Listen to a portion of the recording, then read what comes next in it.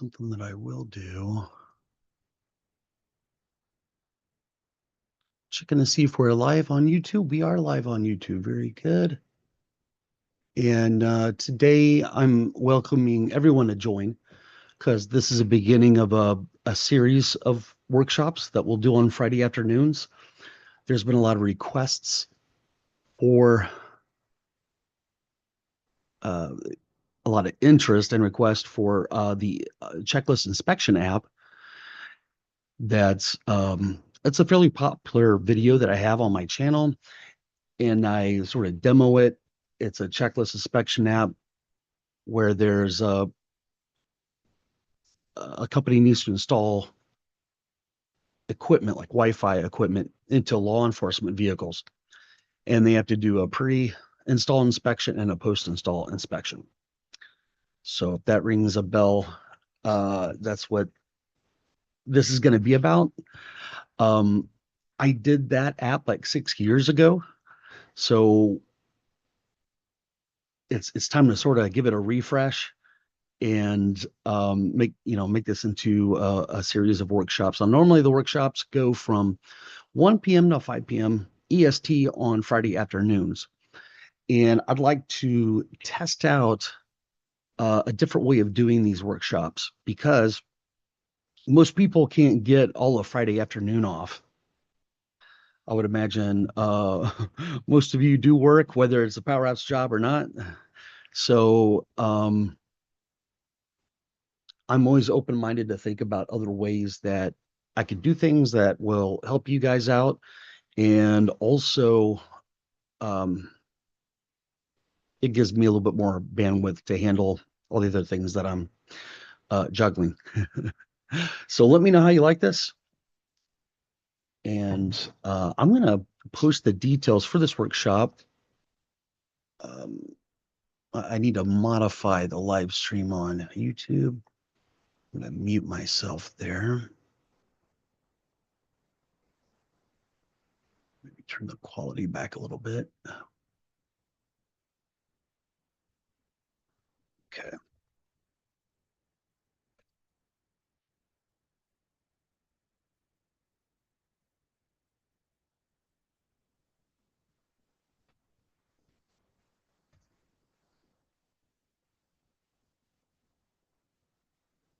So we'll be getting started here shortly.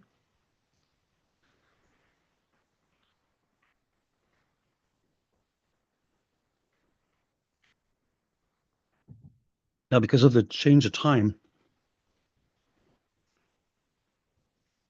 I'm going to give people a few minutes to sort of. I posted the event out on school, out on WAP, and I'm sure people are uh, subscribers are getting alerts on this live stream. So I'd like to give people a chance to get in here and join uh, when we do begin here in a few minutes. And so it's quarter after 12. And we will definitely be starting by 12:30, if not before. I'll probably be talking about this particular workshop and where our files at and things like preliminary things. Where if somebody's interested, they could just go back to the beginning and watch that. Okay.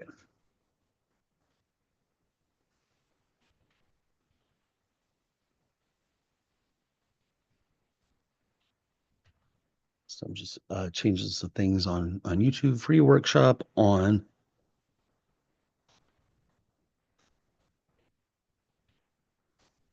checklist inspection app. Now, I did research this because I've done a lot of workshops. Um, we almost always do one a week on Friday afternoons.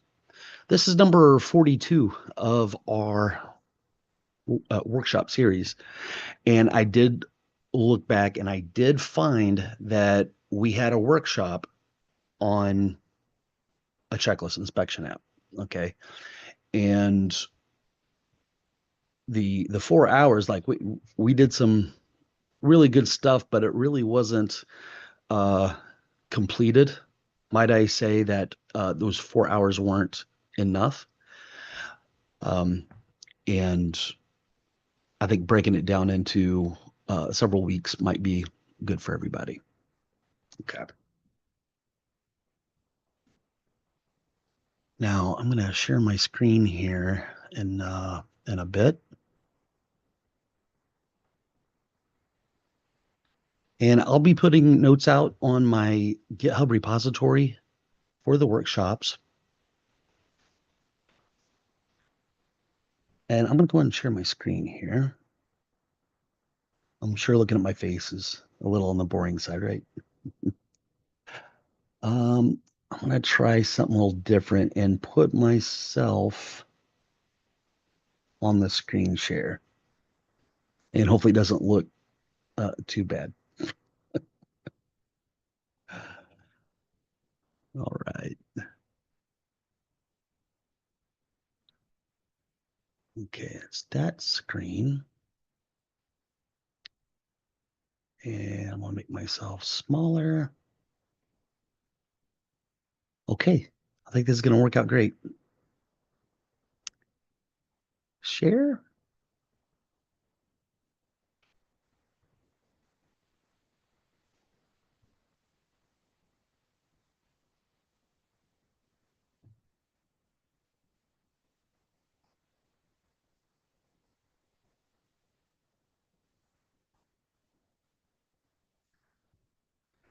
And of course, all my Zoom windows were moved around. That does not help.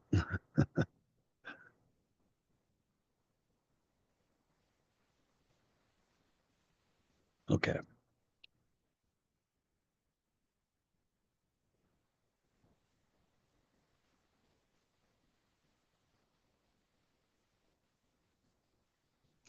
Thanks for bearing with me, guys.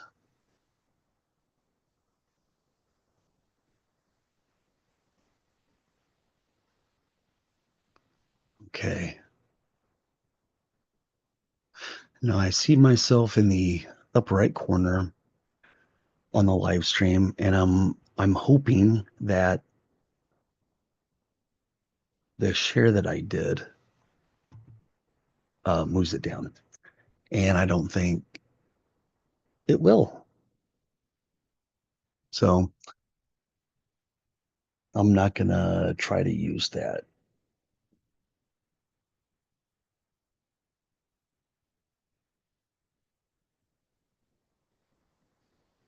Okay, there's the screen.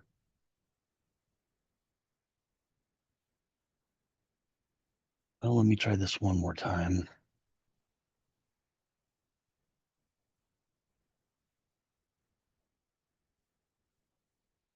No, that's not right. Oh, technology.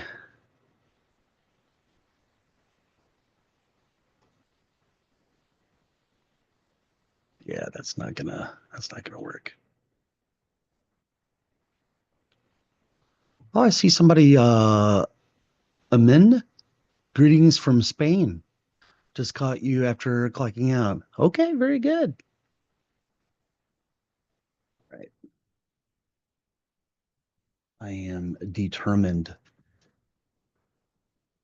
to get this right here with the share screen. There we go.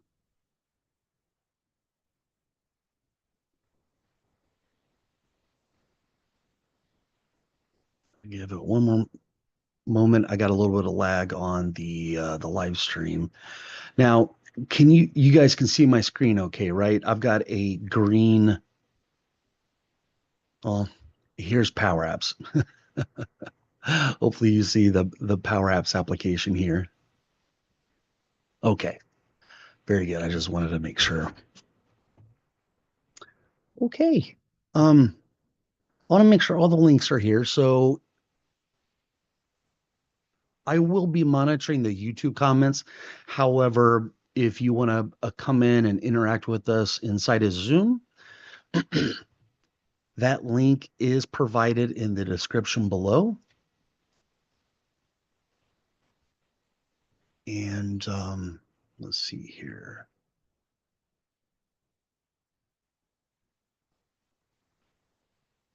And we will be starting by 12:30 p.m. EST, which is in about 8 minutes.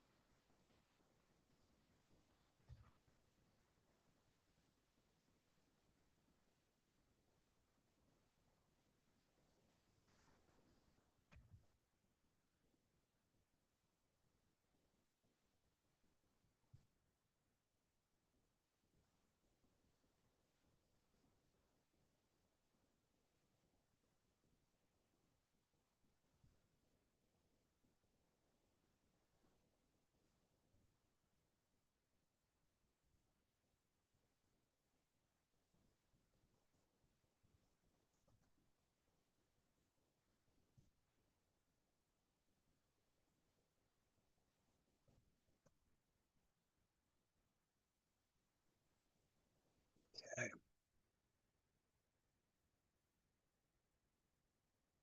Very good. I'm really excited about this particular application and revisiting it, trying to make it better.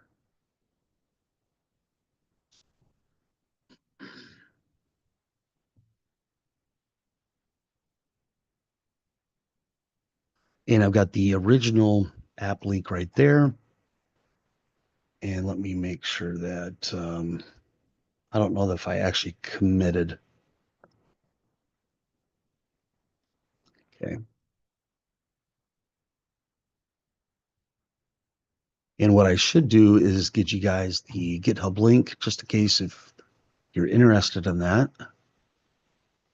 As we go through the workshop, I will synchronize so you can get at any of these coding files.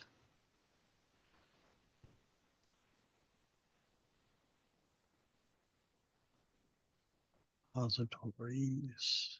There we go.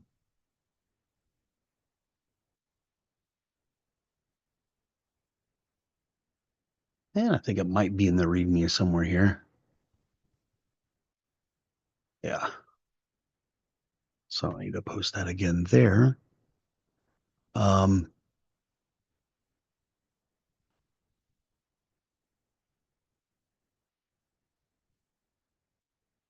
okay. I just did a save on the YouTube. So you guys should see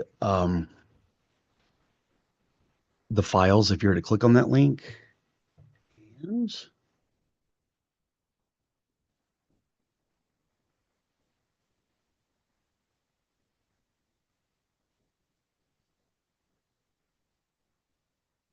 oh, the question is from Adam. Are you going to make the app, MS app or solution available for everyone that is for if you're an insiders group member or an accelerator student member, then you're going to get all the files. And that's typically how I run these workshops. Those two groups of students get access to all the workshops, past and future. And every once in a while, I'll do one that's freely available. Um, and the thought behind a workshop is that you guys are going to build it on your end. So there's going to be some practical exercises. Okay.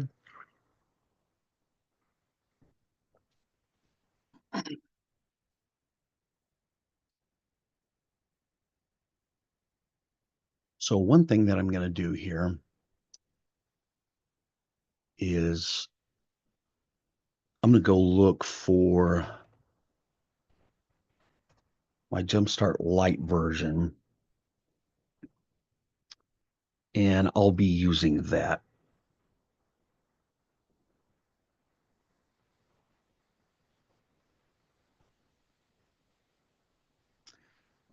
And then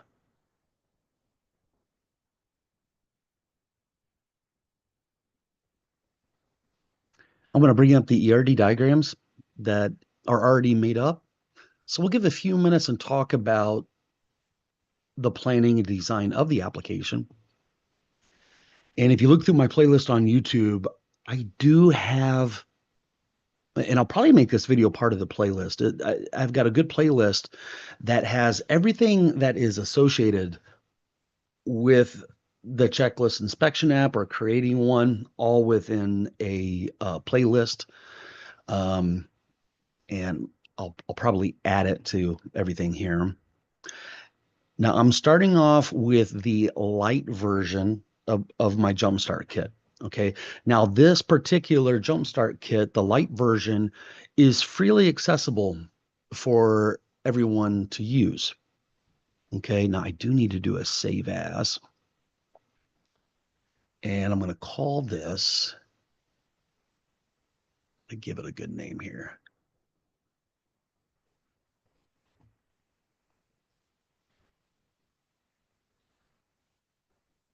I don't know if I can have a number sign in there. And I'm not even sure about a colon. I'm going to use a dash. Checklist inspection app, workshop number 42. I'm going to save that. And what I'm going to do for you guys, I'm going to publish this.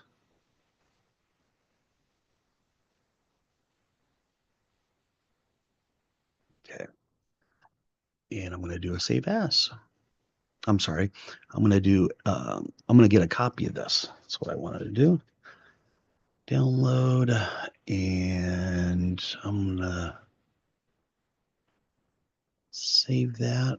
Open up the folder.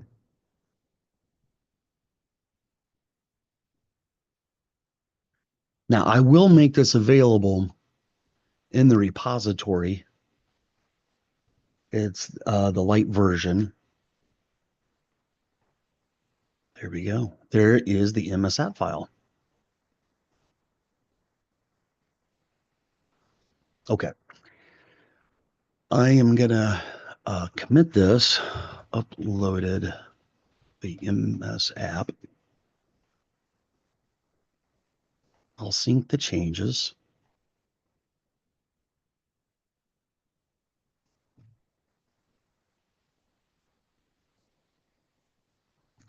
And I'll be, yeah, here it is, Colin.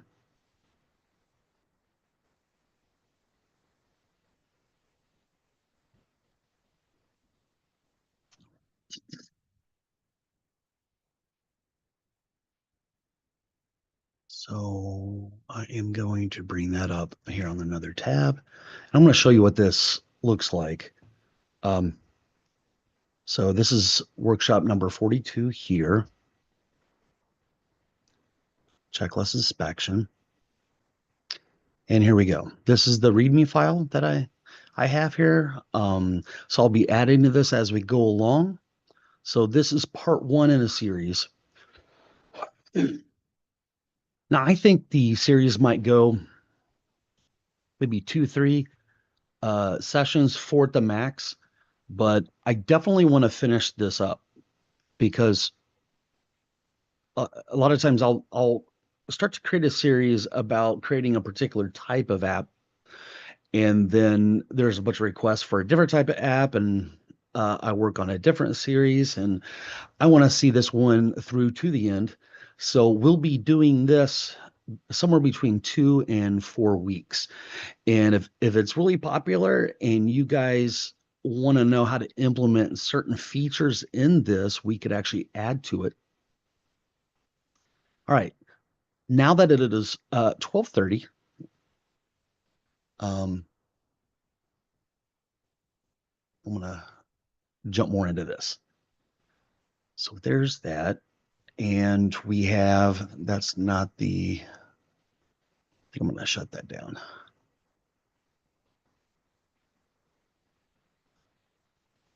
And I'm gonna pull up what we did in the last workshop. Okay. So if you are a insider group member, you have access to all the workshops. And it was workshop number 22. So what I'm going to do is, I don't know if I'm signed in on this particular browser. paste that. If it is, I'm going to bring it up. Okay. Okay, here we go. So this particular Zoom link is old, so I'm going to take that out. Save. And I might bring up these notes here and see if there's anything useful in there. And then we have, it looks like 2 ERD diagrams.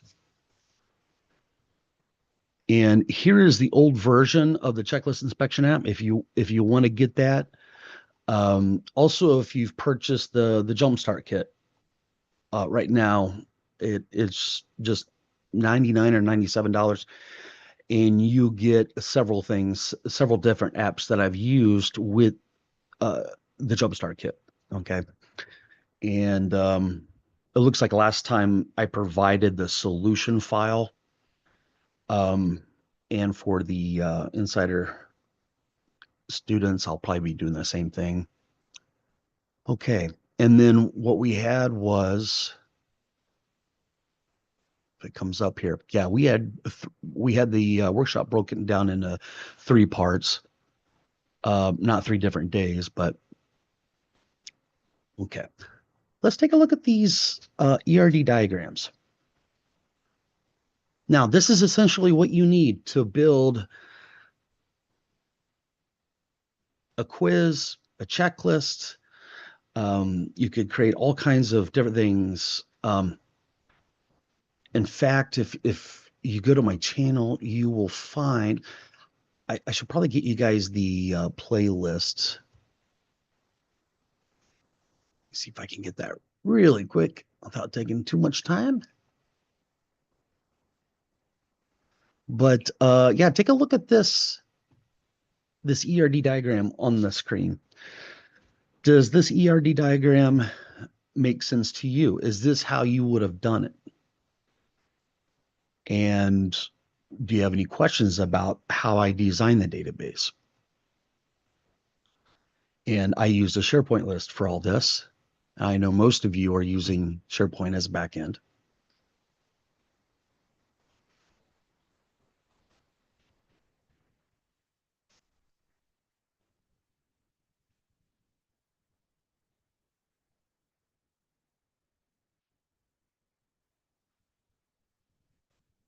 List. Okay. I did find the playlists. And I'm going to see what's up here. All right, very good. Now, if I actually click on that, there we go. So I'm going to add this to the notes as well. There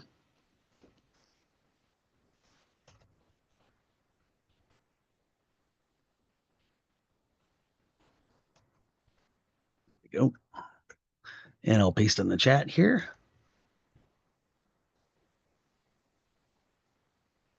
All right.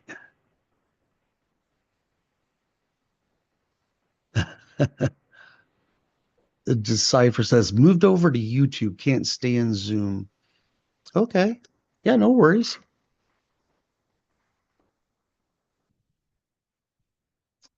I do have a lot of problems with, I would say, technical issues with Zoom, some frustrations, and probably even more with Teams. So up to this point, we've been using one of those two. And as soon as I have the time to install Big Blue Button, which is the name of a open source project, I'll be using that. And I think that's going to be probably the best one out of all these. Okay. So here this is, these are other videos where we've talked about doing this. Okay. So you guys have seen this particular ERD diagram. I am going to get the link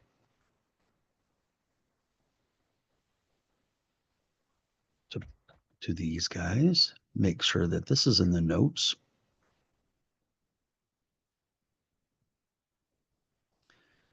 Now, this application, the checklist inspection app, um, if you go and watch the original video, I talked about how I got that particular project. It was my first Fiverr project. And I told the gentleman who asked me for help to do the app, I said, hey, I'll use this as a portfolio piece. And I just asked that I can actually use the screenshots to demo things and to show quality of my work. And let's go take a look at the original one and make sure I got the right browser up.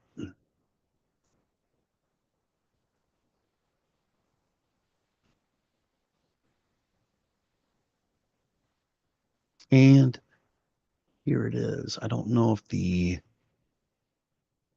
data was set up properly on that tenant, so I'll bring this up. Here we go.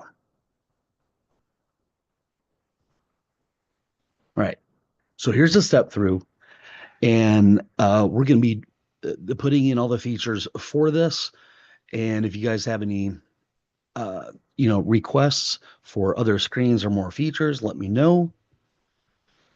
But as I talk about this application, I want you guys to think about how you don't own a garage. Maybe you do. Okay. Um, think about how else this could be used. Perhaps you, your company, organization has a fleet of cars. When I worked for Florida Department of Transportation, they had a fleet of cars. And if you were going to drive one up for business, you could check one out. So I believe there's a lot of organizations um, that do have fleets that perhaps need to be managed. But more importantly,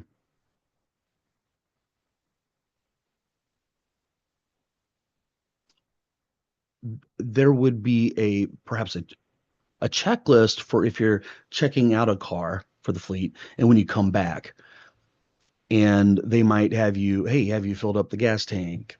Have you cleaned up all your clutter out of the car? Things like that.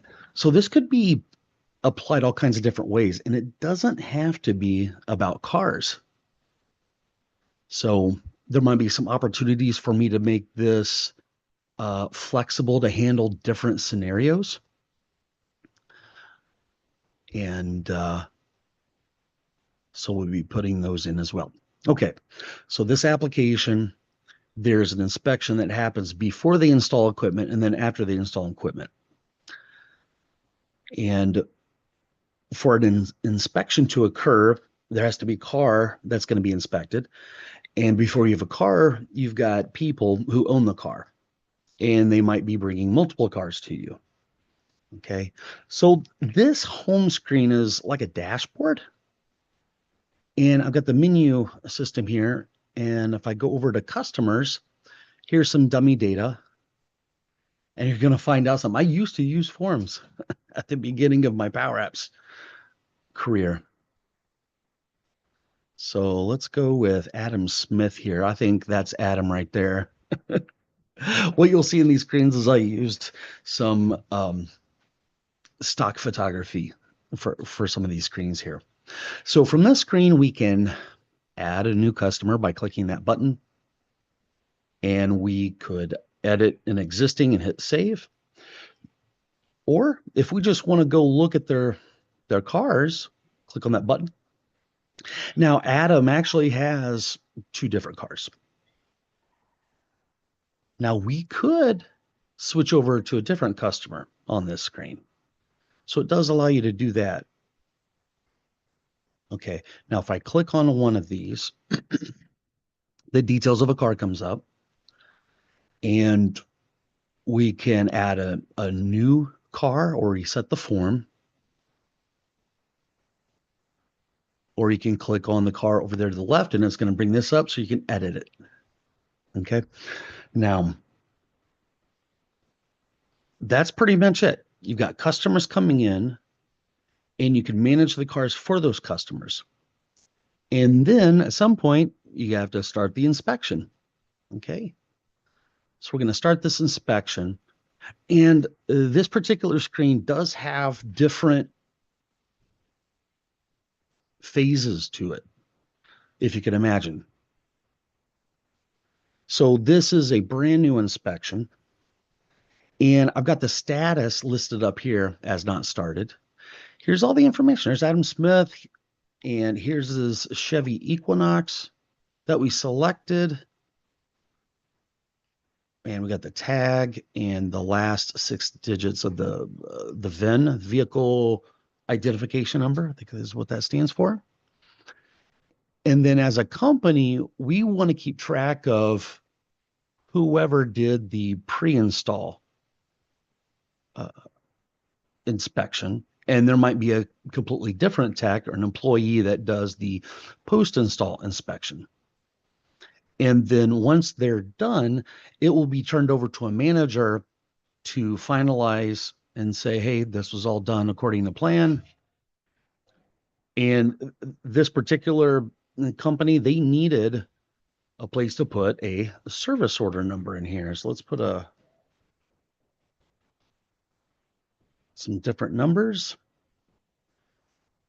and perhaps an inspection notes here. I can save it. Now, what moves this to the next step is the user, after they filled out this information, they click on this button to start the pre-inspection. So just watch as everything moves here because it's all the same screen. So I click on this button to start the inspection. I've got a nice little spinner that pops up. Here's all the information on the left. I could save it at any point in time. But as I go through these questions, I did a patch right there on the change event. Now, if I were to do this again, maybe I wouldn't have the spinner. I'd probably do it in one shot. I would probably save all these responses into a collection. And then when they hit save, it would save all the responses. So that's probably how I would do that differently now. Probably wouldn't use forms, but I can click on different categories. So this is a fairly extensive checklist. So these are just the systems of the vehicle, the lights. Then we have emergency equipment. As you can tell, a lot of this stuff is related to law enforcement vehicles. Okay. Now I can go through and do all this. And as I'm going through, you'll see how many questions I've answered. I'm 6% done.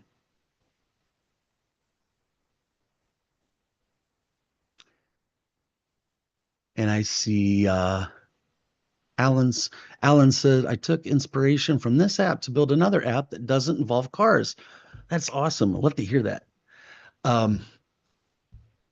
Because that's what I want to do with this app, is perhaps make it, it's going to start off with cars, but eventually make it so that it could handle any type of thing that you want to have an inspection for. Okay. So at this point, I cannot finish until I've answered all the questions. Okay. Now I am going to hit save here. Okay. There was really nothing to save because it saves every time I answer, and this hasn't changed. Okay. Now there's Adam Smith, and it should show my name. And I forgot what I sorted this by. So let's take a look here. For this gallery. Well, I've definitely changed a lot of things of how I code here. Let's see, filter inspections. where it's not completed. So here on the home screen, they weren't interested in looking at the ones that have been completed. If they wanted to see the ones that have been completed, they could go down to all in, inspections, and here's all of them. And then you can go back and look at them in previous months. And I can tell you right now, this should probably be sorted descendingly. Okay, so let me see how I did this. I did a for all. Okay. And I don't even have any type of sorting. I typically like to put my sort function on the outer side. You know, if you've got some if statements and multiple queries based on what the user's doing or a drop down they pick, you might have uh, different queries separated with an if function. Okay. And typically, whatever query is used, you probably want it sorted the same way. And if not, then I would probably still put the sort there, but I would change it over to a different function called sort by columns, where it could be a little bit more of a dynamic sort. Now, I do know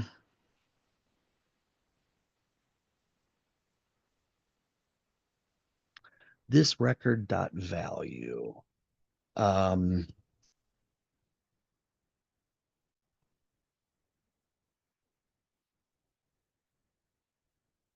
a distinct will take a table and just give you a one column table.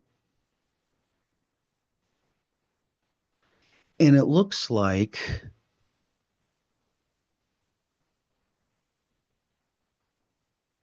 this is I don't know why I did that. That is really weird. I there's a little bit of nostalgic for me, I guess. But I'm going to take all this, and that is not a good way. Now, keep in mind, I'm not actually working on the app. I'm just demonstrating this.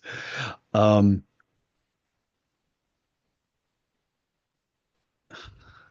okay, I'm going to take all this stuff out. I don't need that. Now, what I could use,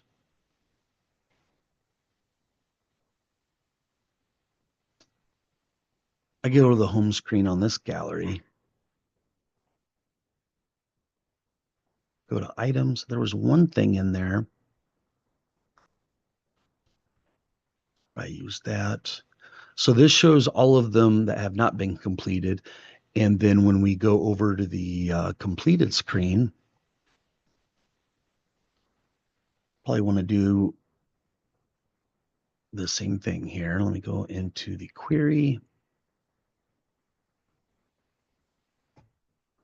Inspection list screen here.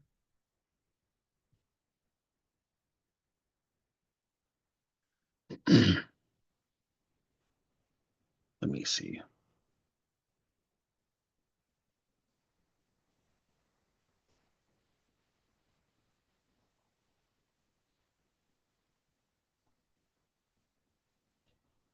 Now, I don't know.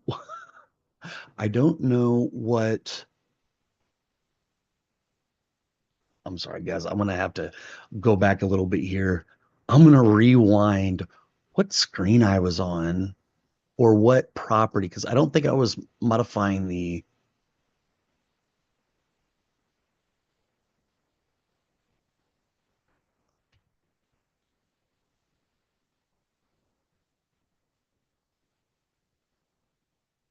Yeah, it is the items.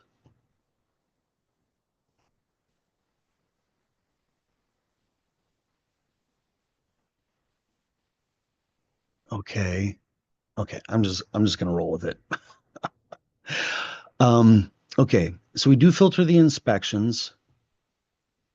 It's sort of driving me a little crazy here. Inspection list screen. And this is what we are on. Oh, we were changing that. Okay. That does make sense.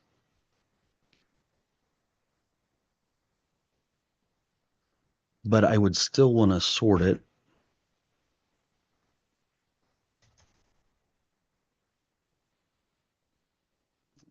this over here. And guys, I do apologize. I am not the sharpest knife in the drawer. Rarely am I the smartest man in the room. You guys might think I'm smart because I do all this stuff in Power Apps. I do software development, but my thinking process is not neurotypical, I guess. Okay, so I am going to sort what I had that query with the distinct and put that back in, and this should give me result. And I'm going to say sort order sending. Okay, so here are the two inspections that have been created in this month. Okay, so that's how it should work. And if I were to do this screen these days, I'd probably put a checkbox there and say, hey, show me all, or at least the top 100 or 500. Now, other aspects of this particular application, you've seen home, you've seen the customer management screen, vehicle management screen. And if you click on this, it should bring up a new inspection or start a new inspection. And I'm a little curious about starting a new inspection. Yeah, I created a screen just in case you haven't entered the customer or their cars. These days, I wouldn't have done this. I would have if they said new inspection and we're like, hey, go over to the customer screen, select the customer, and then select the car, and then start it from there, perhaps. I don't like to have redundant screens or have different pathways to get around and to do things. And even if the security it's different for different groups, I will handle that logic within the screens. Okay, looking good there. I want to get live there so I can see the chat on YouTube as well.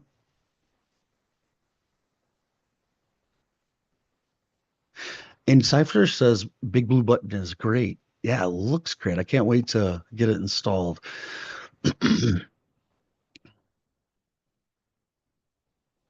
And Ammon says, seeing you speak about this app reminds me of my first apps. Good times. And Experimental says, "Good afternoon. I just want to thank you for inspiring me to get my own uh MS, and perhaps you mean like M365 or your own tenant for your business account. I now have my own space and do all the things IT would not allow me to do. Now I need Power Apps." Yeah, I definitely recommend doing that. What Experimental just said on YouTube. I have worked with a lot of organizations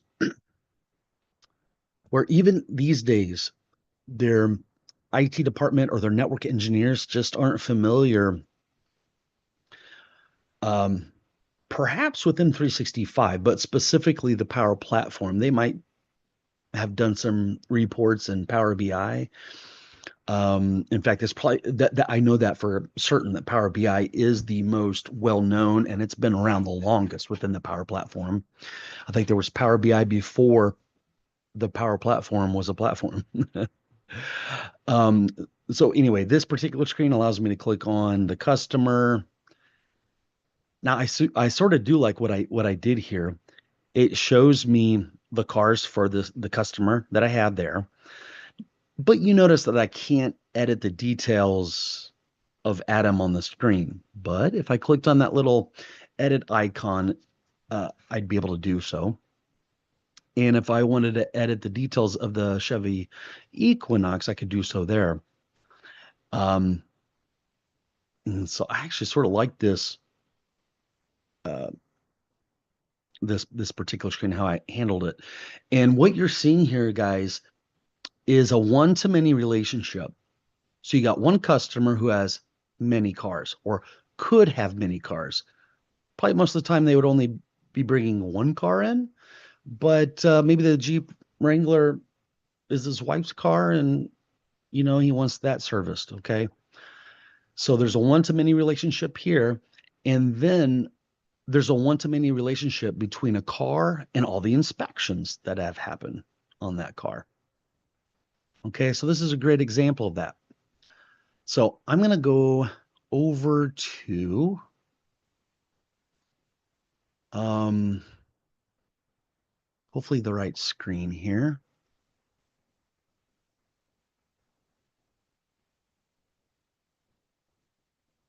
And I believe this is it. Yeah, I'm looking for the ERD diagram. All right, so let's look at this again.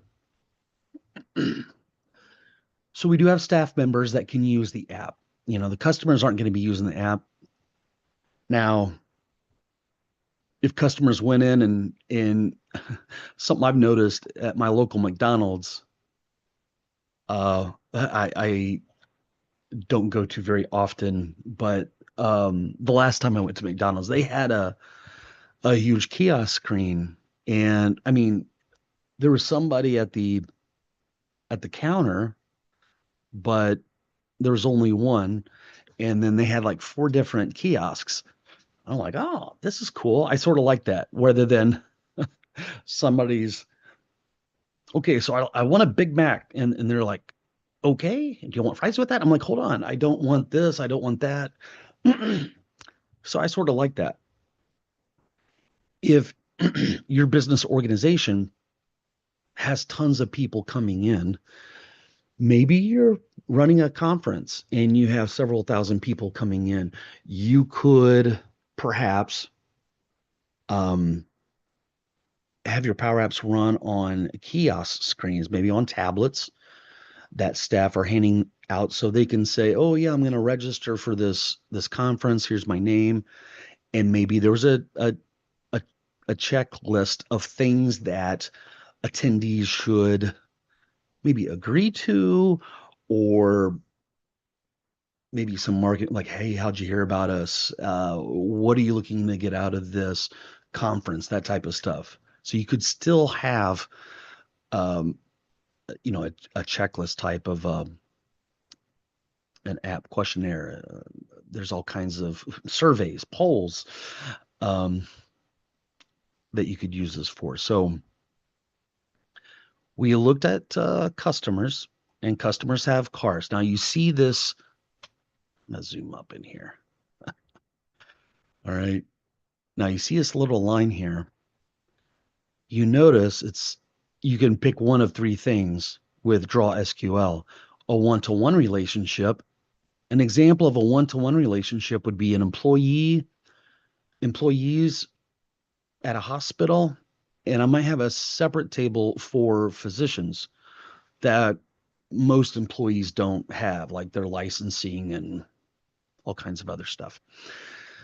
That's but most of the time you just don't see a lot of one-to-one relationships. If there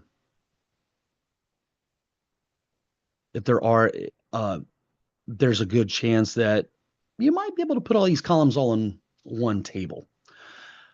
Um, so I thought I'd mention that. And then you got one to N. Now, if you see the letter N on these things, that is, um, an it's the many.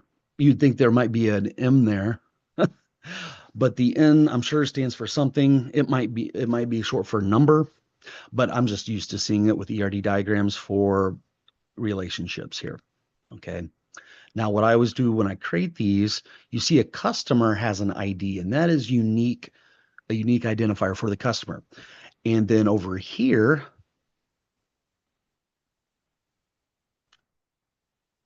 um, wow, that is really wrong. I've got it set up for the year. That shouldn't be that way. I click on the column that's going to serve as the foreign key. Okay. So you're going to ask yourself, hey, can a customer have multiple cars? And you might say yes. And you say, can a car be used by many customers? No, that doesn't fit. Now, if you have a fleet of cars, then the thing, might that might be true. That particular question would be true. But for a one-to-one relationship, I start with the foreign key and then I go over to the primary key in this table. And I always have something like ID like this. Every table has an ID. Of course, you know that with SharePoint, right? We're going SharePoint lists. They're always going to have an ID and a title. So you see an ID and title in most of these. Okay. I don't know why this inspection doesn't have a title. Perhaps I missed that. All right. And oh yeah. So Colin asks, so the MS app in the repo is the light version you're using? Yes. Let me just make sure everything's in sync there. And if you go over to the repo, you can always find my stuff by searching for Power Apps Darren. And then you're going to see all my repositories. Go into the Power Apps workshops, and there is the MS app file there.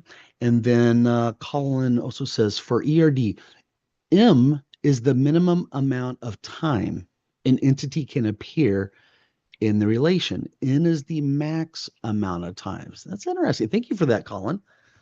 Appreciate that. All these database concepts I learned 25 years ago, and most of my career, I was a developer and not necessarily teaching database stuff all the time. So, all right. So I'm going to go back to the ERD diagram. And guys, if I'm going too fast over any topics that you want to hear about regarding this project, let me know. But and in some cases, some of those videos in this series, I might have gone into. I think this was an edited video. This was, of course, a lot. If you see anything that's over an hour, probably anything over 40 minutes or so is probably a live stream. And I like what I did for this thumbnail. Okay, you could have a poll, a checklist, a quiz, survey, questionnaire. They can go by different names. Okay. So customer, car, we have an inspection. So there's a car ID that does that. We got the staff we already talked about. Now, this is probably the one thing that it takes a bit for students to understand if they have, let's say, the first time they do an app like this. You might think, oh, I have all of these things. And typically what happens, they'll go into the inspection table and create a column for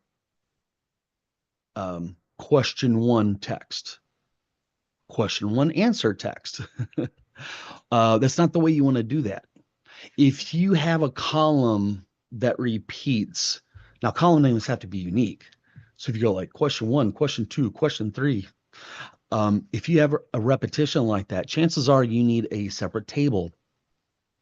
Probably named, the table name would be named more than likely based on the text that you were repeating, like questions. Okay, look at that. I got questions over here. And a question could have a category. So you saw tabs at the top. So those were the categories. And let's see if I have this guy up here.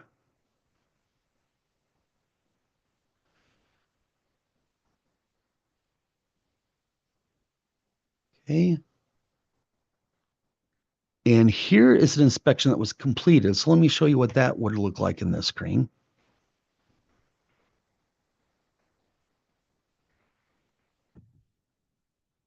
Okay.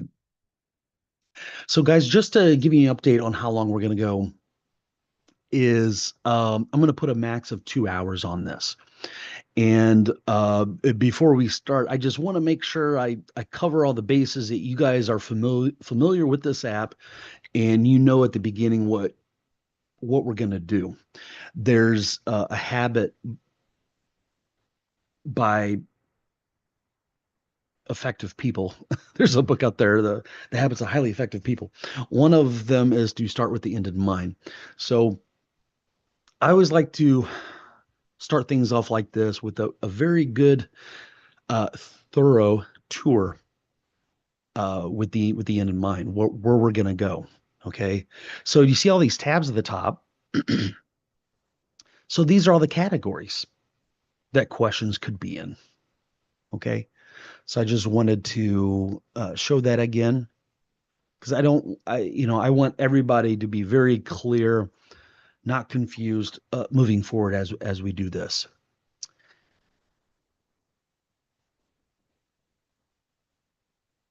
And Amin says, here in Spain, the term citizen developer is something so foreign, dot, dot, dot. Most companies can't imagine something like that.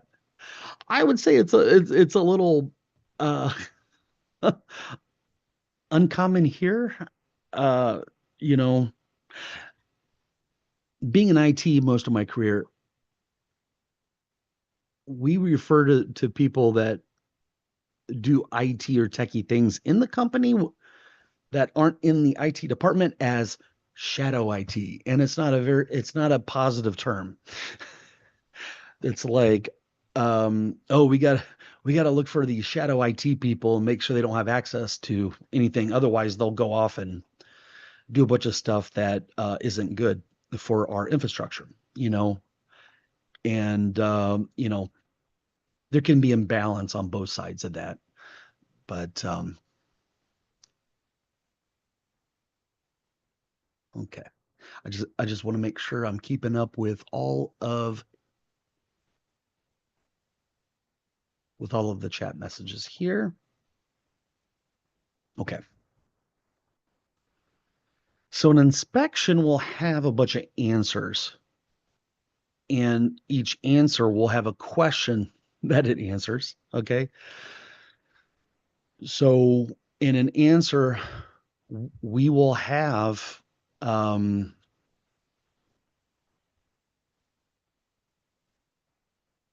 so think about this, an answer, a question, and the category.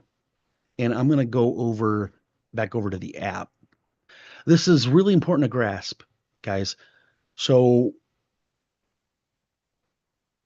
even if we didn't have all this information over here, we're just looking at each of these things here. Okay. So each line item here is a question. And if you were to look at this, I'm looking at the questions. And back then I used a lot of global variables. Although the underscore makes me, I use underscores in C# for private or local variables.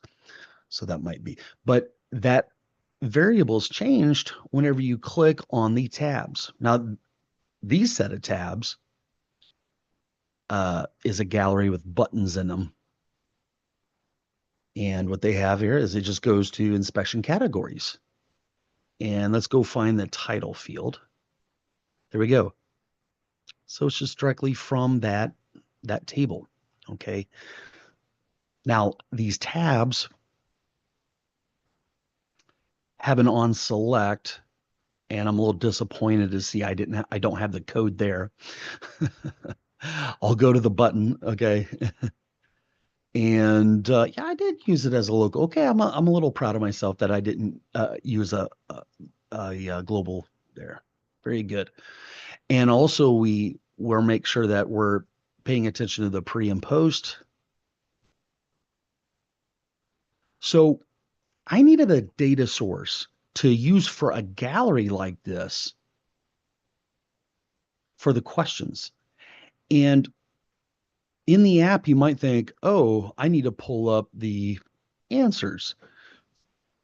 No, what you want, you have a gallery and you want items to be sort of listed out and you want to see them there. So that's why you'd want to use the questions there. And then whenever they change the answer, I don't know what happens when I click on that, if anything. Okay. I think it just changed to a hand because it was an icon. As you saw me, let me go into this one.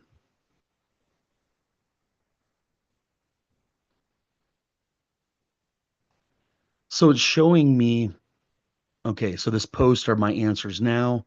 These were the previous ones. What do I do here to know that this should be a check mark?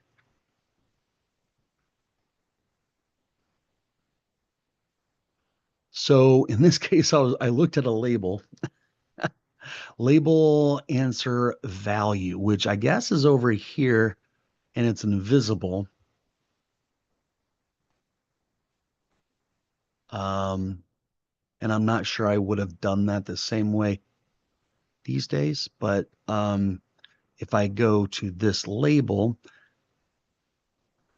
okay, I do a lookup. Is that a good choice? No, not at all.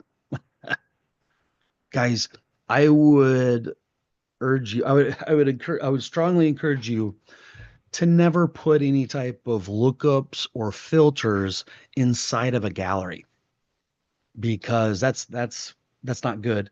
And as you can see here, I'm going to a data source that is a SharePoint list. So I'm making all these queries for every single row, and I probably have other labels that do the same thing. So that can make things really sluggish.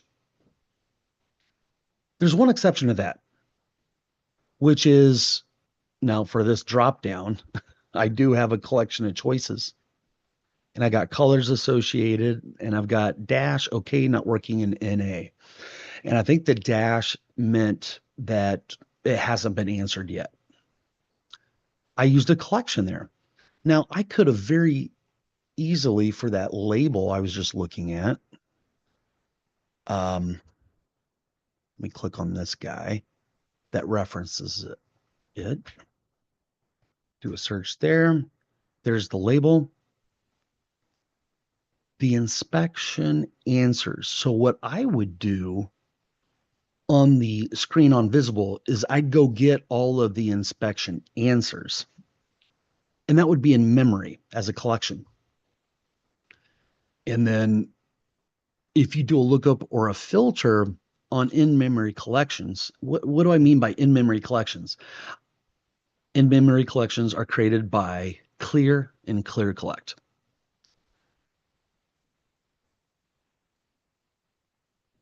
You could also create them with square brackets. You could also create them with the table function. So just off the top of my head, those are the four ways that you can create in-memory collections. And this also is not a good way. That answer value should not be on the outside of the lookup. It should be here. Because before I was getting the whole record and perhaps all of the columns, and then I'm saying, yeah, just give me that one value, that one column. So that would make the query more efficient. Okay. I'm going to go back over to the ERD diagram. I just want to make sure everybody understands all of this, and we'll probably be adding to this. And I sort of want to save a snapshot of this one. And I want to make a copy.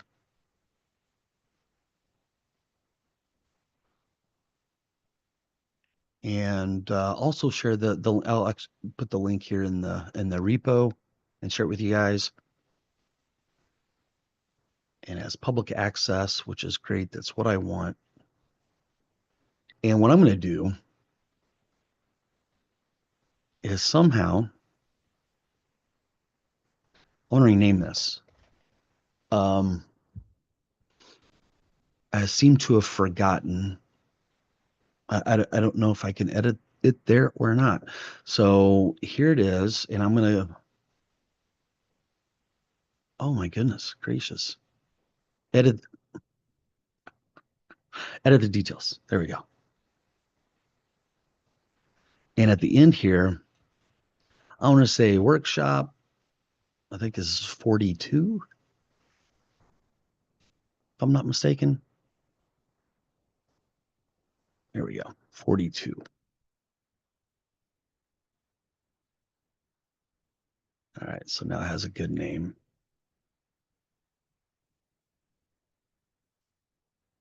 I'll get a shareable link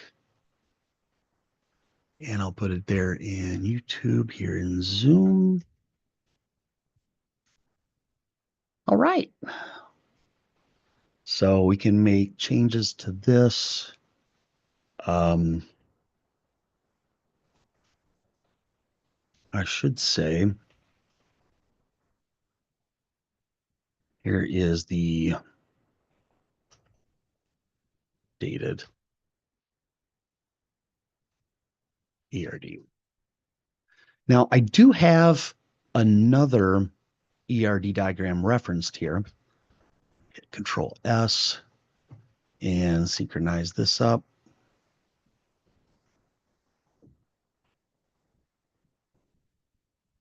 And it's this org chart. And for users, like I have staff. These days, I capture a lot more information for app users. And these are tables I probably have for any app that I do. Okay. So a user could have a role that they're a part of, maybe Active Directory or intra security roles. Well, the roles are defined here. Now ask yourself a question. Can one user be a part of many security roles? And the answer is yes. If we're talking about AD or intra, now you could set it up so that a user can only be a part of one role, and you got your roles set up as just user at the base level, and then you have managers or approvers, and then the next step up you've got application administrators, and at the top you've got yourself as the developer. So if you want like a simple way of doing that, that's what I build into my, I would say, all my jumpstart kits. You'll find that. But if you're going to have all this data driven, I would recommend, and where these things are stored in the database, a user for AD intra can be part of many roles. And then you've got a role like domain admin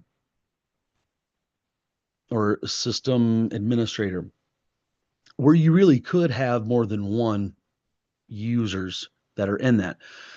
So when you have that, when you have a yes to both questions, can an app user be in multiple roles, and can one role be associated with many users?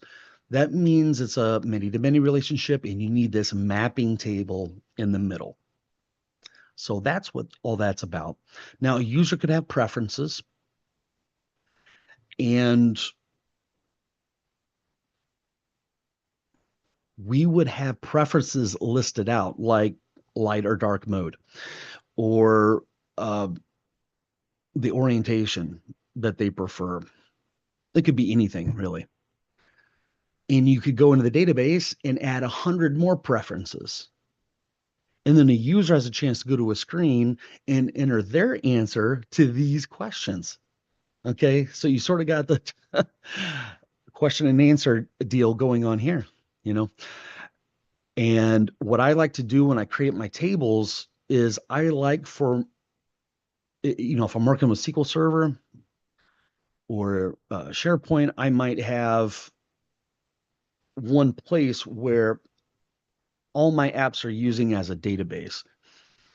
Perhaps you create a SQL Server database called Power Apps Data. Okay. So I like to create an application table. So each new Canvas app that you build, you would create a record here, and applications could have settings that are set by the application administrators. Okay. So I thought I'd show that to you. And those were the other two that were referenced here. And I'm going to set this up to sort of preview on the side. Okay. Very good. Okay. So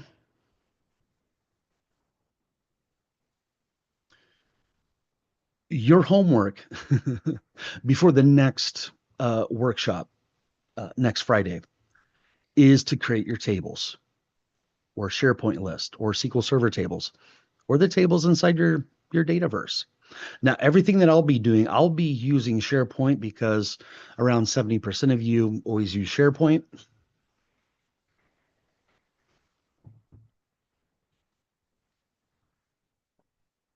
But everything inside the Canvas app should be almost identical no matter what data source that you're using. Okay. I think at this point everybody understands like what the requirements were, and you know perhaps what I should do. I want to make this series to be very thorough. So I'll probably type up or go find out if I have the requirements. Um, I know that I had the original requirements from the customer, but I should show you the requirements from the customer. There weren't very many details, which is why I'm laughing. His one page Excel document became a 19 screen application. Okay, so if you look at this, these things appear for app admins. So I could go in here and change things about that. And usually I'm using a form here. I'm going to go back. Here I can add, edit, remove question categories. And then this screen allows me to edit the questions within these categories. Okay.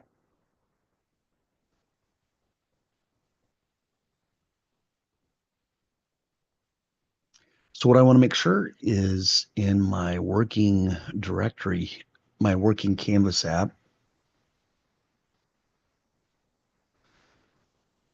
which should be, oh, that wasn't the right one.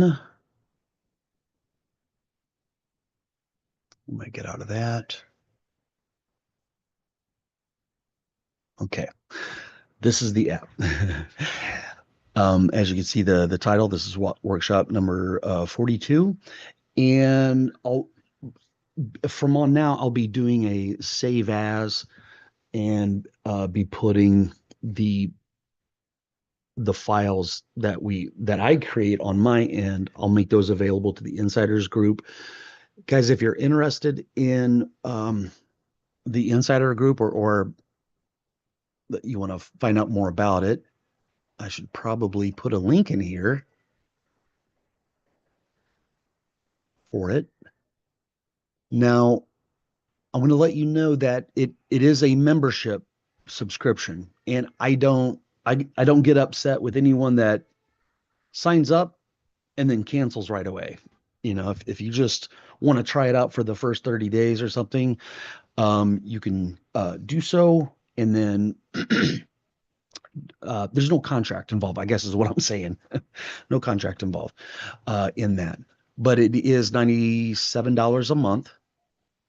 And Um, that includes a lot. You get my full ticketing system course and all the future changes to it. Um, maybe I should try to bring up that link real quick here. Let me make sure because it actually lists out everything. Uh,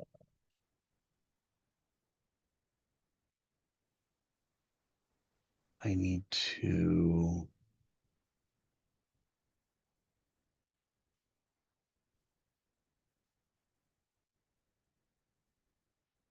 I'm going to try to show it in a way. There's a panel on the right side here, which I don't know if I'm going to be. It needs to be wider, of course. Let's see here. There we go. And that should work just fine. Um, uh, I've got screenshots and not videos here. There we go. So you have different options. So I wanted to simplify what it is that I offer. So you guys are all familiar with my free tier, access here on YouTube, and I offer several things for free, like the Jumpstart Kit Lite. It looks like my video camera's doing something weird. And hopefully I didn't freeze up here. Okay. Let me see if I can open that in a new tab. There we go. So there's the link for that. Um, and hopefully you guys can see all this just fine. So I have a community. Now you guys might be familiar with my school community. They're charging me uh, $400 to $500 a month, and WAP is free. It has more features, and I think long term it's a better platform uh, for the purpose of serving you guys. Okay, so the free community has value. You got the live streams, um, and it comes with a 15-minute onboarding session with me, so you can book a call with me. And if you have questions about the insiders group or I think my Zoom add-on bugged out on me there, or if you're interested in the accelerator program, if you're really serious, or let's say your boss has told you, hey, you are our Power Apps go-to guy, and you feel a little nervous, um, if you want to work with me 5 or 6 days a week, to have opportunities to ask me questions and all that type of stuff, um, it's a great value for the price. Um, so with the Oh, also, I should say down here on the free one, you can purchase things a la carte there. So if you just want the Jumpstart kit for $97, the main one that I've sold for 3 years, and I've improved it. It's up to version 1.5. You could purchase that individually, or my 5-day boot camp course, or my 5-day PL 900 certification course. You could do so there. And the insiders membership has a lot of this stuff. So it has you get access to all of the Jumpstart kits and all the updates that come out typically once a week. We spend Monday nights doing that, building onto it. And the practical labs and assignments that Kurt created in the past, they are now available in the insiders group. And typically the workshops. This one is a little different. I'm sort of opening it up for everybody to see what. Now this isn't a typical workshop, but I've had to spend a lot of time here giving upfront information about where we're going. Okay. And it's always we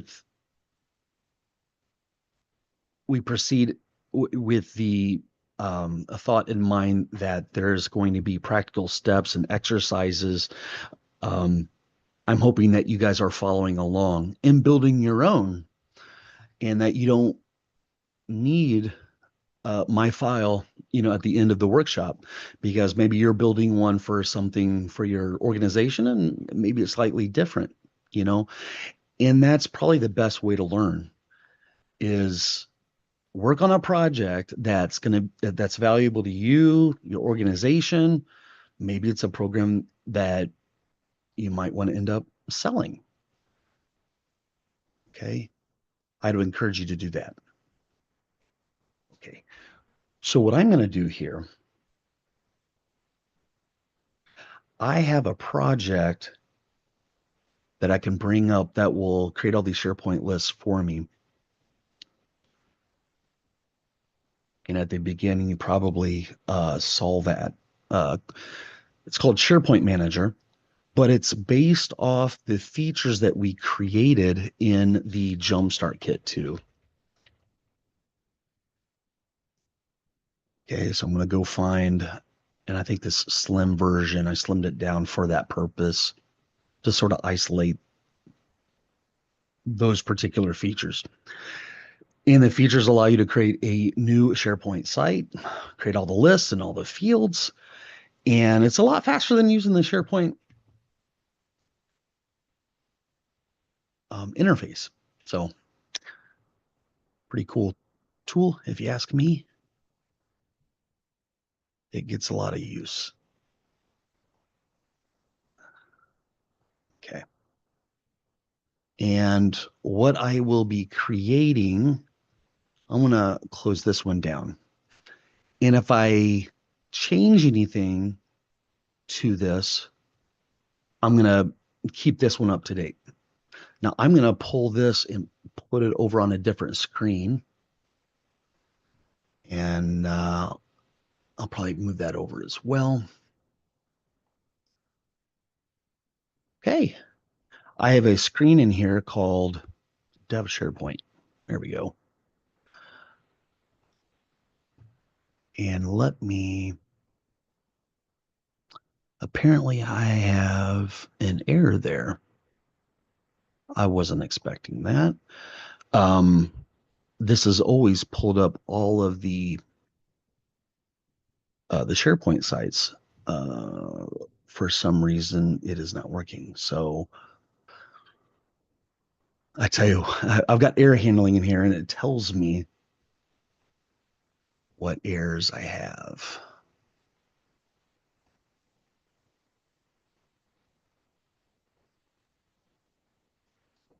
And it gets sent to a particular email address that should be set up here. And I'm going to do a search for Darren.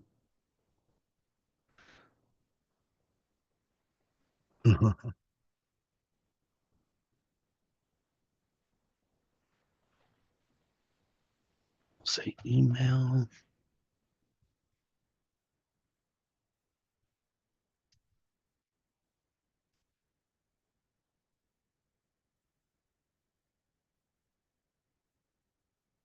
Okay. I don't see it in this tenant. And it might actually be, should be specified in my global error handling here. Um, but that's my on start. On air. There we go.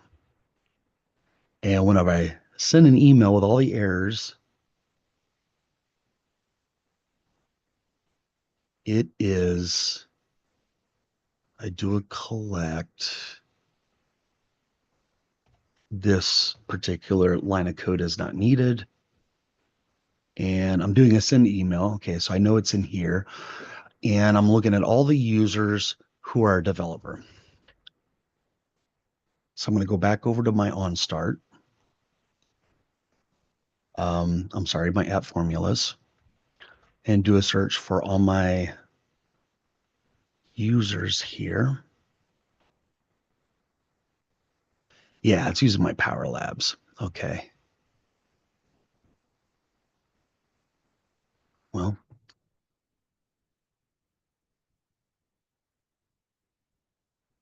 here we go. I know it was sent here. Well, I'm going to move it around and make sure I sign in. And I'll show you the errors. We'll go over them here.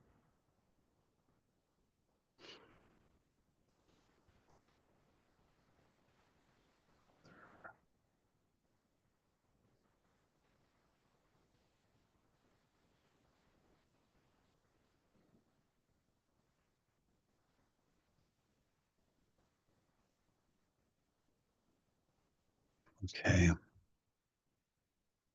Oh well.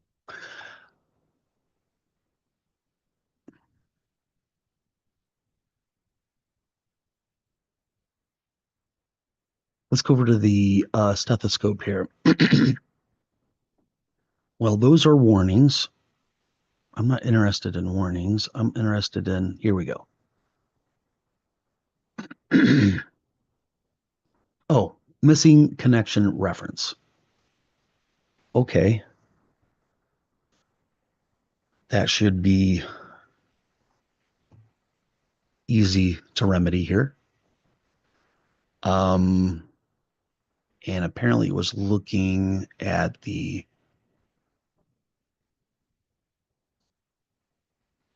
okay, I am going to remove these three and make sure it's a good connection that's in this tenant. That's what the problem is. Okay.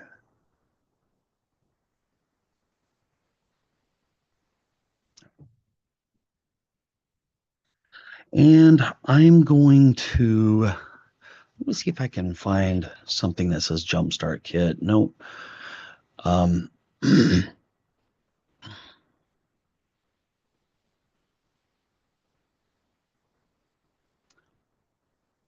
I want to go over to my SharePoint interface and I'll create one for this. Create a site and I will go with a team site, standard team. Yeah, we'll use that template and we'll say the checklist inspection app.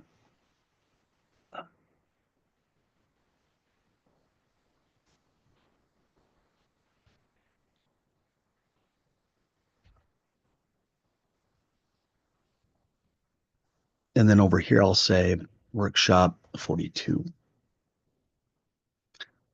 Next. And I will make this, I guess, private. That's fine.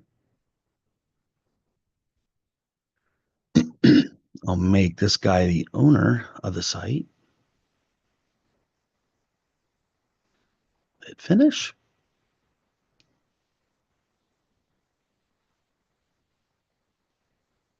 Now, between today and next Friday, I'll be putting out uh, some more homework for you guys to do because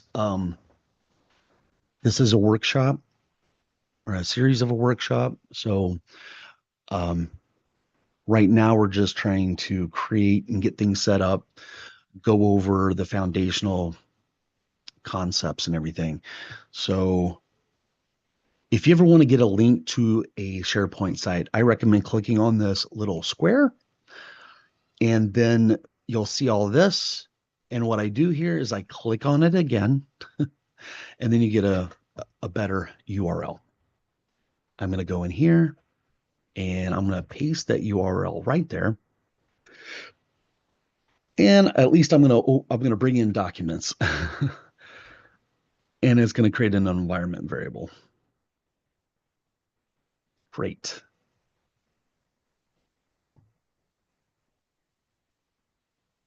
And as soon as that comes up, okay, we're good there. I'm going to go to the tree view I don't have anything in startup, so I'm not going to run that, but I do have a loading screen. So I'm going to go to the loading screen and make sure this isn't anything that's,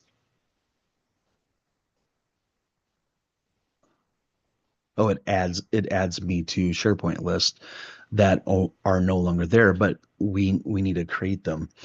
I'm just going to run this in SharePoint. Oh man.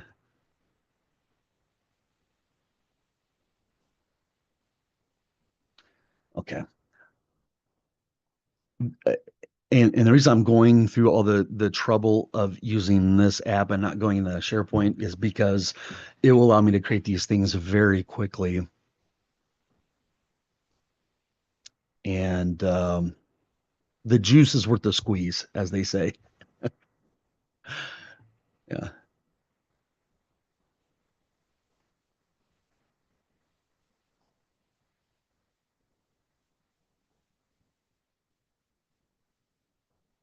Just making sure that there aren't any unread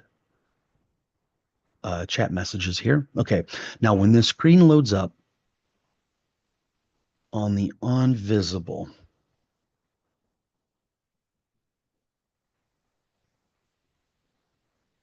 so I'm going to click on home.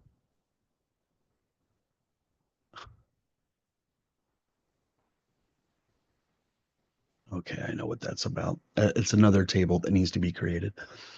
So this particular Canvas app is a part of a solution,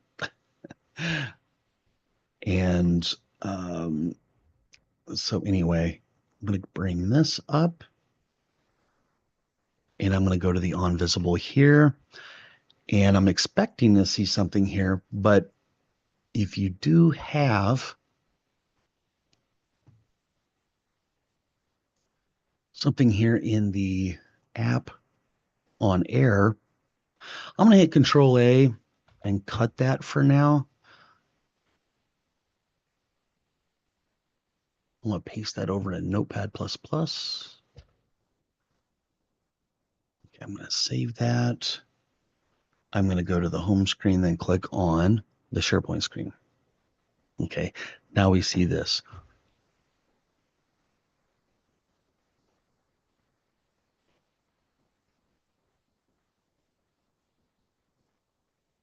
And these do use flows.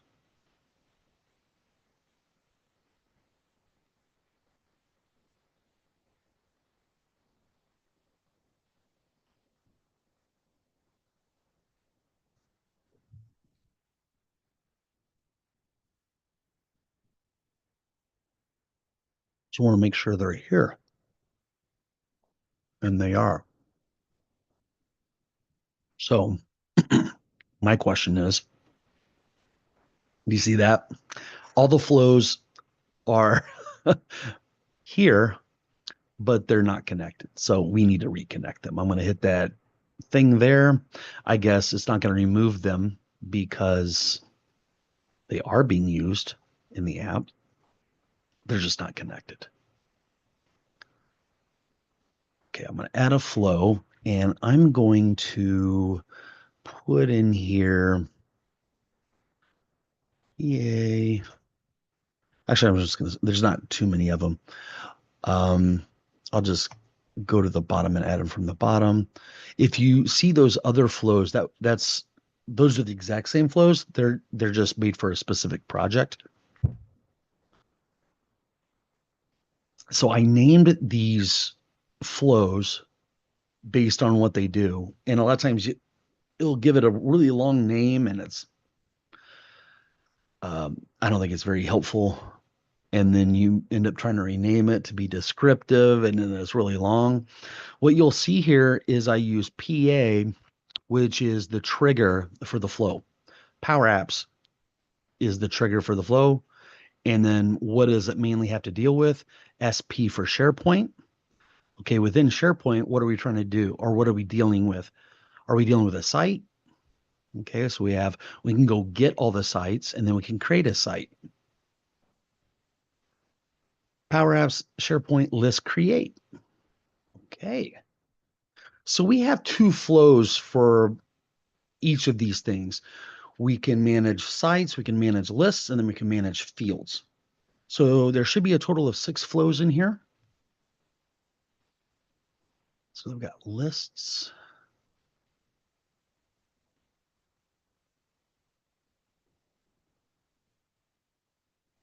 Okay. Field create.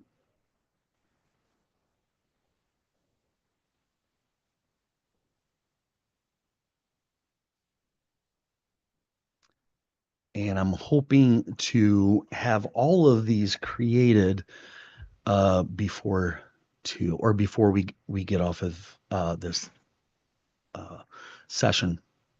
So there's fields get. So I think that might be all 6. I am counting 6. There is a Power App SharePoint document library upload, which I don't even think we use in this particular Canvas app, so we should be good there. Now, I'm going to go back to the loading screen and run it. And it goes to home. And then I'm going to go over here to the SharePoint screen. And I'm hoping to see all of my guys here. Okay. I am going to go look for workshop 42. And checklist inspection app is,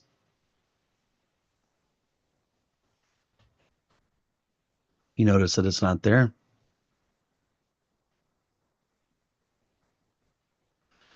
That's because I've found this out in the past, is when you go get a list of all the SharePoint sites, it's like something needs to propagate out. It like takes 5 or 10 minutes. I think what I'm going to do is do this. I'm just, if I can be able to copy something, there we go.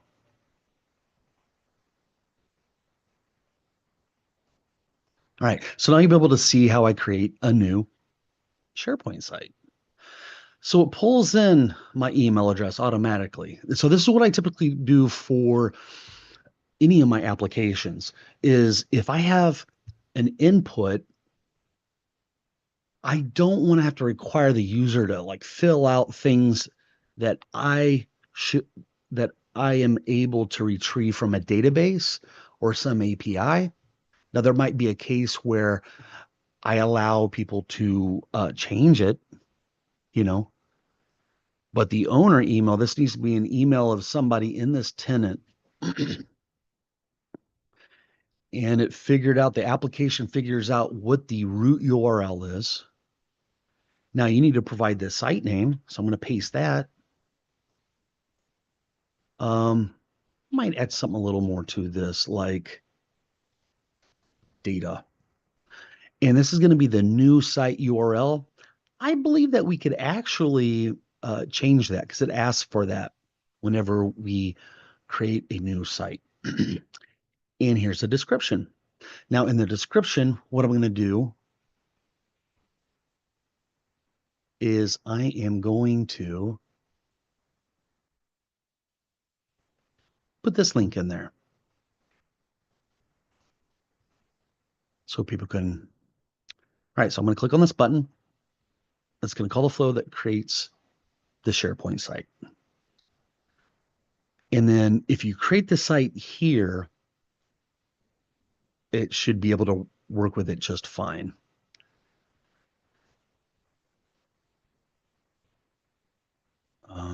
Let's see here. I'm going to paste this.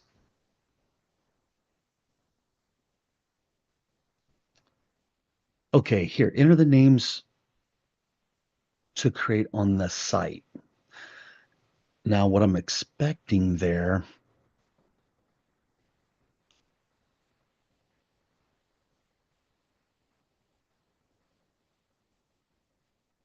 and it actually should have opened the new list. Yeah, it does a launch here for you. And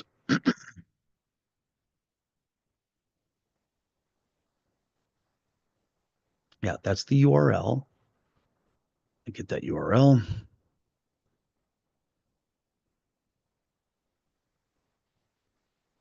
And when we create, I'm going to go to this button and look and see. Um, you can see here it creates the SharePoint site with all these parameters, and then we launch it. So if you want to go look at it, you can.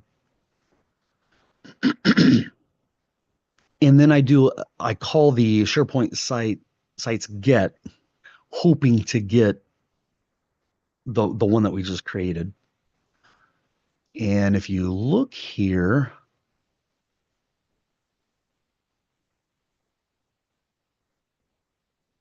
what I should do, see this thing uses call sites list. So when I create a new one, because there's a propagation step in there, I don't want to try to go get the list again because I know it's not going to be in there yet.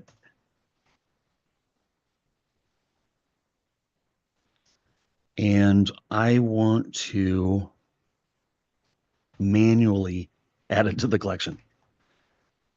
Okay.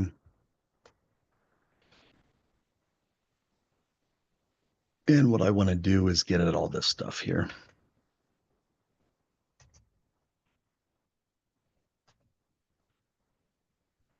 There we go.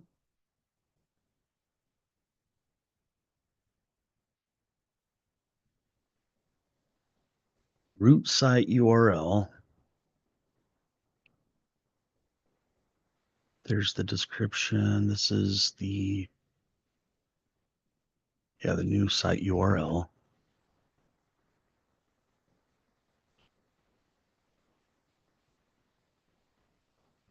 There we go. And then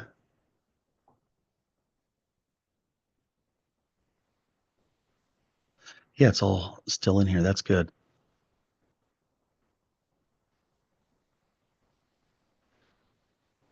So the title is this guy.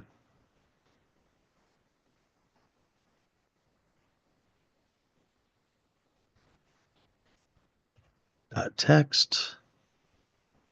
Now the site ID, let's go see what a site ID looks like. Now that actually is an icon. I need to get to the label behind it. And I'm going to put some stuff in here. Site ID. It's a GUID. Okay. It is a GUID.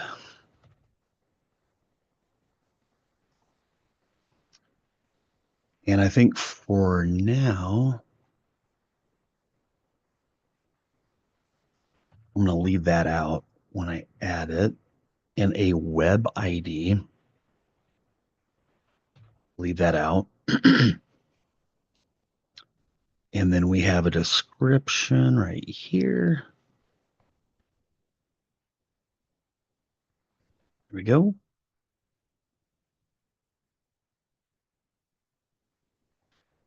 And let's say now for the created and the last modified time.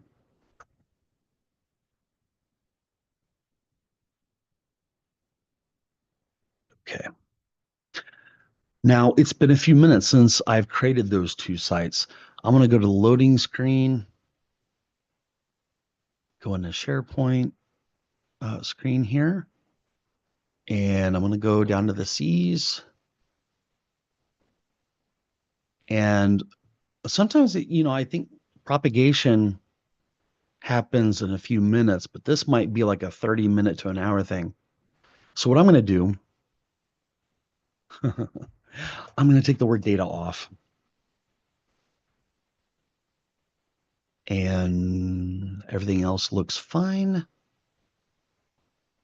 I do want to paste in that link that I have to GitHub here, which is right there. And apparently it didn't paste it. So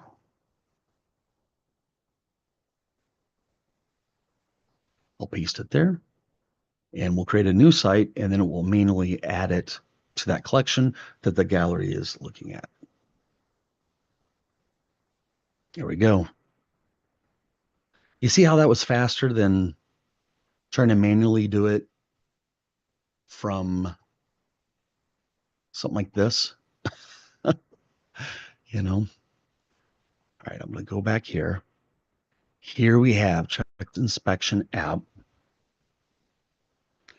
And pretty much everything happens on one screen. So here's all the current lists that are there. As you can imagine, if I go over to site contents, there are no additional lists that I've created. And you could say these are lists, but I intentionally made this app to not include those. Enter list names to create on this site.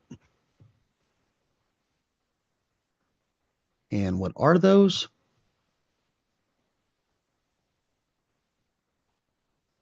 It's these right here. Now, what I can do is I can export this if I want it JSON. Yeah,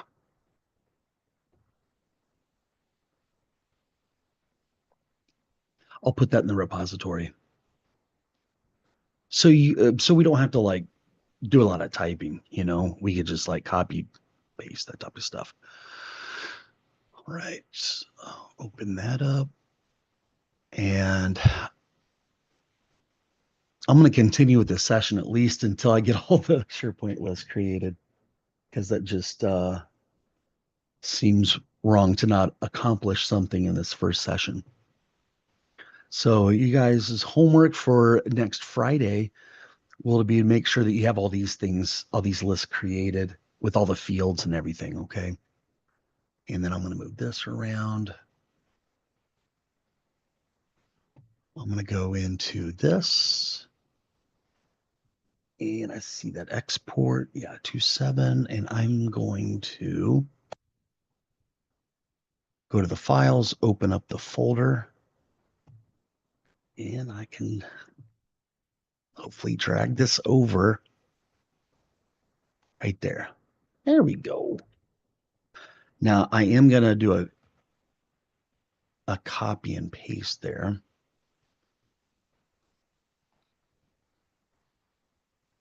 And with the copy, and this might actually help you guys out if you don't have access to all the Jumpstart kits that have that. I'm going to say SharePoint site lists and fields while it's JSON, and then I'll move it over to a markdown file. So it's even more easier. Okay, here's car.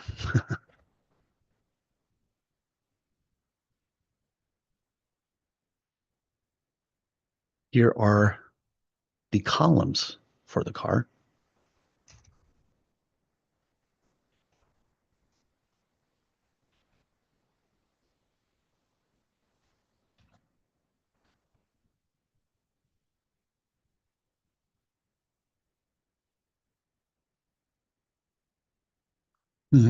ID.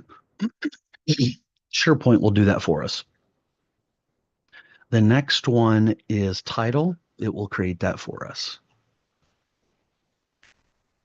Year.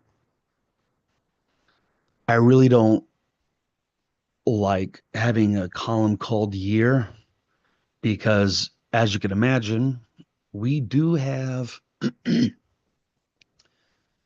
we have a function called year in Power Apps. So you don't want to mess with the disambiguating references there. So for a year, I would say model year. Okay, so that one is done. And then we have make. I'm going to drag that word over there. And then down here we have model.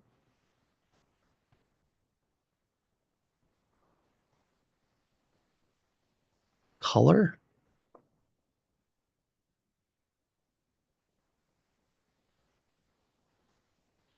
Then we have tag.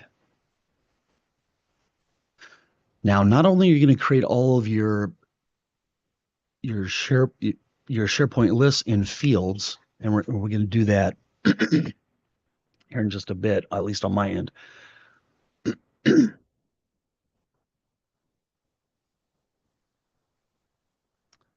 If I could pull up the right browser, that would be helpful.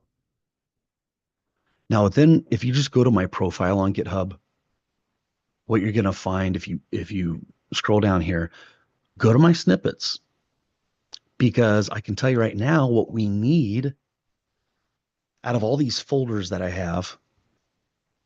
I'm going to go down to data, data sources, and look at this, sample data. So we have card data schema, JSON. And then yesterday, I created a comma separated value file with 100 records. And I've got some good stuff in here, guys, that we'll probably want to import. Let's go to the code. And I got this data from Makaru. What is Makaru? It's this guy. And so you could go in here and say, I need car data. Or if you're writing an app for the medical industry or you work for a hospital, you might want to say, well, you probably want to click on health and get rid of that filter. And you've got all kinds of stuff in here. The ICD codes, crypto, construction, car make, car model. See how useful this is? There's all kinds of great stuff in here. You can generate up to 1,000 on the free account. And if I signed in, I'm fairly certain I have the silver account, which can allow you to have 10,000. I just didn't think we needed that many cars in the database. Yeah, then um, I believe I included that in right here, car VIN, and there it is right there. And then we have body color. And then we have a hex code for the interior color. Okay. So you guys might want to download that. And I am going to go to the preview and I'm going to put a link into the workshop notes.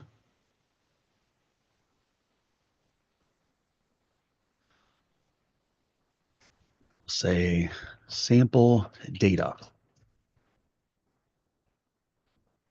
Okay. So that's there. And we're going to go back here. All right. So tag, there's the VIN.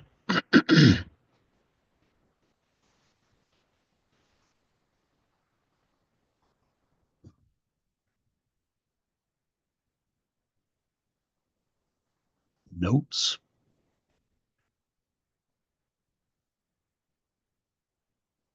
Customer ID.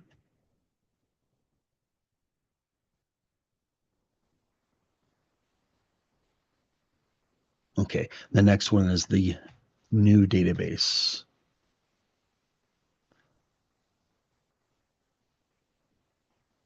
I'm going to do that, make these indented. customer.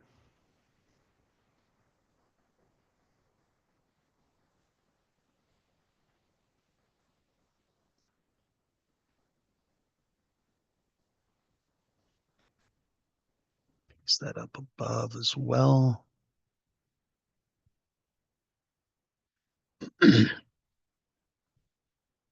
ID, it will create it for us. Title, it will create that for us. It will not create first name for us automatically.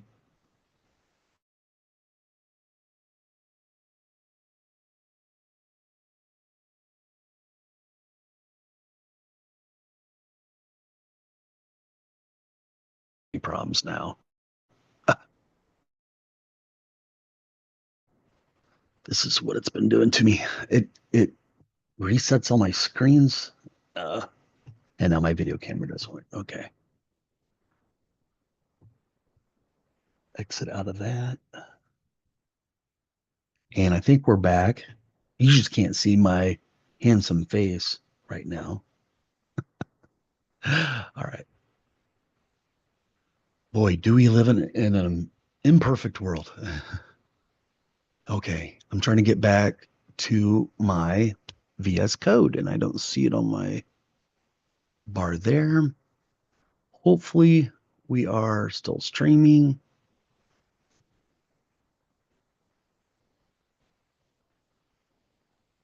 And I'm looking for that window. Gee whiz.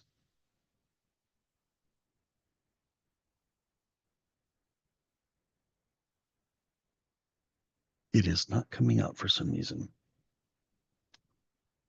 All right, I'll close down that VS Code and try to bring it back up. Workshops. There it is. There we go. And maybe my camera is working now. It is. Great. All right, we're back in business. Yeah, I'm going to replace that remote config. Okay, so there's the first name. And I'm going to dent these guys over. Then we have last name, and we have phone, and we have notes, and we have, oh, come on.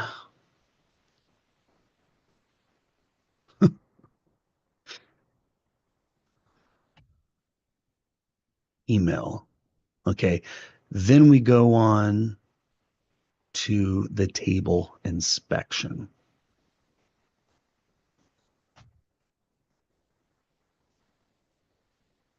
An inspection, I have an ID and a title. I'm going to get rid of all this extra stuff here. I think it might make this go by much faster.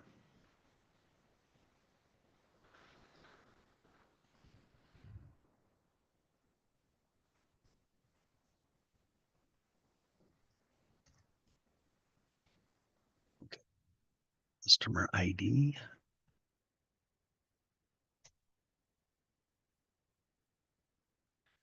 And then we've got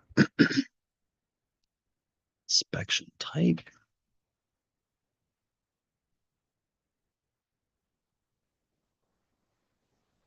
Manager ID. And we've got notes completed.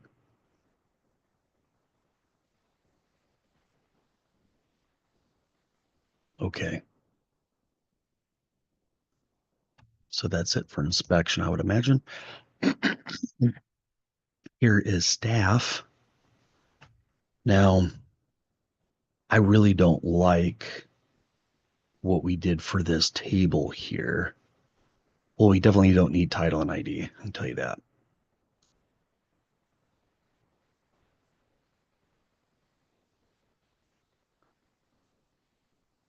Got is manager.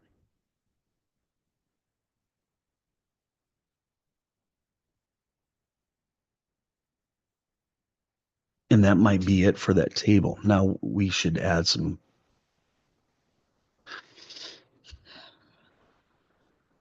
Is that true? Where is, oh no, it's going to happen again.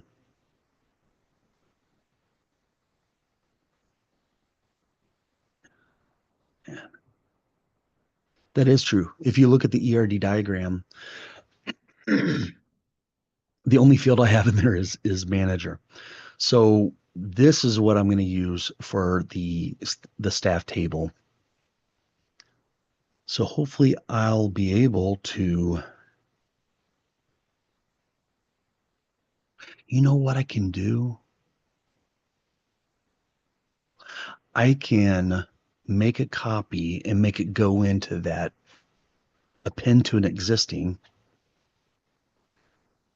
That, I like it.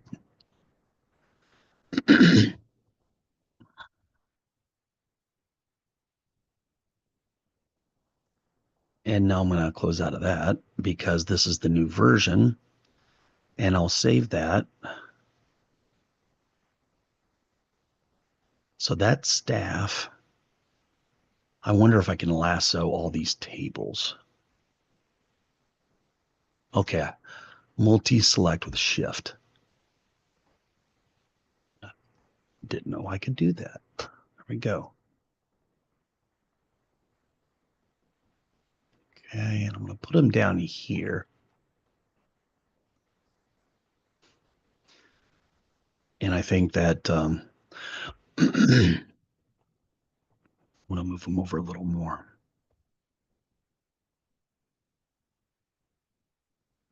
I'll put the staff down here like this. How about that? Okay.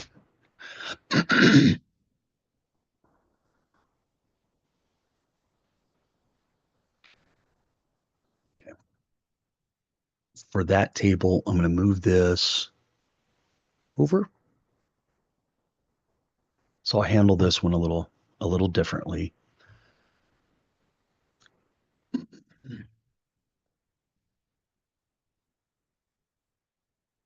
We got, there's the last name for customer, their phone, their notes, their email.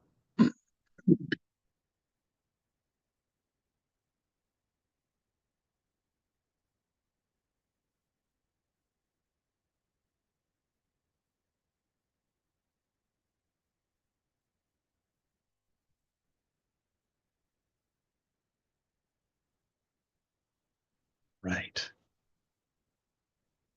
So inspection has a car ID, staff inspector ID. Oop, I need some more of these guys.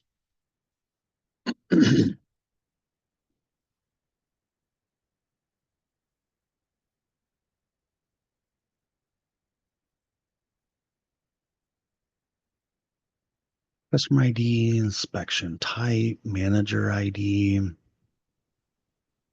notes, completed. I'm sure that's a Boolean. I would rather call that is completed. It might be a date or a time, though. And in that case, I would say when completed. Okay. So the next thing we have is staff. Okay, we got the is manager there. And the is manager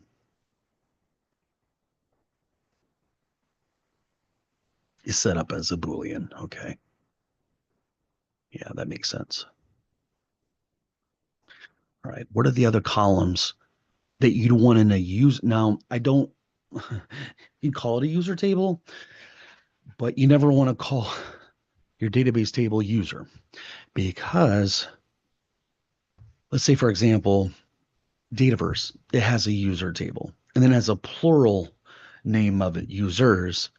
And then you've got intra user. Now they used to call it AAD user. And if you look at the name in the underlying SQL Server database for the Dataverse, it will still say AAD user. And those are all the users within the tenant. And then the user table are all the users that are in that environment. So I just don't use user at all. And guess what? In Power Apps, we have a function called user. So what I try to do, a lot of times I'll call this app user.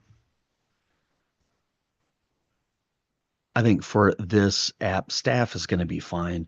That's another one that I've used in the past. I don't like to say employees because not everyone working there is necessarily an employee. They could be a contractor, or they could be a maybe you need a vendor or an individual from a vendor that needs to be a user of the app. So that's why I went to app user. So just my thought process behind that. Okay. Now what I'm going to do is I'm going to go to the app user table and I'm going to share this link again. There, there. And if you go to that link, you'll see the table called app user.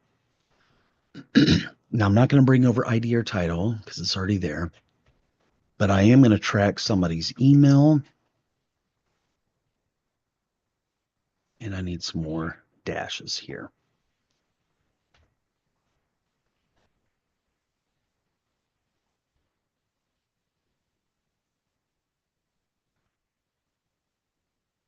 Okay. Yeah, we've got quite a few. So user email. I also like to keep track of an alternate email because the user email, guess what? That's going to be an M365, their login for M365.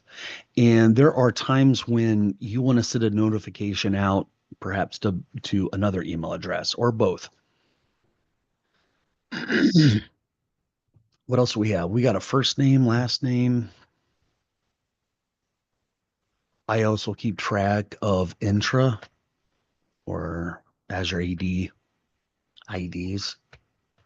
Then we have an employee ID. If you need to match that up with your ERP or enterprise resource planning application, probably have another type of thing going on there.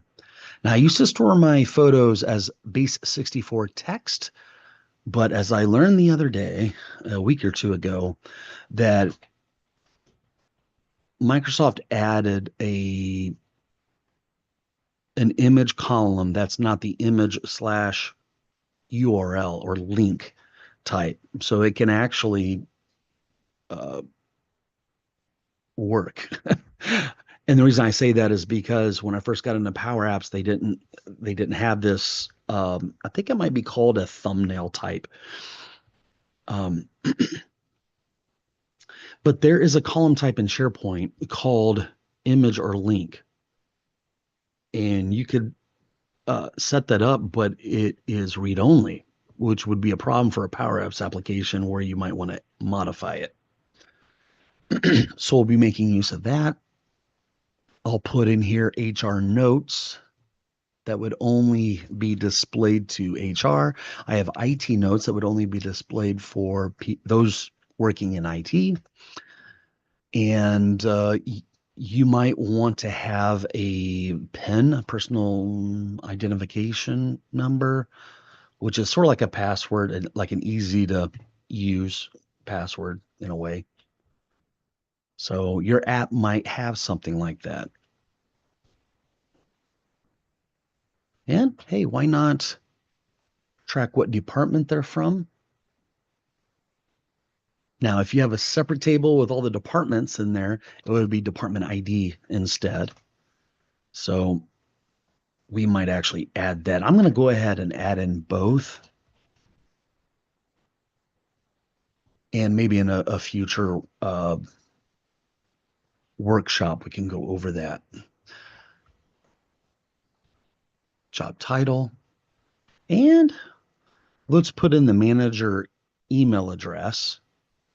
And a lot of times I would use that to have a recursive relationship so you could actually build out a whole org chart But now that we have an intra ID that we could get at, I'll say manager intra ID. So we'll get that as well. And that will make up the staff table. The next table is question category.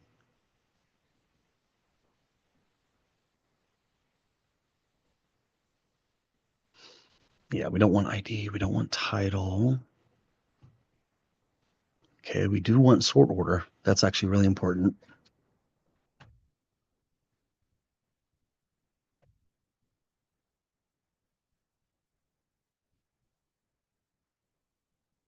So I'll drag that over. Mark asks, will the creation portion of the SharePoint Maker have a way to create the indexes? That current version does not, but I do know that we started creating a feature, or we're expanding that tool to allow us to create all the indexes. We could create views in SharePoint. We could make the whole SharePoint list hidden so users can't get to it. So that's coming up. So if you're interested in that, you might want to sign up for the insiders group, because on Monday nights we'll be doing that. We'll be adding to the template to have those extra features. So thanks for bringing that up, Mark. That's a great question. Okay. Um, okay, this is a new table of just question. Now, I'm curious, is sort order really the only thing that we had? Yeah, besides ID, and so that's it there. And question we'll have 4, if that's the next one. And it is. And I'm going to go down here. We don't need the ID. We don't need the title. We do need,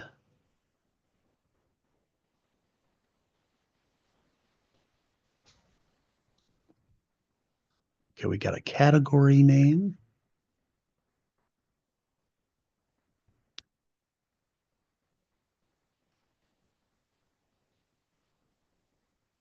Got a category name. That over there so I can see it. Sort order. Category sort order. Full question text. And that should be it for that table. The next table will be answer. In fact, what I'm going to do here is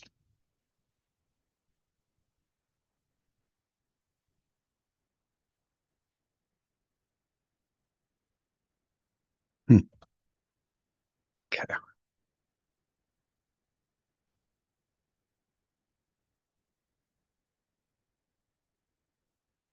Okay, we don't need ID. We don't need title. Question ID. Did I delete more than what I should have? No, that's good.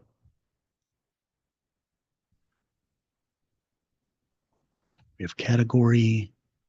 We have question text.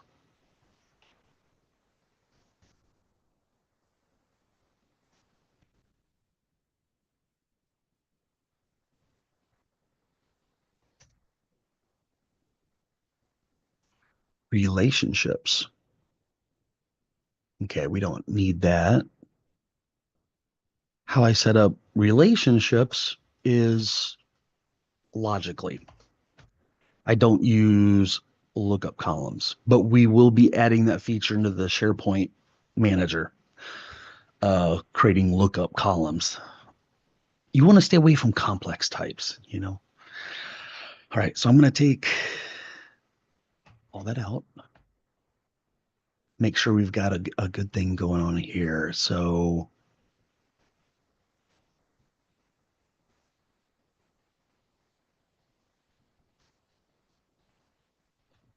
question table. And let's go get some of these bullet points. And you know what I'm going to do is I am now going to rename this to be Markdown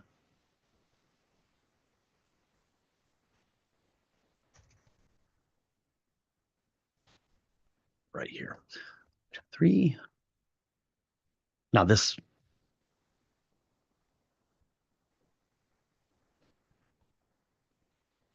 I probably shouldn't put that in code and just leave it as Markdown. Okay. I'll go up here and say full project schema. And I'll take that out. And I think for the table names, I'll make it an H2.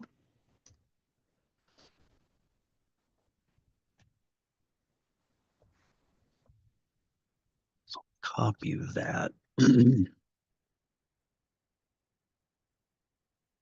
And just to show you why I'm doing this, this is how markup is viewed. Mm, okay. Which means that we need to move the indentation over for it to display properly. All right. Make sure I have all the headings in here. So this project is going to have some good documentation. We're going to do best practices, and eventually those in the insiders group, I'll have a flow that will just create all this stuff for you, and it will be in the solution. Okay.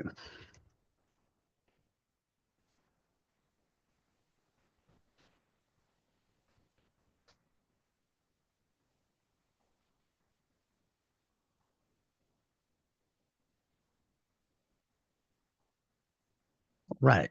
So that's out of there, and pretty good.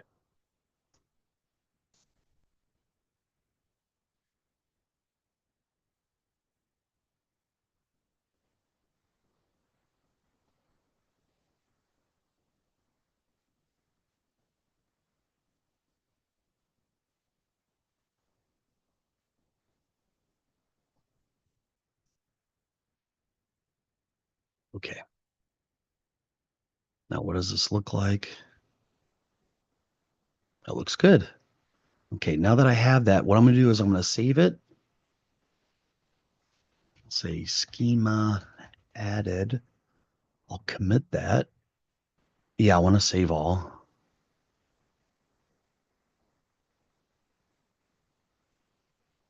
and sync the changes. So right here, I'm using a tool called VS Code, which a lot of coders use, software developers, computer programmers, however you want to say it. It's very popular, and it's written in JavaScript, TypeScript.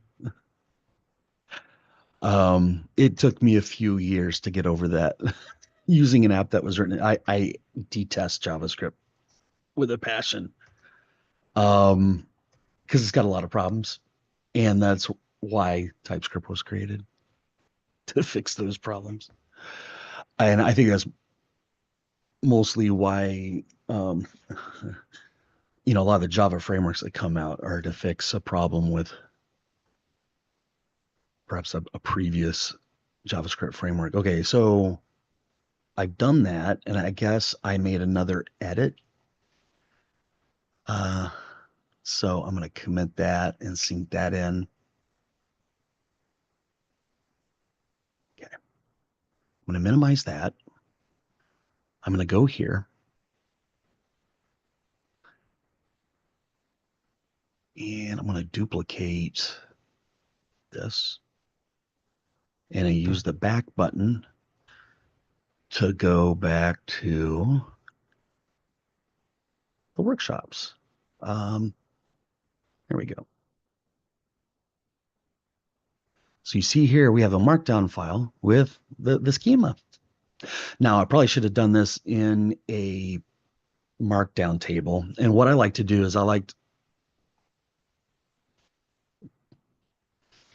this is, this would actually be really cool.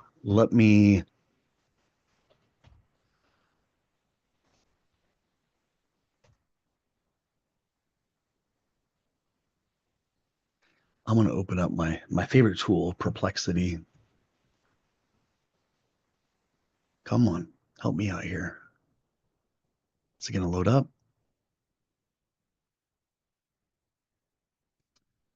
Maybe.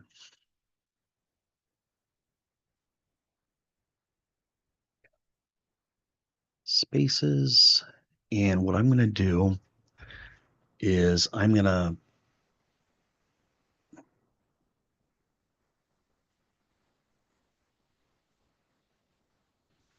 trying to figure out which one I want to use. Yeah, I'll use one. I need you to help me create a comprehensive data dictionary, all in markdown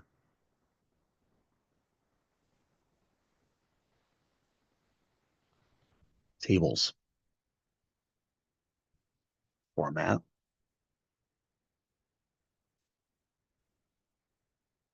And I'll say, ask me any questions you need the answer to. And I'm going to use a particular model that I think will be good for that. And I'm going to bring it down here now. And yeah, it wants to know all this type of stuff. And what I could do is I could give it the JSON file. Yeah. Now the question is, does it accept JSON files? Images, text, or PDFs? Okay, so what I'm going to do is this is really cool.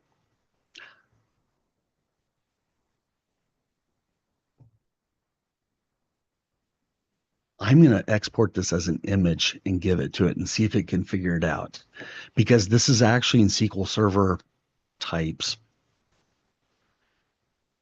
And a lot of the types I didn't really fill out there, which I'm a little disappointed. I did not do that.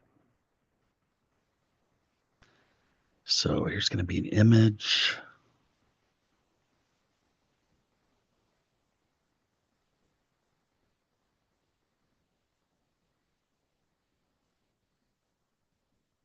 It's not you, it's me.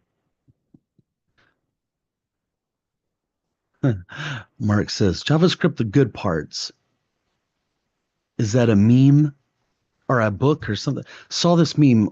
Last executive order from the White House. All arrays must start from one. Game changer. Oh man. I will open that. Okay, I have it. And then I'm going to move that up there. Bring down perplexity. And I'm going to drag that image over here.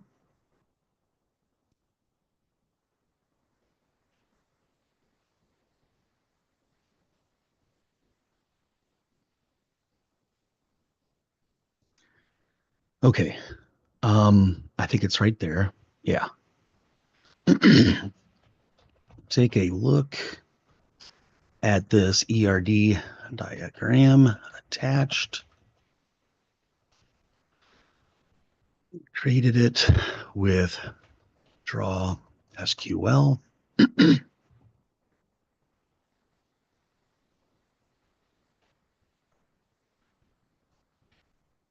as well let it know exactly what it is there.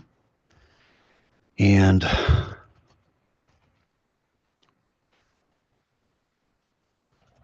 many of the fields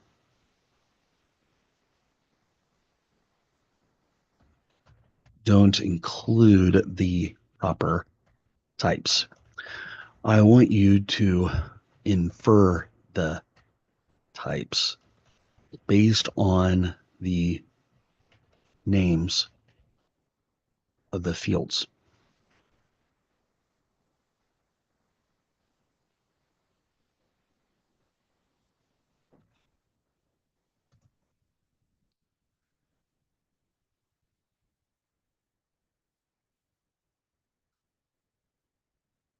The target data source is SharePoint lists.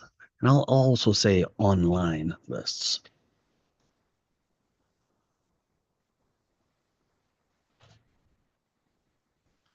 And something that I should show you guys that we'll need to utilize within this for the field types, there are SharePoint codes that go along. For example, well, I could actually show you it. I have it in app formulas. App formula. Oh, formulas.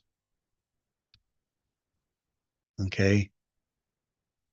So this is what I've learned working with SharePoint, doing HTTP hosts to SharePoint, is that when you tell it to create a field, you also need to give it, okay, it says over there in SharePoint, it says a single line of text, but really what it wants to know is text.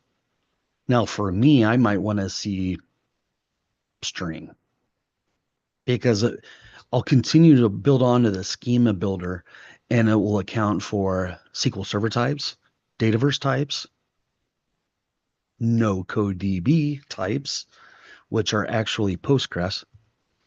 So this schema for this list, I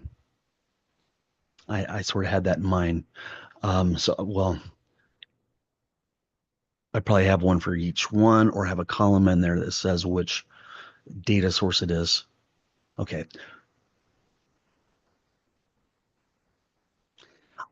Might actually share this with Perplexity.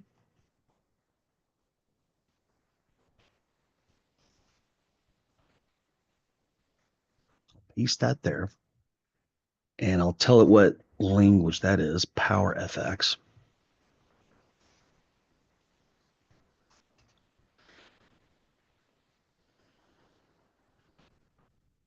The type,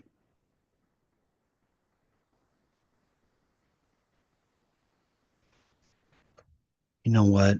I'll just have it use that. That's fine.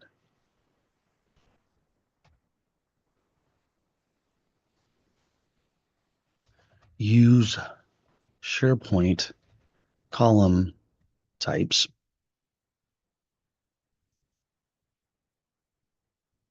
Do not use lookup or any other complex types. Only, well, that actually would have been useful there.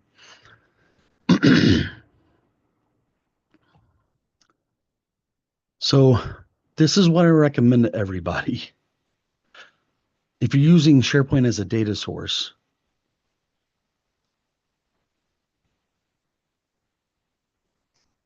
oh no, stop. That's what hitting enter will get you in a prompt. Stop.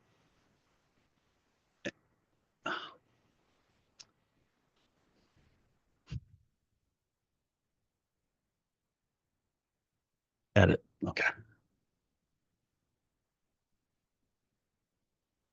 So you have numeric, yes, no, date, time, and multi-line text, which is actually called a note. And that is all of them. Now, there is one exception, which is a calculated field. I think that works just fine in Power Apps. So if you're doing a Power Apps application, stick to these simple types. Uh, there are many reasons to stay away from complex types. The main reason is that you're eventually going to have delegation problems. Only use the following simple types, as you know. Now I'm not even going to give it the option. I'll just say, hey, use those. All right, now I can save.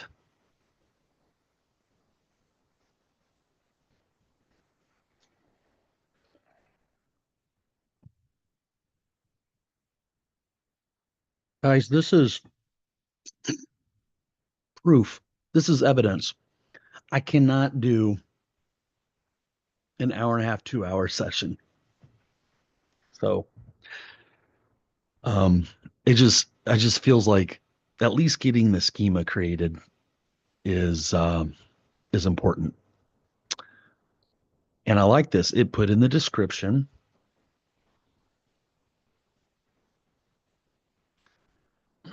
What other things should we have in these tables? So I'm looking, okay, so question ID is obviously a foreign key.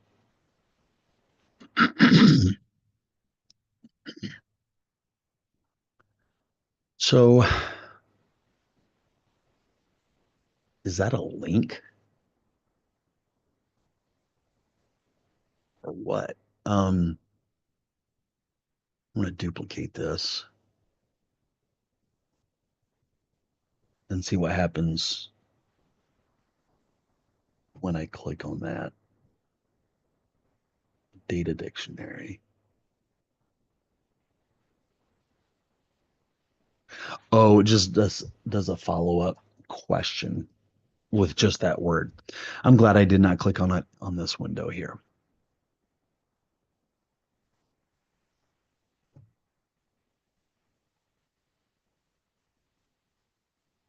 I'm going to go up here and modify the query.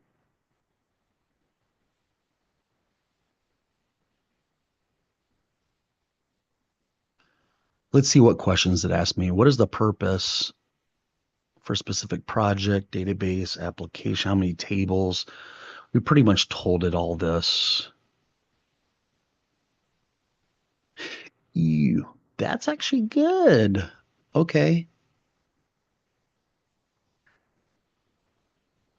Column name we have, data type,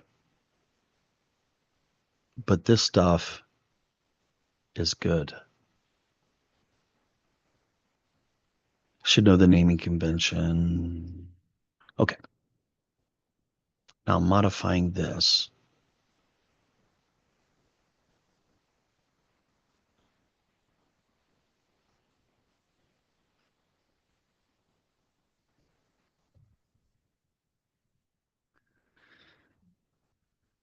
The markdown table should include these columns. And I think what I'm going to do is data type. Yeah, these two things. And also, I think the description is in there. Yeah.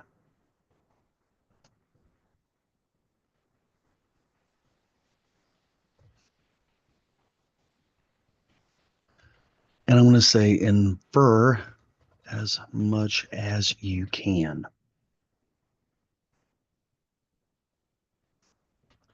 from the ERD. Um, and and from what things are called. Now, I got this drop down here, and I can change up the model. So if you guys have heard about the new DeepSeek model created by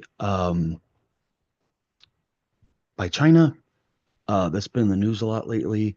So this is running in the US. Now, what's cool about DeepSeek is it's open source and it doesn't have to be run on another country's servers. So I'm going to do that, and I'm hoping to get a little bit more intelligence going on here. And what's cool about this, what you'll find here with Perplexity, it's going to show you all the reasoning that DeepSeek does. And I find that very cool.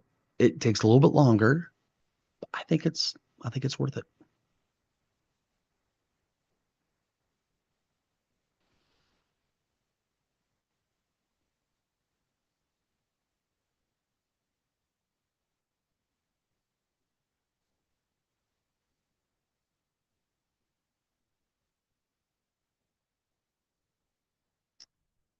Um,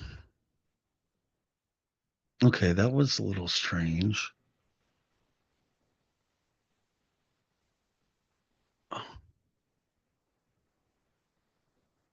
It did not use DeepSeek. It doesn't look like,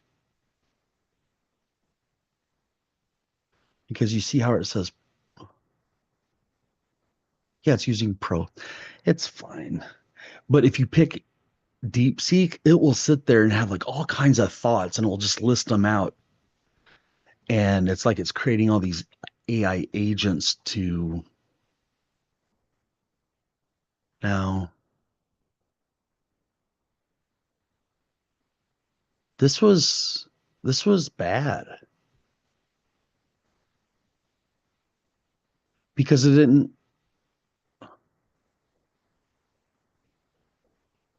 didn't create all the columns. I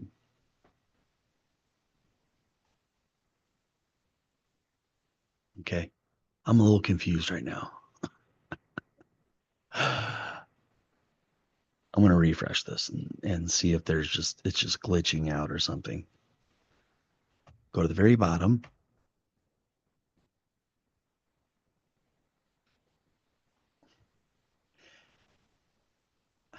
No.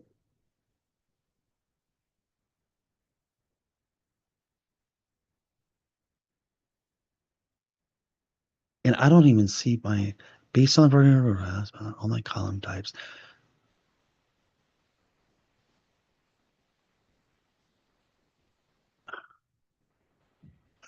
I think I modified the query up here, perhaps. Let's see. Recommend data dictionary.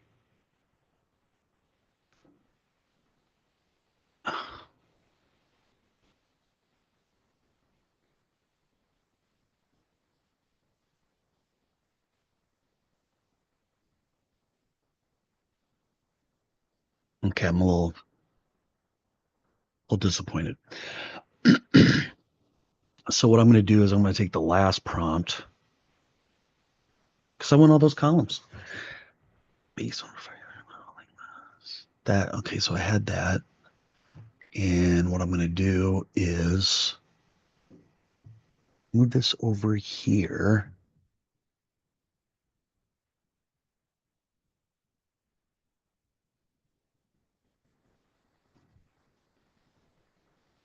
And I actually do have a space. In Perplexity, there's these things called spaces that are like projects. And I create one for each type of thing. So I just use my default space for that one. I have a whole one for database related stuff. So I'm going to use that. And I'm going to use the DeepSeek model. Search data,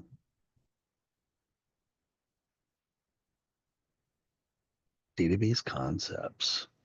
There we go.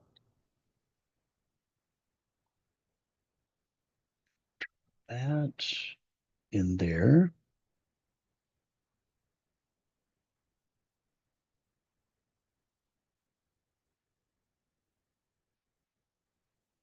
Okay. And then what I'm going to say is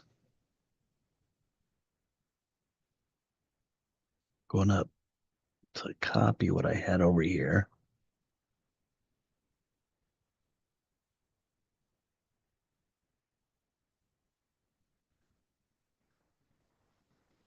Take a look at the ERD diagram attached. I created with DrawSQL. Many of the fields don't include the proper types. I want you to infer types based on the name. The target is SharePoint. Okay, and I'm going to zoom in a little more. Let's see how this works out. Reasoning is R1. And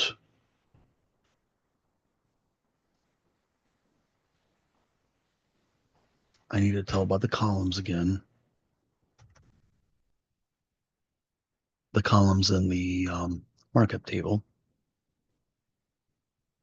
There we go. Copy.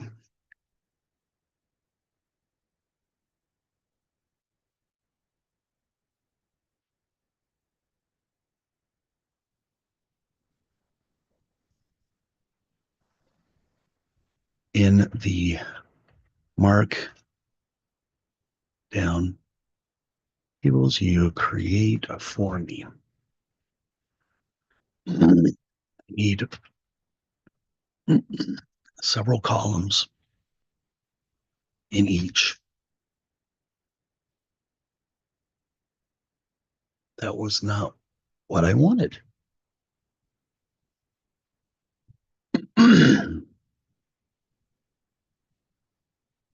Oh, it just scrolled down for some reason. So I had description in there.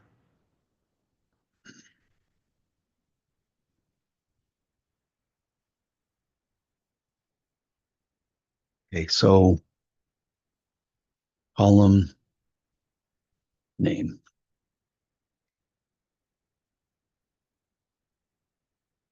If it's nullable,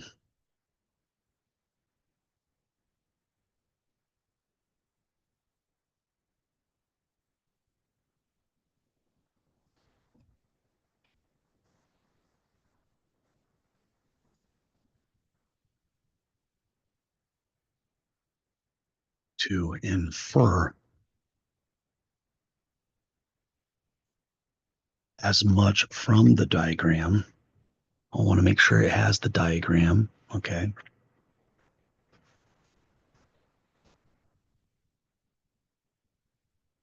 Values.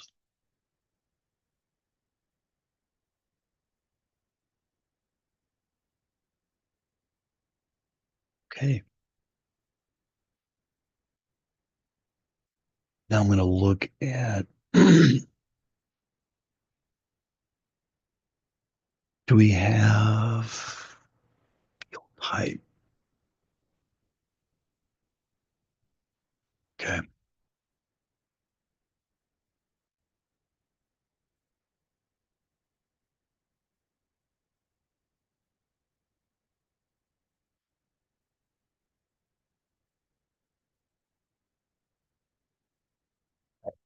I control A, control C. I can share this with you guys.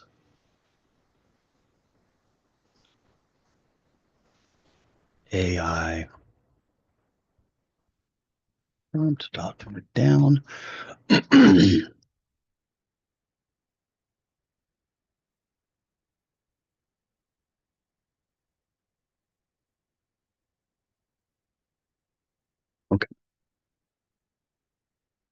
We should be good.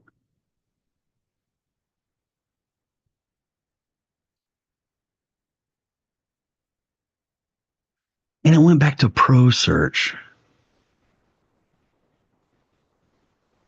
I'm a little disappointed in that.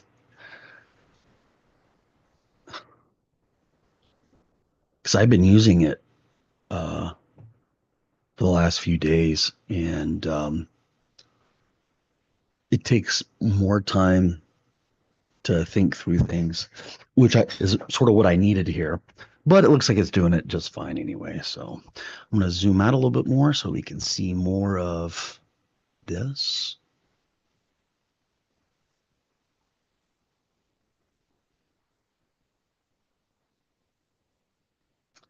This is the type. Oh, man. Okay. You see how it just sort of poops out. Okay.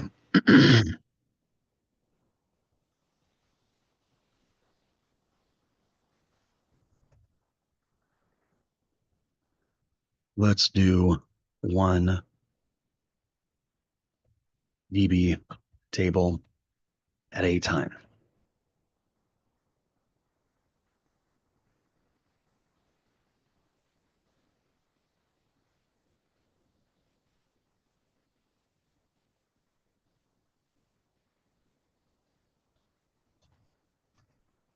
Go ahead and start with the first.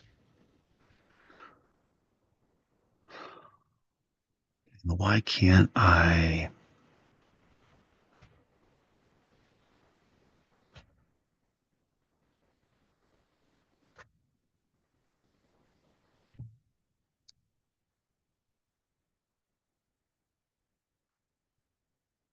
Second, I want to do that and pull that to the side. And I'll create a fresh new thread that has the deep seek I selected last time. And then I will pull over the ERD diagram.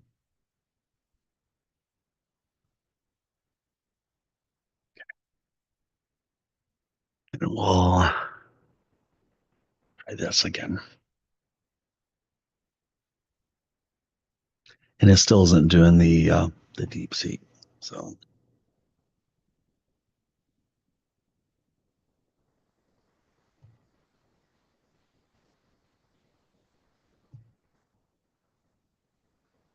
okay, so it's going to start with the question table.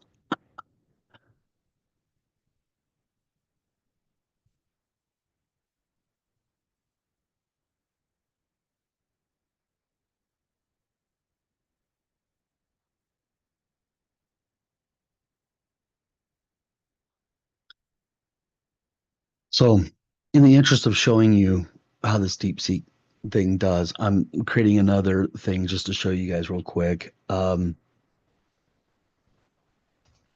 full, easy to understand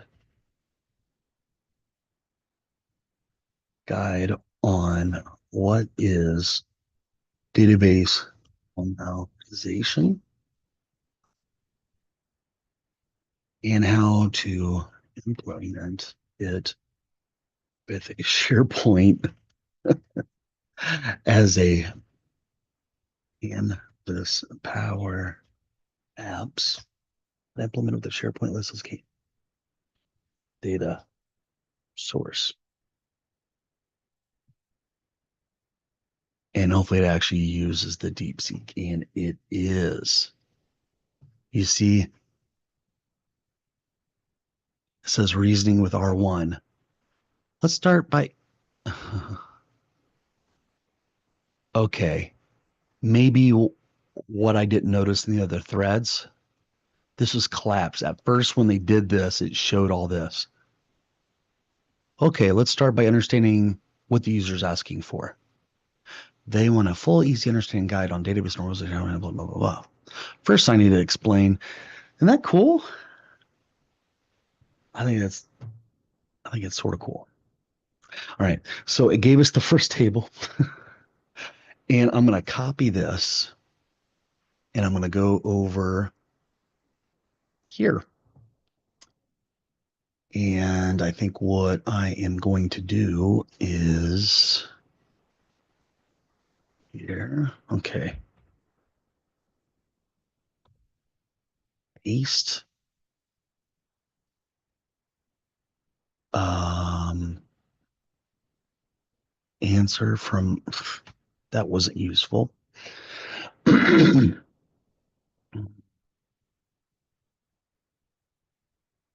want to see if it brought over the tables. They did. It did. The edge of this. Yeah, this is great. This is a true data dictionary. And a data dictionary is a lot like an ERD diagram, but it's has a lot more detail. with the sacrifice of not being so visual. Okay.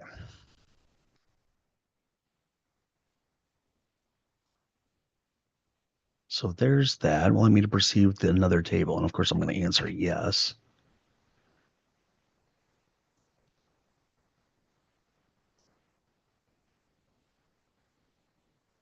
Huh. Table question. Okay. And what I'm going to do is I'm going to put the VS Code up here, and I'm just going to be copying and pasting. And what it asked was, yes, next, please. And you always got to say please with AI because you never know if they take over the world. They might hold it against you if you were bossing them around. Or at least that's what I've heard. Of course, I'm being facetious. Okay. And you know what I'm going to do is I'm going to copy this text because that's going to be the answer every time. Yes. All right. And while it works on that, I'm going to hit copy there.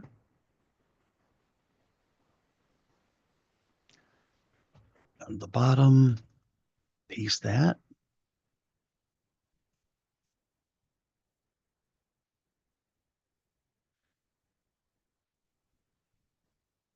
And I'll preview that.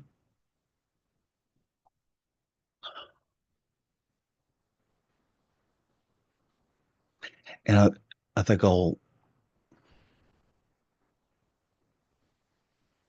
make this for the table names, just use 2 pound signs, which is an H2, because we have notes below that.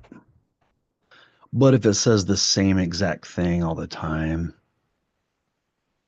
icon must be unique and auto incrementing sorting field, sort order.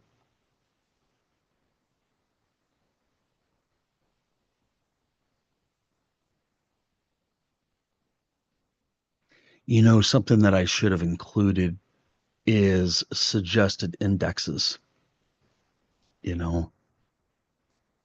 So if you're not familiar with that level of database design, indexes, it will essentially index the data based on a column or columns, which makes queries much more efficient, faster.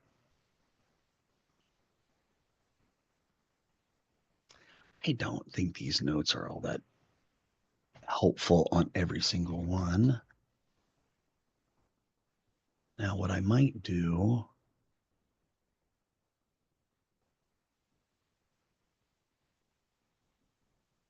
yeah, no notes. All right, so the last one was question category.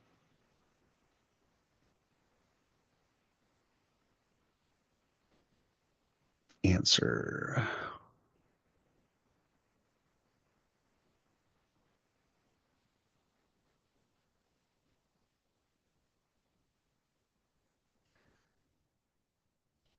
Yes. But from here on out, please include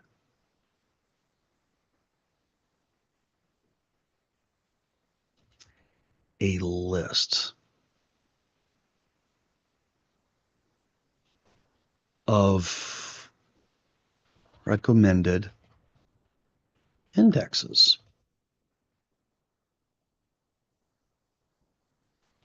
for the table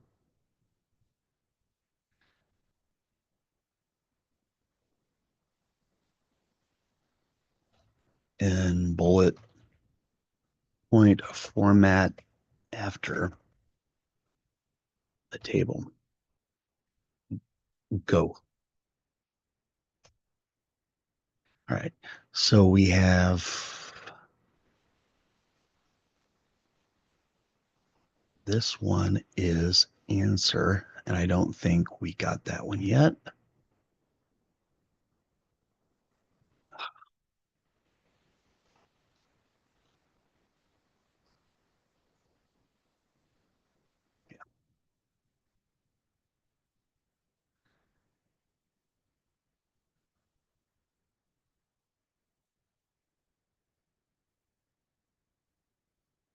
So hopefully you guys are using AI as a tool to do a lot of the grunt work like this.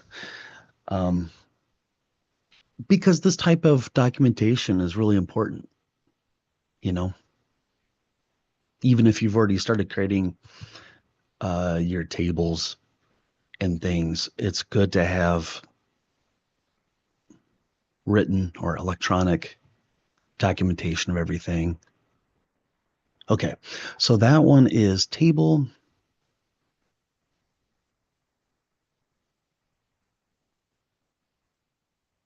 inspection. Okay, here we go. I like it. And it didn't give me those notes I didn't like anyway. Um, so I'm going to copy that and I'm going to say yes. And I like how it's keeping track of which table to do next or how many tables are still yet to be done.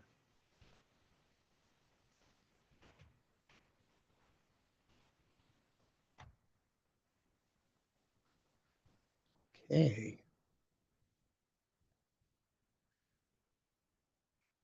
I don't like when it does this because I don't want that. I want to hit enter a few times. All right. So I'm going to hit Control S and that's inspection.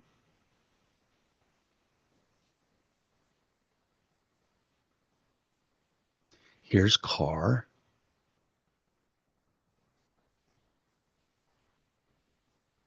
Isn't this fun, guys? I love this stuff.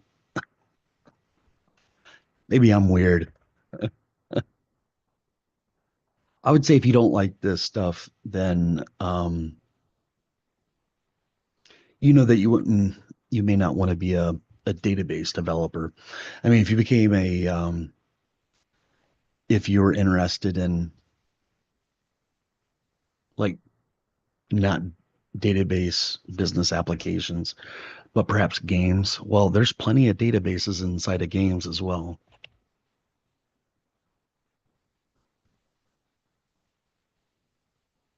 Okay,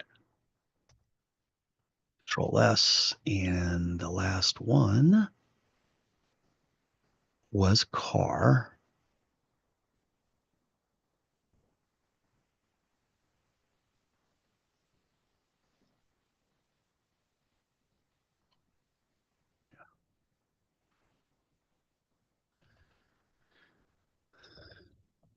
But from on now, use a heading 2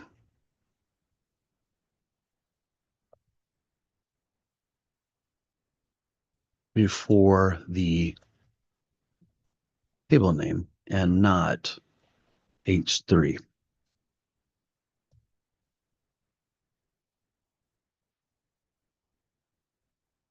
Okay.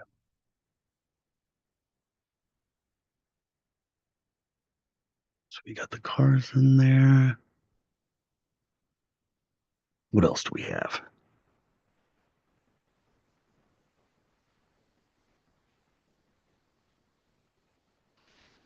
All right, customer.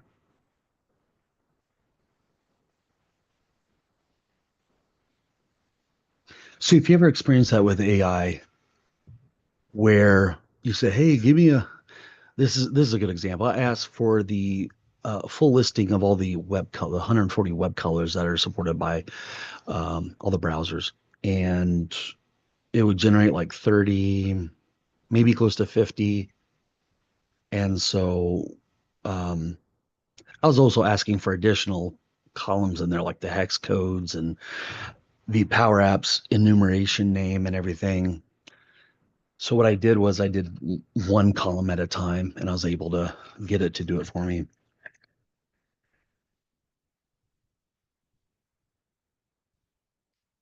Is it done? It is. I'll copy that. Yes.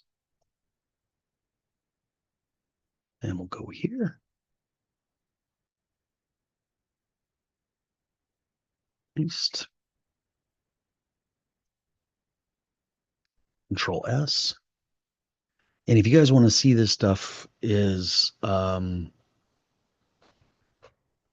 added to the data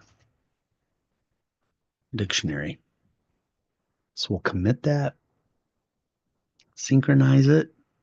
I'm sort of curious what it looks like over in GitHub.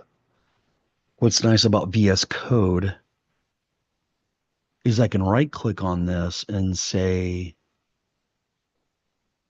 open on the remote,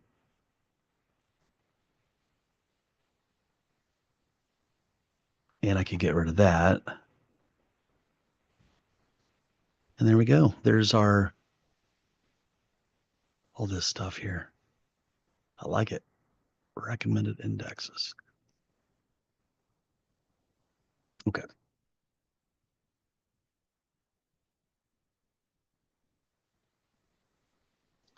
Now the last one I put in the code here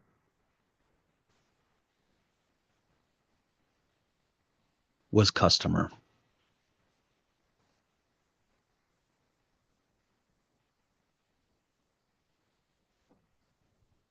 Hmm.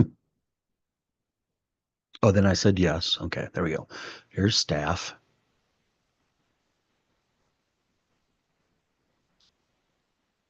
Oh, I know what happened here.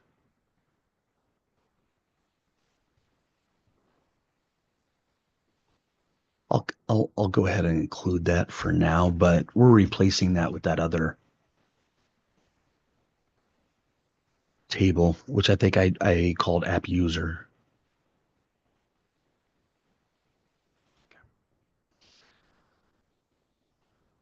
Right. Yes.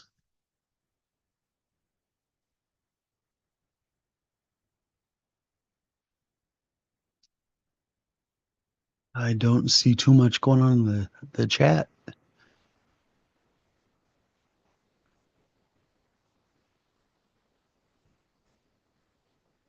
Maybe you're on the edge of your seat watching all this and taking it all in. Okay, so now it's working on an app user, which I'm glad staff and app users right beside each other.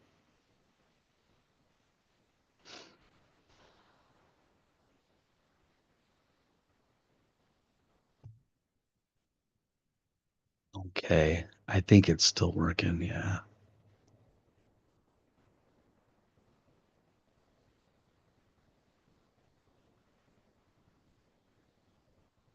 If you use the DeepSeek model, it is slower.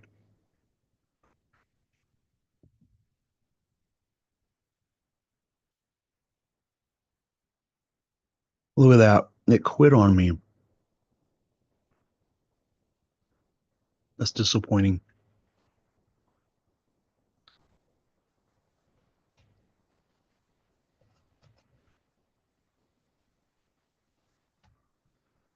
So there is something that you can do in cases like this. App user, and it ended with IT notes. And what I'll say here is continue. Hopefully it picks up where it left off.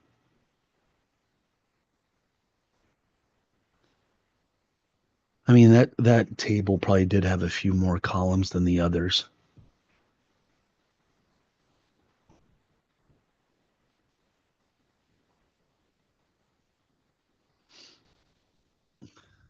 Gee whiz. I could tell it to rewrite it and hope that okay.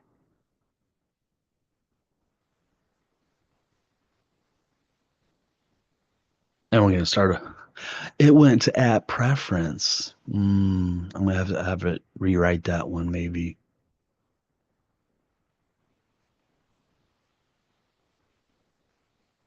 Now, if we go look at the ERD diagram,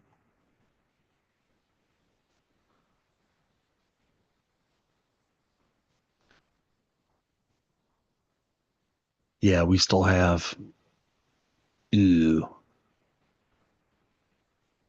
The stuff with the image I don't want in there. Okay.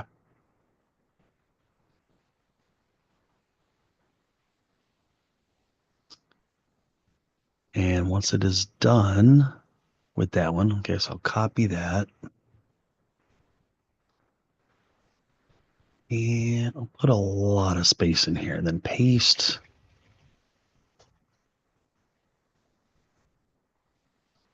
app preference. I'm going to have it redo app user. So I'm going to scroll up and rewrite. Whoa. Mm.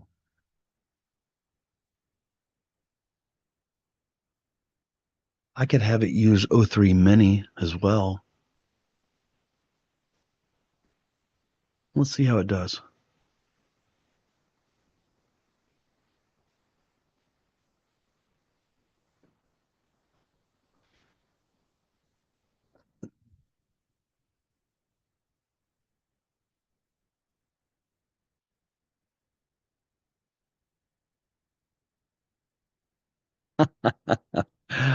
Mark, I'm reading what you said.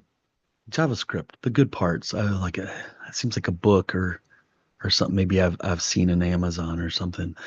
And yeah, JavaScript, the good parts. It's a book by Douglas Crawford, 172 pages. Not very big. Read into that what you like. A lot of coding books are usually over 200 or 300 pages, and you might find them to be like go up over 1,000. At least the tech books that I used to buy, the physical ones. Um, so that there's only 172 pages might say that there's not a lot of good parts about JavaScript. All right, app user, does it have the whole thing? Hopefully, no, it poops out on us. So what I'll do is I'm going to go up here when I said yes, and I'll say yes, generate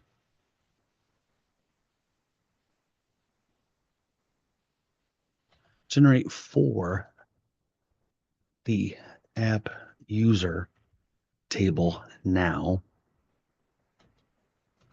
but only do the first.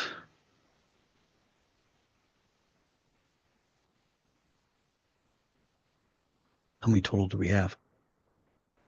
6, 7, 8, around 20. So I'm going to say just do, but only the first 10 columns.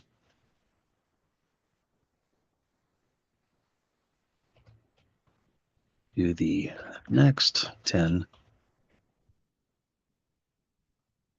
table columns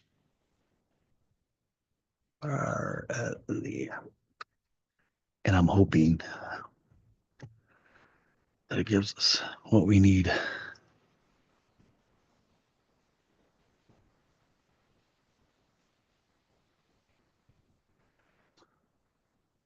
And during the workshops before that would normally go 4 hours, it's around this time that I would call for a 30-minute break. But I'm hoping that we're getting like really close to being done here. So, um, did it do what I asked? No, it's still working on it. Okay.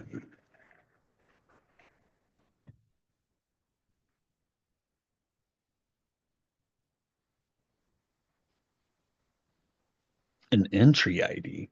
Did I have an entry ID? Oh, it's intra ID. It's confused. All right. Okay. It looks like, okay. 1, 2, 3, 4, 5, 6, 7, 8, 9, 10. Okay. That's what I'm looking for.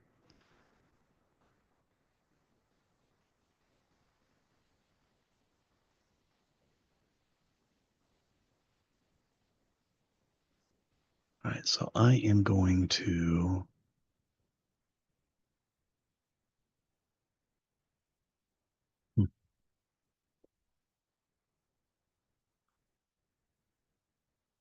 okay, paste.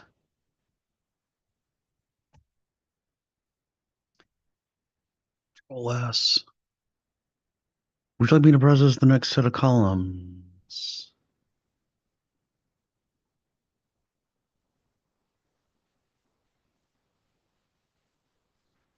I don't know how to answer this because it might. Hmm.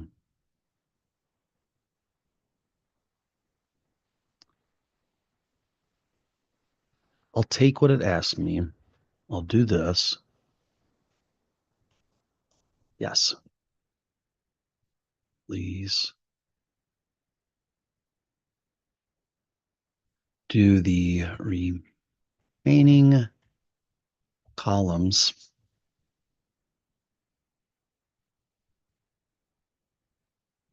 for the app user table after the notes column.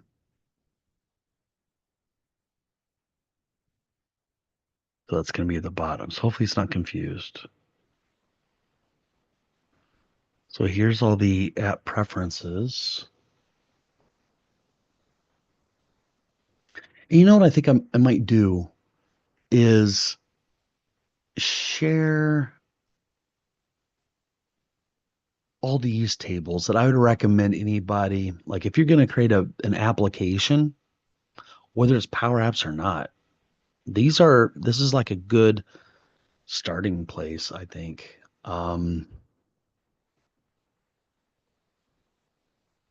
Yeah, like I would want all my apps to have these tables, and I could probably think of a few more, but I will probably publish that out on my code snippets because doesn't necessarily, it's not necessarily specific to just this app. Okay.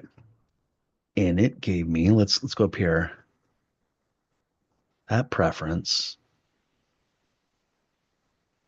Okay, IT notes. All right, very good. Blows is giving a reminder starting after a column. Okay, looks good to me. I'm going to copy that and I'm going to move this over. App user, and I'm going to paste it right there. Get rid of all that. And I'm going to take all of this table stuff, delete the headings.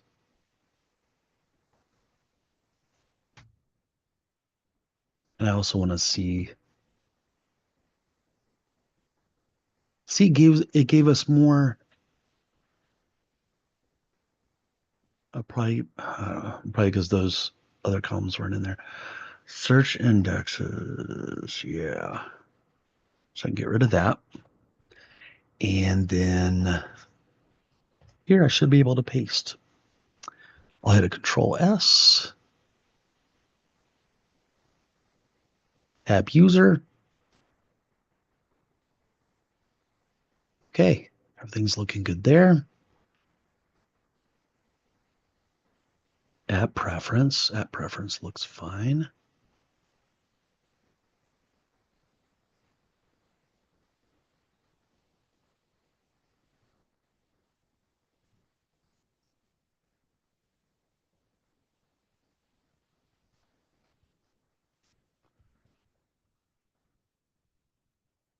Yeah, that app user table had the most of them.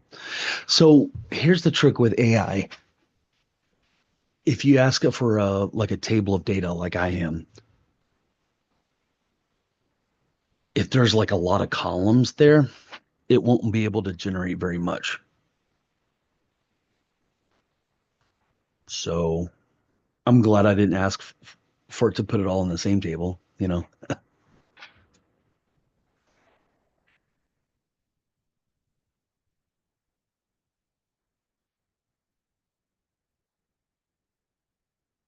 App user preference.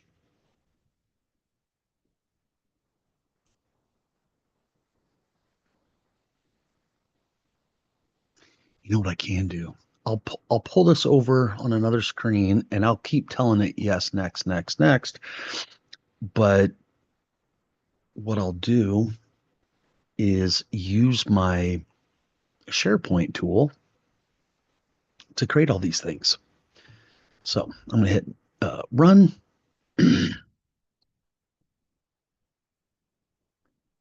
And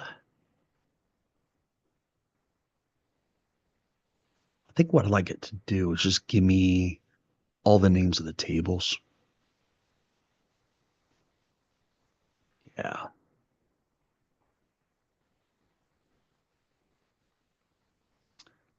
I'll have it do that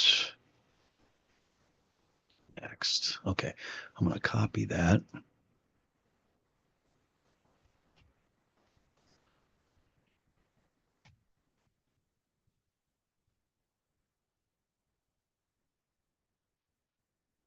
Okay, not yet, but remember which table we were on. I'd like for you to give me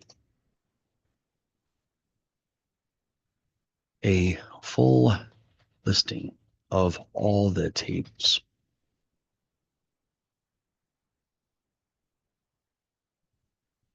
Put them in a code block with no special characters except a char 10. Hopefully it understands what that is. That is line feed. Let's see if it can handle that. And it should be quick.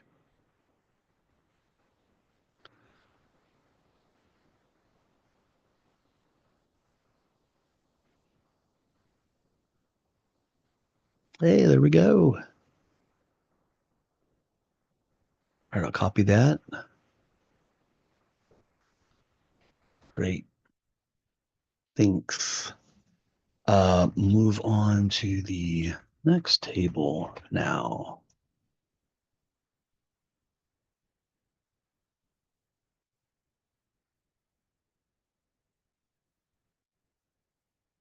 That's what I wanted. Okay. I'll probably put it up here as well.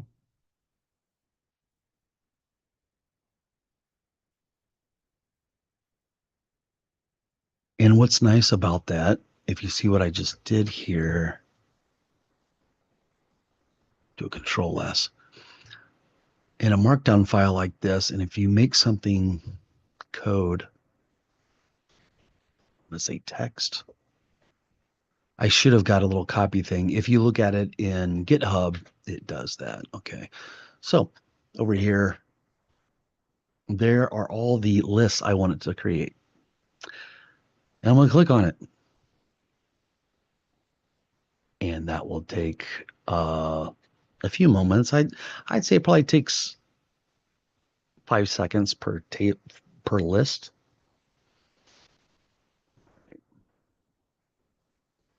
So the last table that it gave us was app user preference.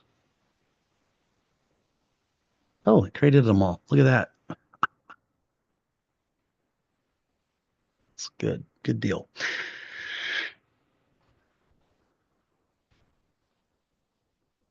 No.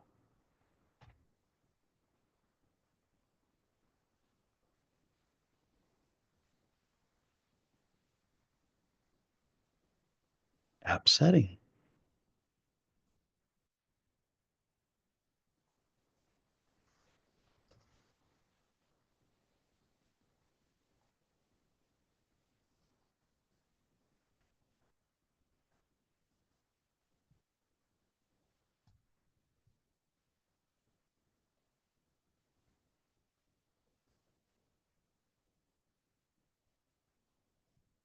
Control S. I'm going to go do a commit here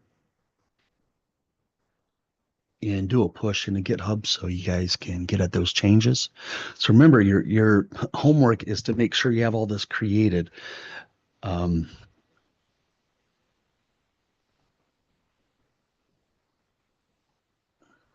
let's see if it's done here.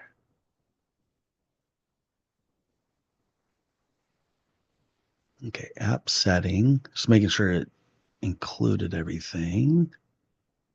I'll copy that. Yes. Nothing to do here, but over here, I paste that.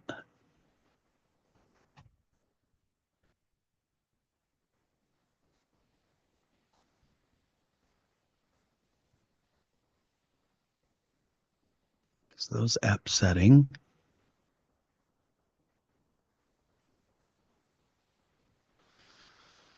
I think it's finding sources. Okay.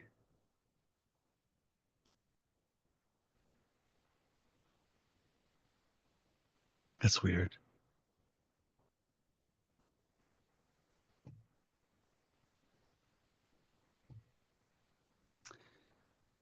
Mark asks, what's the key combo to see the preview in VS Code? Um, what I do is I right click on it and I say open preview to the side. Maybe I should ask Perplexity if there is a key combination, because that'd be nice. I mean, it's showing us the key combinations for all these other things. Now, what I will say is, okay, I'm going to go ahead and restart those extensions. And I'm going to look at, apparently I have 116 installed components here. And I'm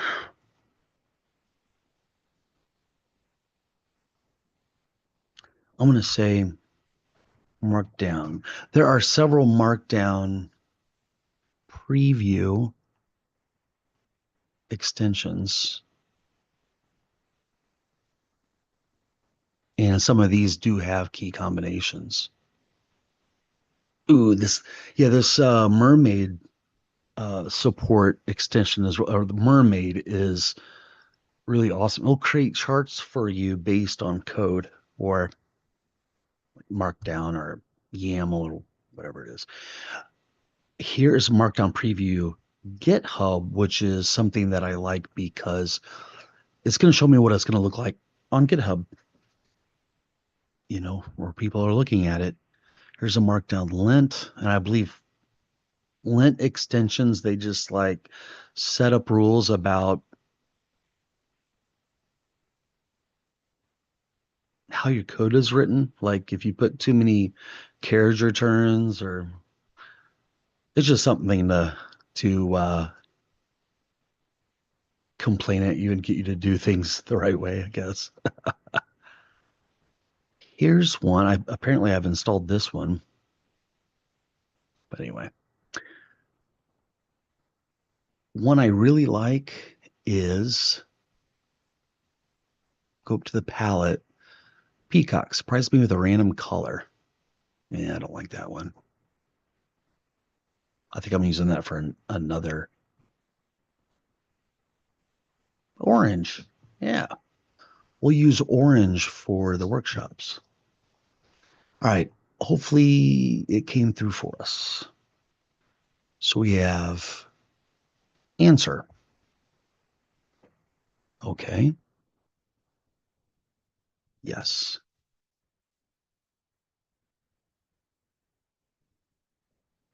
What happened to my preview? Get rid of that.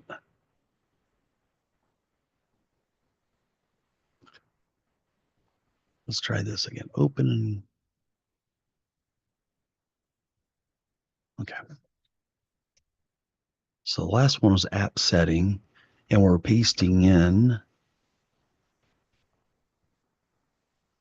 application.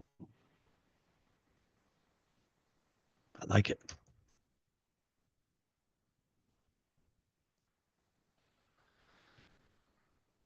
Okay.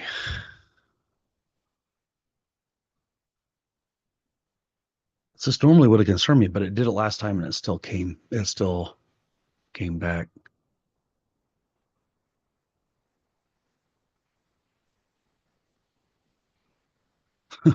School playa.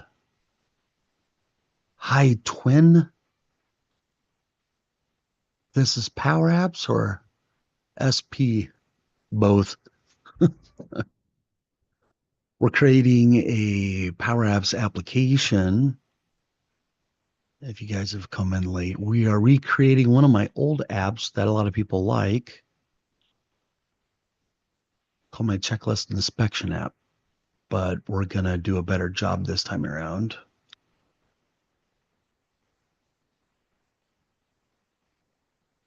And I've got a Canvas app that will create all these lists and fields.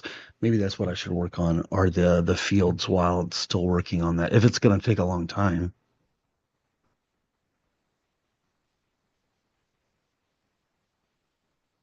Okay. There we go. All right, we got that one.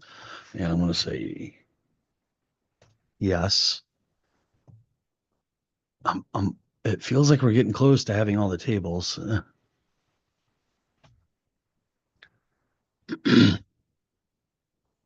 App user role is the last one, or the last one that it gave us. Yes, cool playa says, love your videos, keep going. Twin. Now, do you look just like me? Or do you have a channel that let me check out and see if you have content. Uh-huh.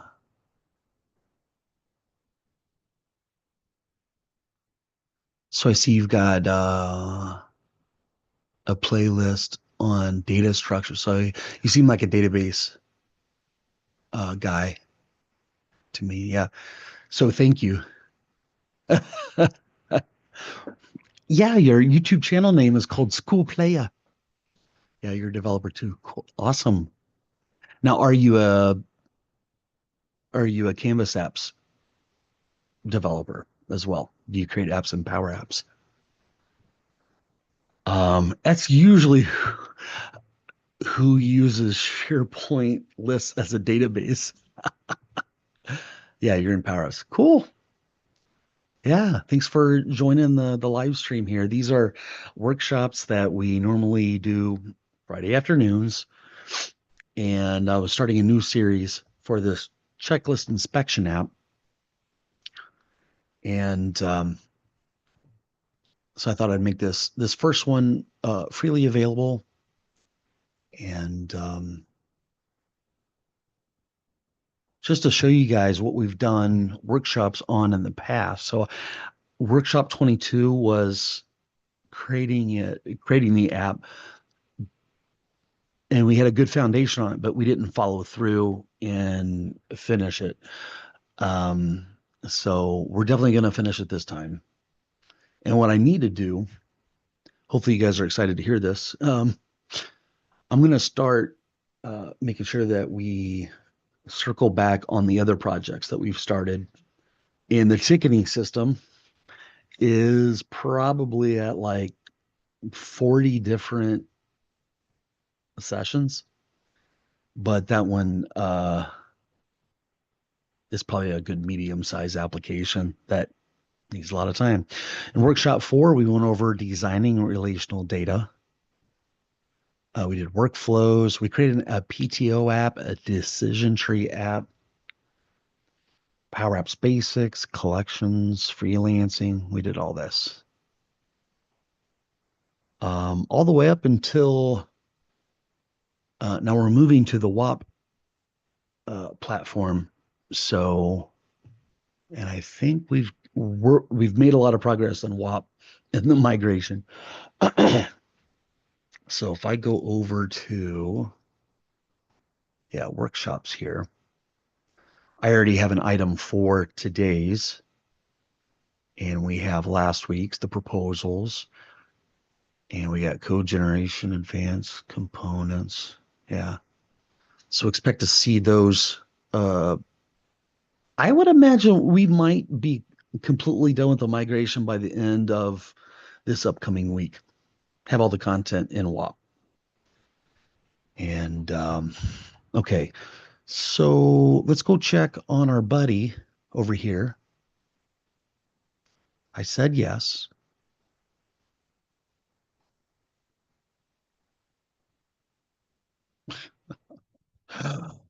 Um, okay, app user role, app user role. That was the last table, perhaps. Thank you for sharing the RDO based on the provided image. I see the relationships and structure, the structure of the database tables. We just completed app user role table. Would you like me to proceed with another table from the list? Let me know which one. Well, okay. Um, I'm going to ask it, which ones haven't we done yet? Or have you completed them all? I don't want to do that work. You do the work. All right. I am going to bring this up and hmm, now if this was Obsidian, I might be able to do a table of contents on this. Okay, this is what I'm going to do. I am going to have these two windows. I'll slap this up against the side, and then I'm going to go pick this one. And what I'm going to do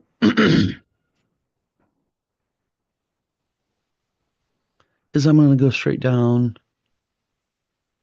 Now, what is the thinking behind the order? Because it doesn't look alphabetical, but whatever. I think what I am going to do is take out these ticks and not make those code, but I will do make that a little checkbox so we can verify which ones have been done. You know who makes the best programmers are lazy people.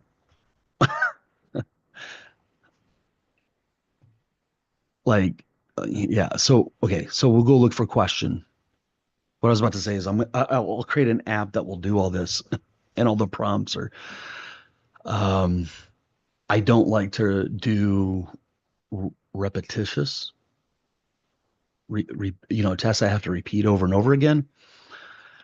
Um, and in business, that's what you do is you replace manual processes with automation. Okay. So question is there.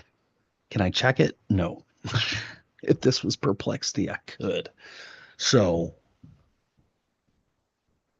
what I'm going to do, because I'm lazy, I'm going to copy the path to this and I'm going to create an Obsidian vault. You know what?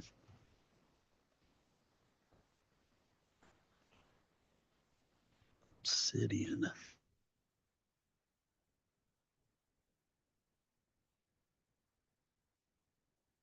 And what we'll do is,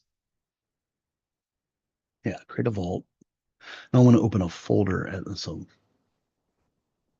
I was going to,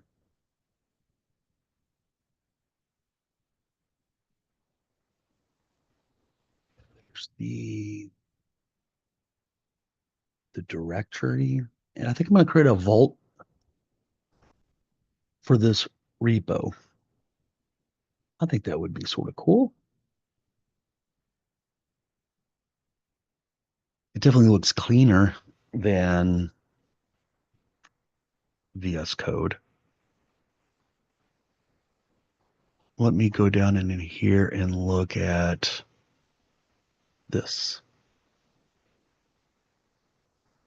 Yes, I can do that. All right, I want to do this. Okay. Do we have question? You know, I'm gonna start at the top here. App role. App role. App user role. App setting is right there. Application. I wish they were in alphabetical order on both sides. Answer question. Oh, I already checked that one off. Question category. Boom. Yeah, there's staff. Inspection. Customer car.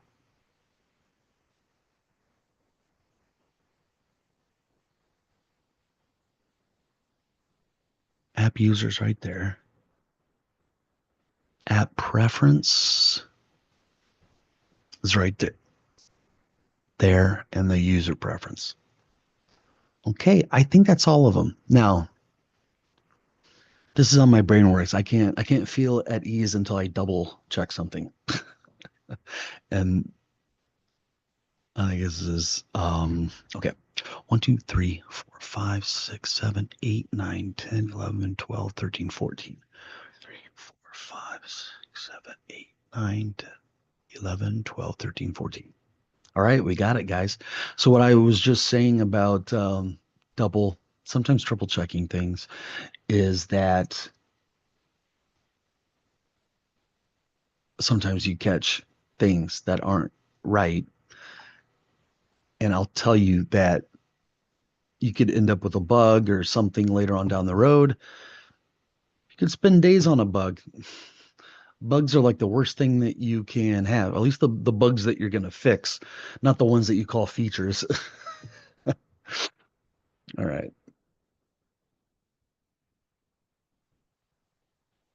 So now what I'm going to do, minimize Obsidian. And I am going to maximize this guy. And something I said with Obsidian, and each fault has its own.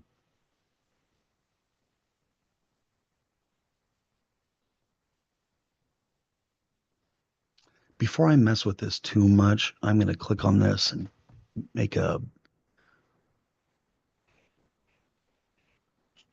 copy. There we go. And also you can go in here and modify the source code. So I don't want that.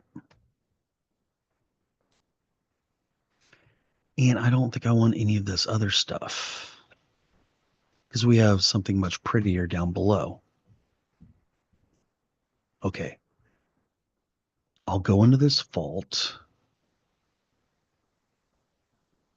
and I'll enable community plugins because we're going to need some. Let me make sure all the core plugins browse the files and folders in your, oh yeah, that's already turned on. Audio recorder. I don't need an audio recorder here. Format convert markup from other apps to Obsidian format. I don't think I want to do that. Properties view. Oh, I don't want to publish a random note. No, slash commands. Trigger commands in the editor by using a /. Yes, I do want that.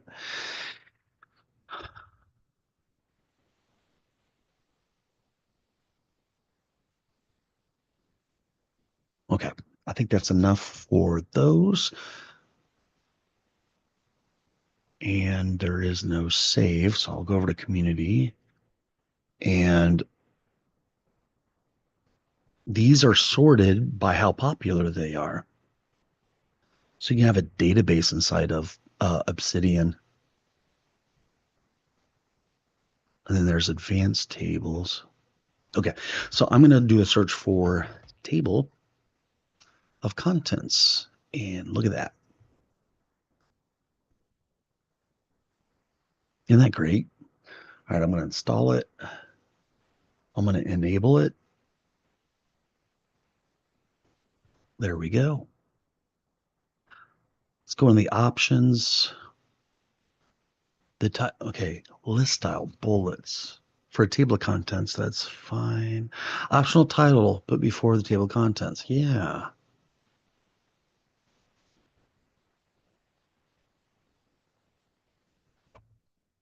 maybe two.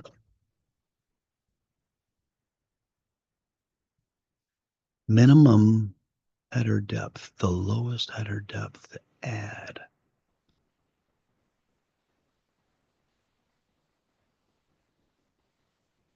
Let's go with 3 because this is going to be 2 because I put 2 pounds.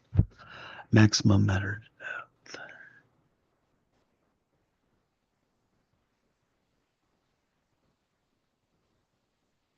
Okay, that's fine. Use markdown links. Auto-generate markdown links instead of default wiki links. Sure. No. GitHub compliant markdown. I do want to turn that on because this is going to be sitting.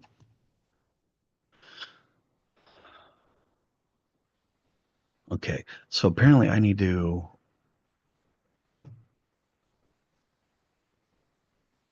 anchor markdown header.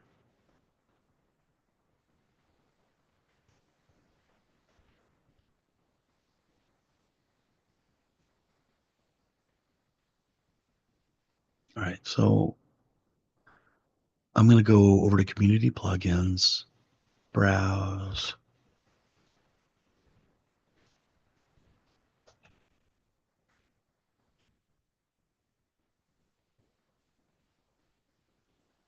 Hmm.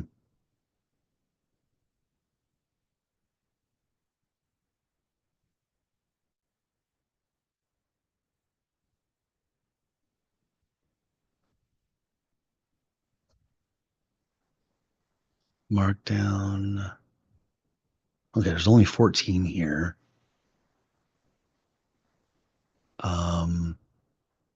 Move that up there.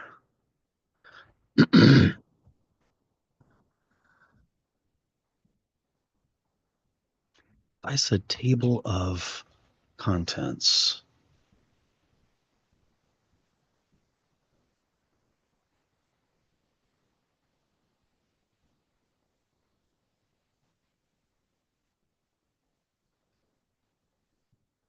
There's so all these guys that create plugins for Obsidian, they'll release them as open source.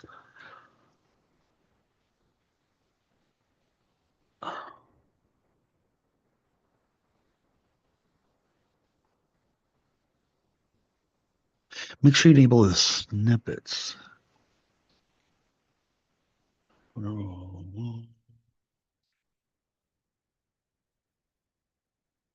Okay, I'm just a little confused here. I'm trying to find the because I want to turn this on. This setting uses anchor blah blah blah to generate the proper links. Click on it again. Well, I'm gonna add Obsidian. Maybe something I might want to follow.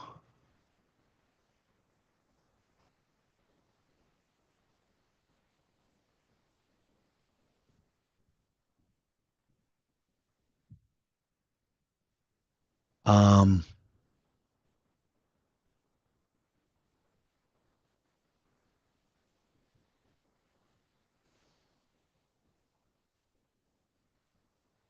I don't see it in the App Store. And let's see if they have any other documentation here. Anchor. Okay, well, this is his username. So maybe I need to search for Anchor. And a lot of times whenever I see a repository I'm interested in. All good. Oh, he's got 487 repositories, by the way. I go see what else they have. DocTalk generates table contents for markdown files inside a local Git repository. Well, that's interesting.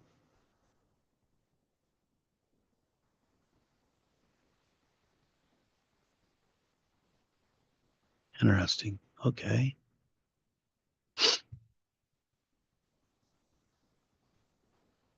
So I need to search for a plugin. This is Anchor.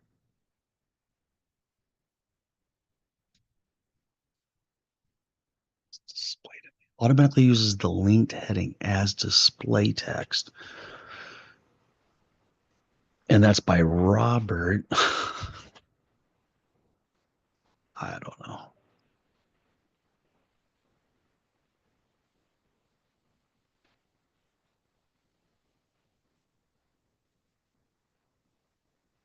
Hmm. Okay. Well, I think I'm just going to move on. Um, not mess around with this anymore. But I do need my table of contents. Create table of contents for next heading level. What? No.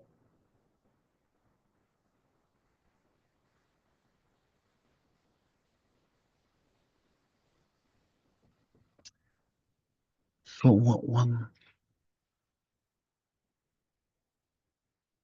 Okay. So for these guys, I probably need to do this. I'll go to the top or right here.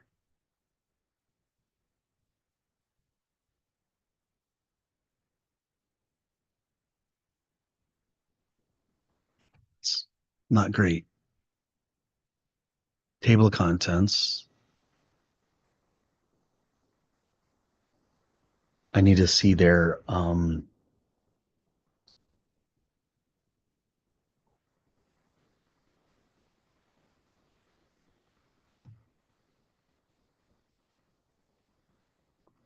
yeah, this is the GIF. I'm trying to where's the beginning?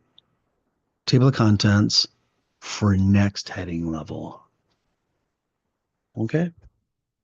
I should have used the second one, perhaps.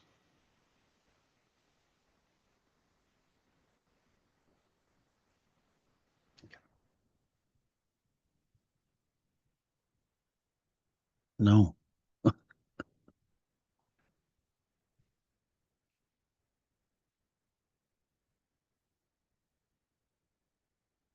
I'll use the first one first. Man, it keeps on getting these recommended indexes. And they are, yeah, they're 3.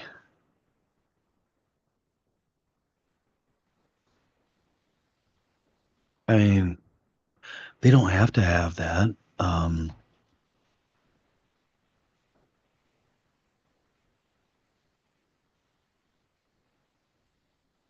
Okay.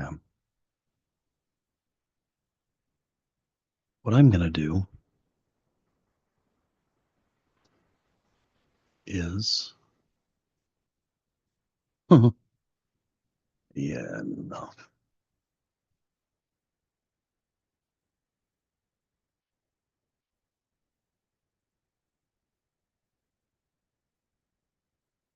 You know what? We need it to generate all of the recommended indexes for the like the first 2 or 3. Yeah. So what I'm going to do is I'm going to do a search and replace.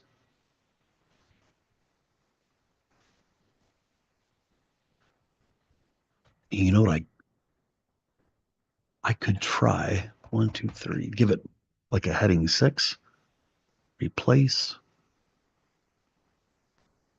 next. Next. Okay, I think it did them all.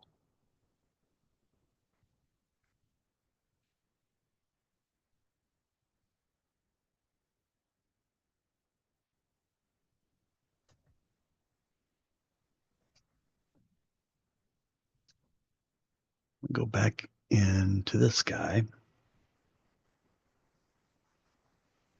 look around. Okay. Table of contents. I'm gonna say next setting level. No heading beyond three cursor match settings. Okay. Maybe that's setting.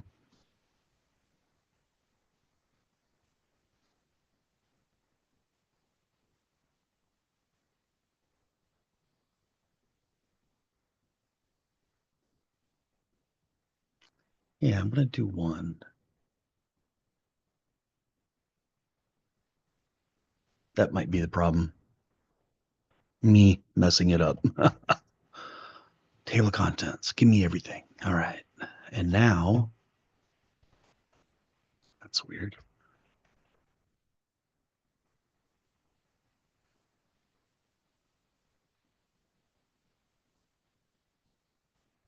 Let's see what it did here.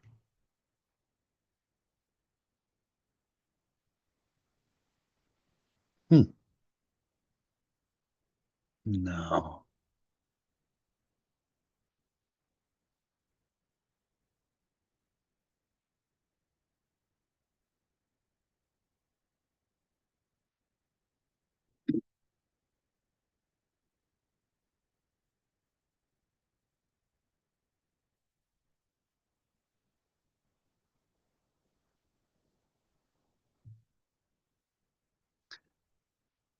Yeah, I don't think that those links are going to work.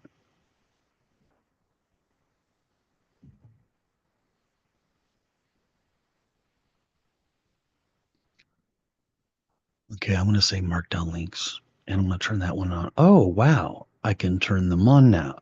Maybe can I turn this off now? No. Okay. Interesting.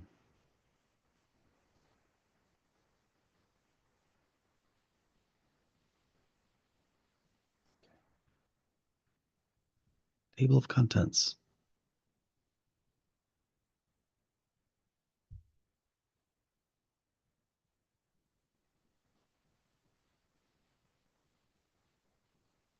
Hmm.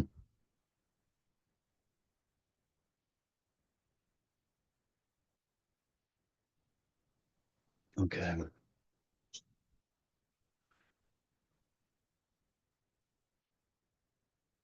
Sorry, guys. When it comes to like documentation, I'm a little OCD sometimes, and about my code too. So some of this is probably boring, and it's something I could cut out if everybody doesn't like it. I'm sure there's one or two uh, weird people that do all like all this boring stuff that I'm doing here. Um, yeah, school player says I think the hardest part about Power Apps is translating requirements to a tangible app in best practices. Yeah, this is what I'm trying to learn so far. This is a course. I do have courses that go over a lot of that, but this is a workshop. So it's like it's a mini course. And it so happens to be that this particular project is really important to a lot of a large percentage of my audience.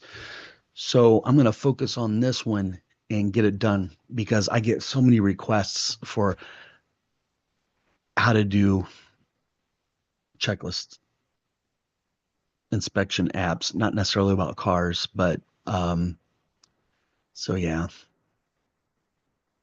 you never do a double check. Yeah, I don't trust any assumption until I've double checked it. Uh, yeah, yeah, I'm trying to do this full time. But yeah, yeah, you should try it out. If you take a look at earlier in the video, we talk about the three main offerings that I have. You might want to check out. We got a free one, a free community. Then we have the Insiders group, and then we have the Accelerator program, which are for really serious people that want to take their career to the next level. So there are a few things I'm going to fix in here. Number one, we need to get them one, two, three. Okay, so the first three. So we got question, question category, and answer. And then I'm going to go back over to this guy. Baseline diagram. This means we've completed all of them. Okay, thank you. See, I don't even trust the the AI intelligence on that.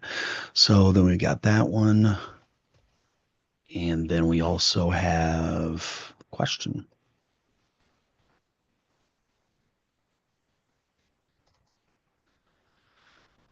Give me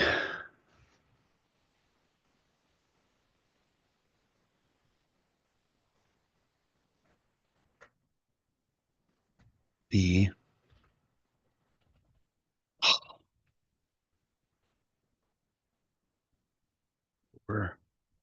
first tables. Let's see if it comes through for me.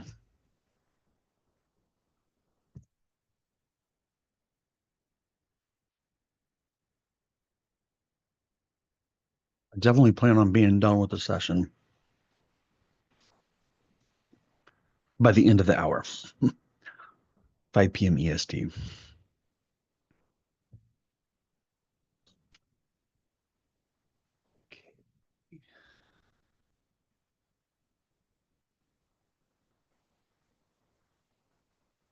Okay. Looks like it's going to do it for us.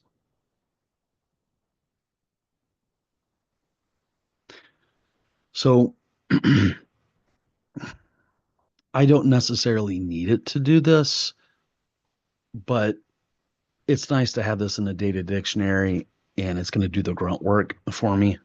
I guess that's sort of true for the everything we've been doing here with AI.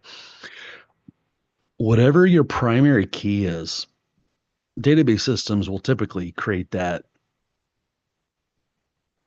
index for you, but you definitely need a key on it if it doesn't, a index on it. And then you have foreign key indexes. So anything that points out to other tables, you should always have an index on that because you're going to be searching. It's going to be taking out records based on that ID, and it needs to have the data indexed based on those. And then you ask yourself, hey, how am I going to query this? Like category. You might query it by category. If there's anything else where you're going to use a filter function and you're going to reference a column in the second parameter of your filter function, chances are you may want to create an index. And in SharePoint, whenever you query a SharePoint table, it's based on the default index. So you'll want to go in and create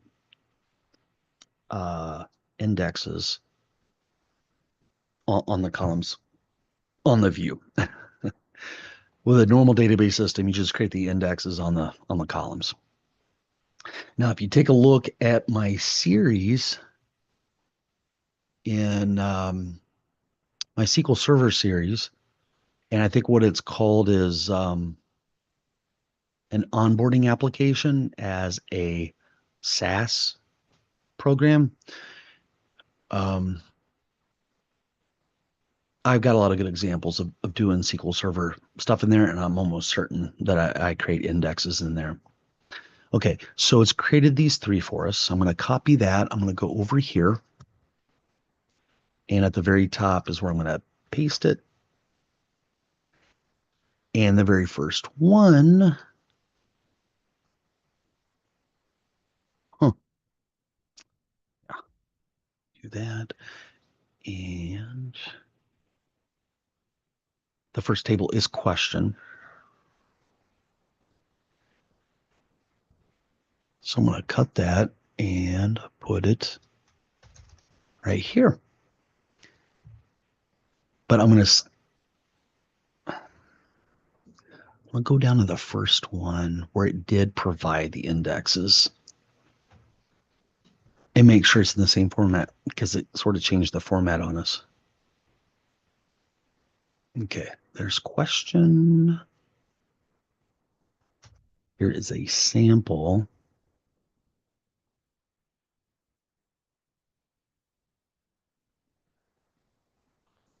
Okay, we don't need that. Okay, I think we could just do this. Recommended indexes.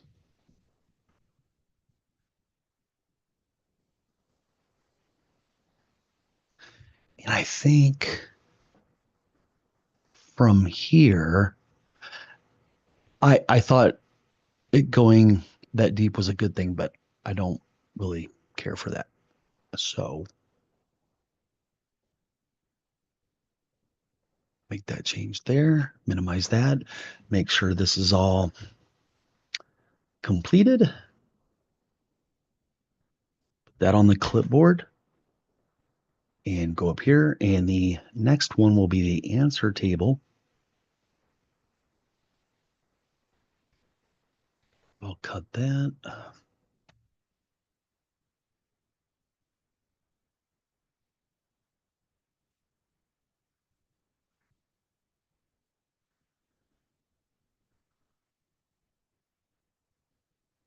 There's the answer table. Paste that there. Then go back and do a Windows V. Here we go. Recommended indexes. Oh, and this is one of those lint things. In markup, you want to have a carriage return after the heading. Okay. And also, I'm going to take out this word recommended at the end because it's a data dictionary. We're determining what's going to go in the data. Okay, so we got question category. I'll cut that, which is this guy right here.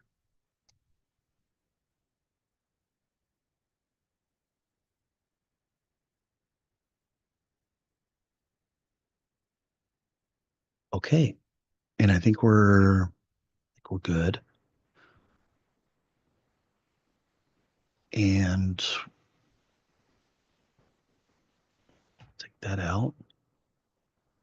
I want to do a search and replace on this. I want to take out the word recommended.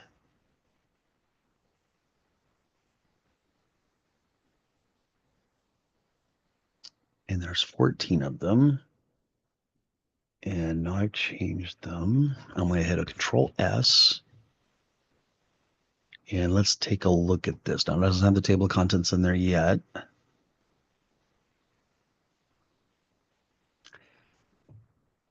I feel like there should be a little bit more of a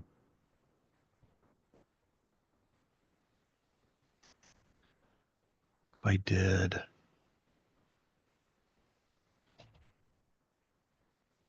line like that. I'm not sure if I like that, but let's bring that up in Obsidian.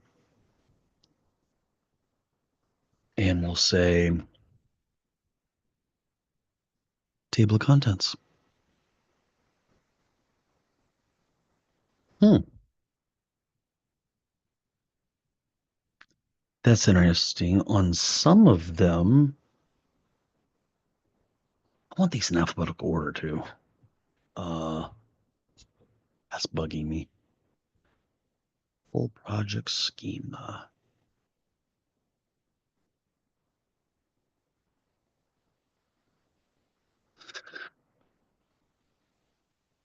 Okay.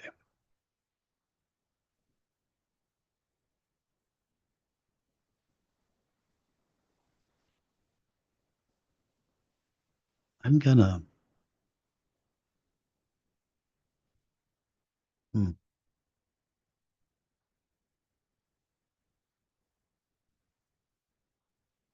search and replace there. Replace that with nothing. So replace, place, replace.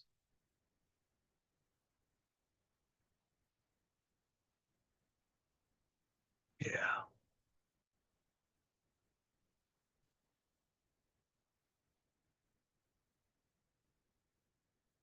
Now, why do I have these stars on these headings? Copy, replace. There we go. And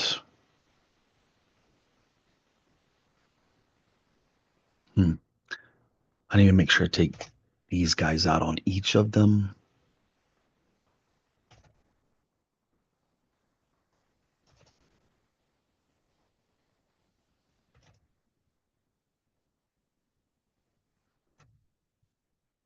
Okay. Now we go on to the next and we replace, replace, replace, replace. Okay, that should be it. Oh, oh, oh.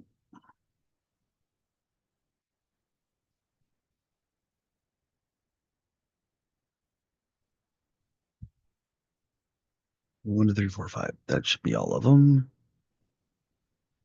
And also,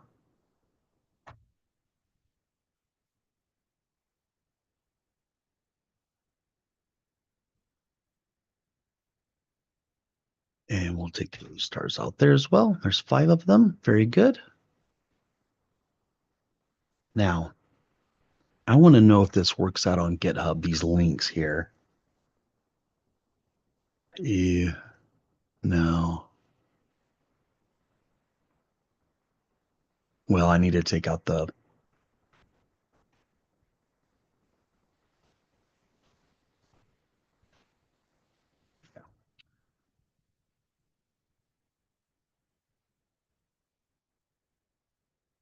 And be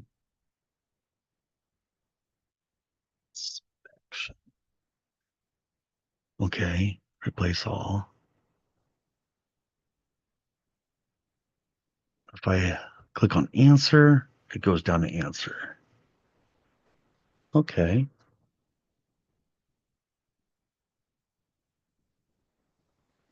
That should work. TOC, table of contents, commit that, save all, sync changes.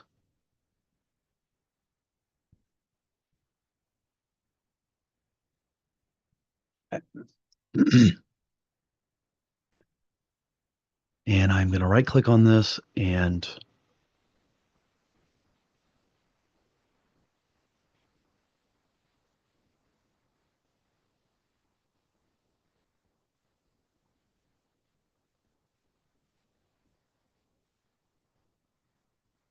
okay. So if I click on app setting, it goes there.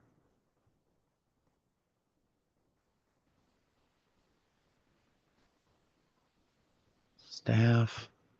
It's like I almost want a link to go back up to the top.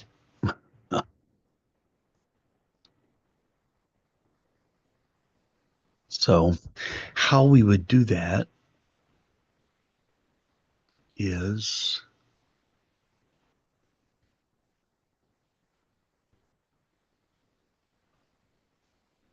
we would say Back to top.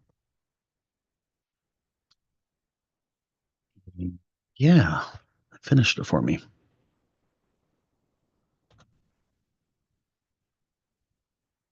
I like to use emojis.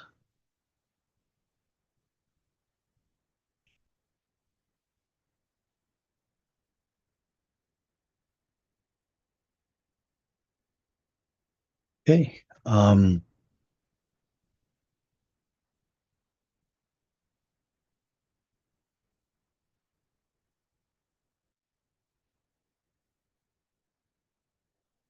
Hmm,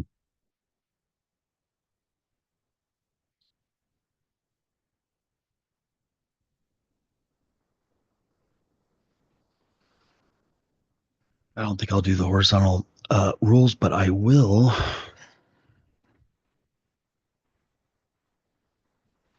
You can put BR tags in here. Um,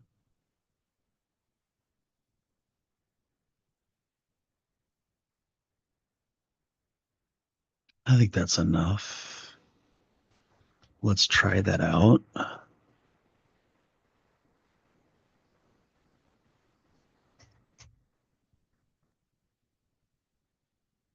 That okay. So go down to question category.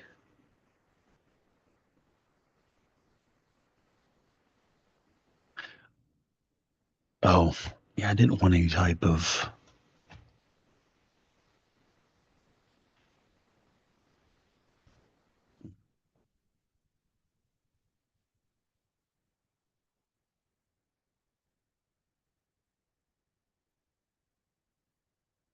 well, that looks better. That's a better looking line. But now you've got this weird line above the header.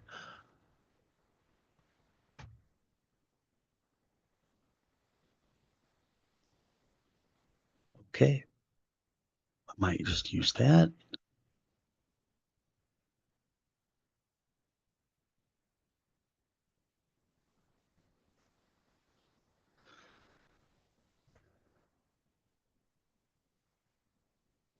Now I don't need it at the top, but I wanted to test it there. And I am going to do a search for uh, match whole word.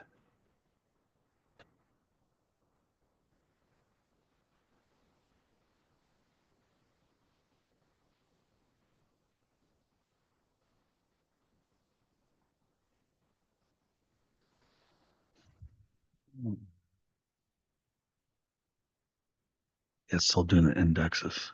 That's fine.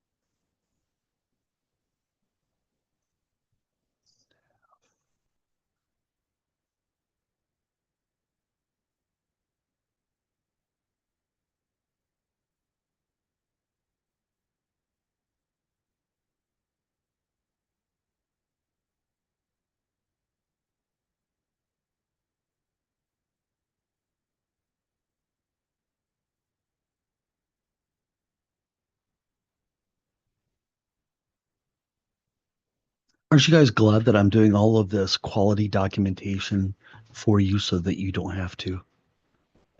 Can you imagine going through this workshop and, hey, check out this app that I did? And they're like, that looks great. We're going to move it into production after we test it. In the meantime, go ahead and create some good documentation, a full data dictionary. And they'd be like, oh, yeah, Darren already did it. I just have to tweak a few things. Okay. So check this out. I'm going to go back to this guy.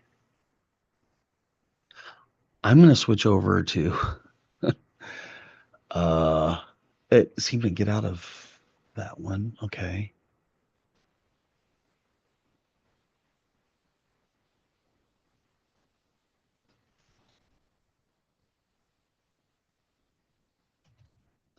See this list here?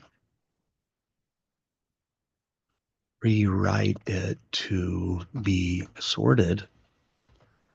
Alphabetically.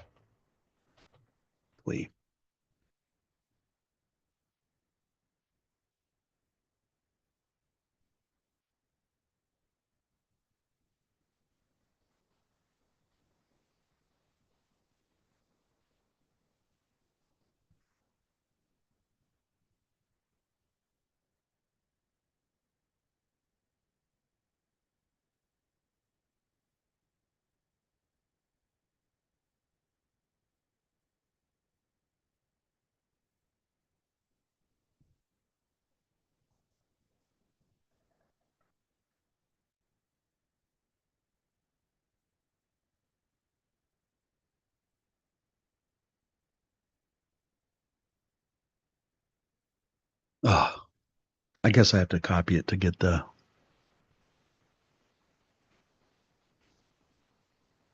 yeah, so I hit copy and hopefully it doesn't do any type of weird markdown format.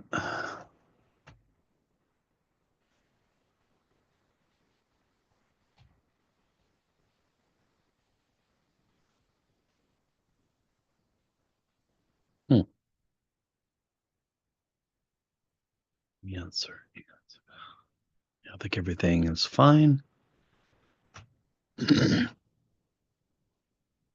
I'm going to hit Control S.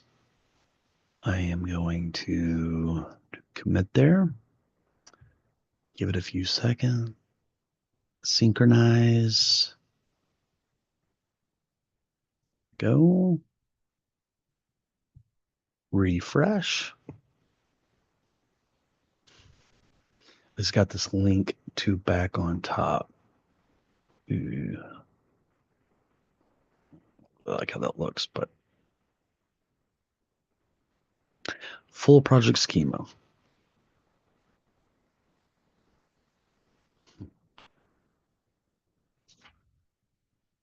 And maybe it doesn't matter so much that all this below is in alphabetical order because we at least have the table of contents in order. That is an example of an index.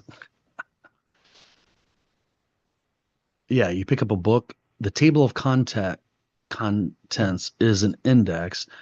And if you ever have to study SQL Server, there are clustered indexes and non-clustered indexes. A table can only have one clustered index. A clustered index is the format, it is an in order on the disk according to that index. So, for example, you go buy a book, you open it up, the clustered index would be the page numbers. It is in the order in which the data is presented. That's a cluster. So that's why there can only be one clustered index. And I'm sure this would carry over into other database systems, at least I would hope, like Oracle and Postgres. And then all the other indexes would be considered non-clustered, and table of contents as in would be an example of an index, and also the index in the very back is another example of an index. Okay, now that we have that, let's go create all this stuff. I'm going to get rid of that, and I'll just go down the line and get all these done here with you guys. So I'm going to do your homework with you. Do you have all your lists created? Take that out. I don't need that in there. Now what's great is my Power Apps application has everything in alphabetical format. So that's good. All right.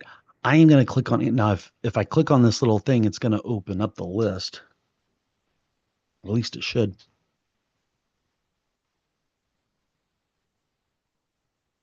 It did not go, at least it went to the site contents. Yeah, those are all the lists.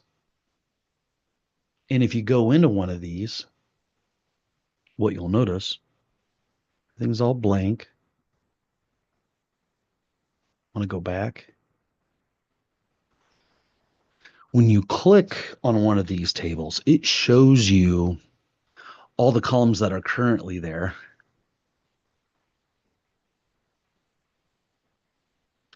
Okay, then you go one by one and create them here. Okay. So we are on the answer table. I'm going to click on that. All right. We have a question ID and it's numeric. The next one is category, and that's going to be single line of text.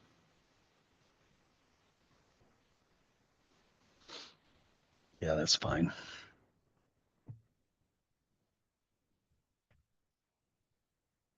Question text will be multi-line of text.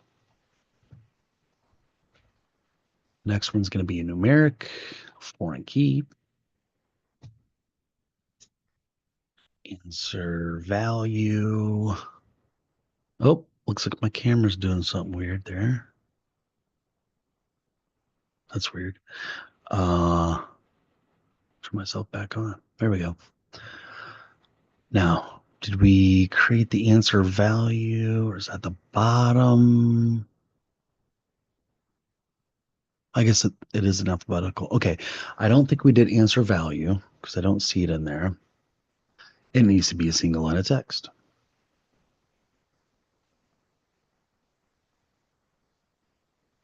I don't know about that. For this particular application, the answer is very short. But if you're creating a survey type application, it could be. So I'm not gonna go too wide on the scope creep. I'm gonna stick to what we have. Answer value, single line of text. Hit the button. Oh, look, I did think about it. Answer long. So a single line of text in SharePoint, at least by default, is 255 characters. So what you can do is you can write some logic to look at the short answer. And if it's exactly 255, there's a good chance it was truncated. And you should go to the answer long. Fantastic. All right. Now I'm not going to mess with the indexes for now. What is the next one? Application.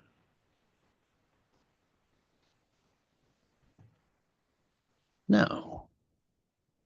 What about app preference?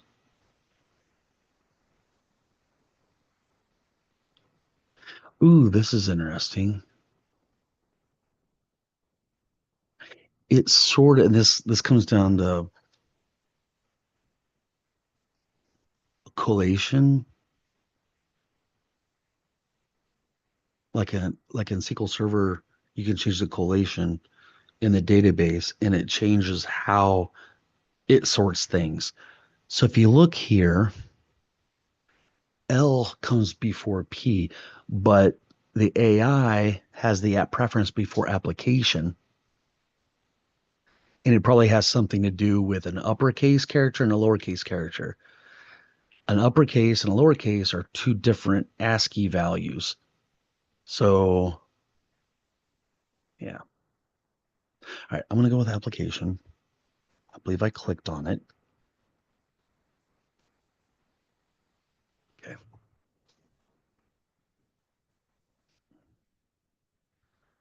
All right, so a URL, I would make that a single line of text. Hopefully the URL is under 256 characters.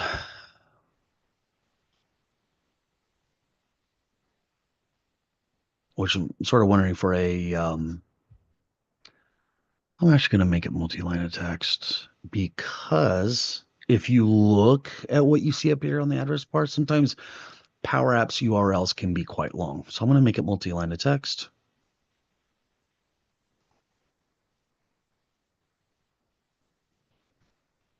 We have a tenant GUID that will be single line of text.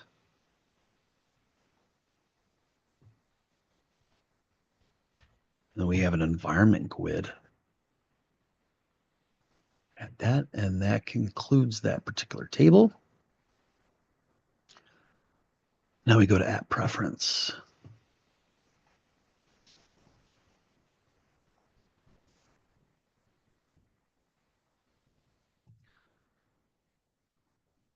For app preference, we have a data type, and we'll make that single line of text.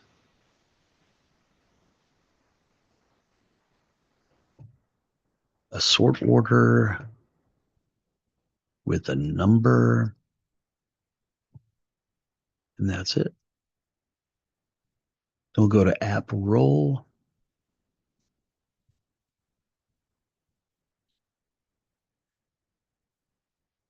What?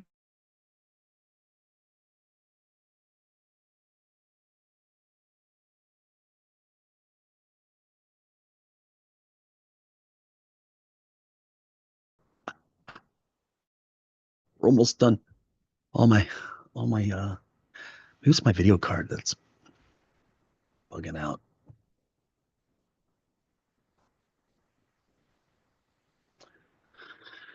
Okay, I'm gonna leave off my camera for a few moments and app role. Do I?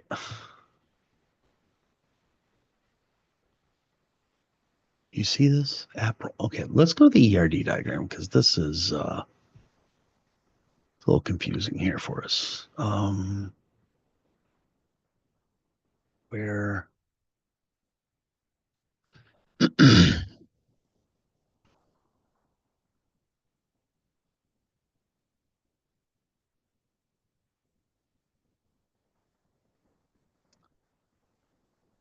Okay, there is an app role.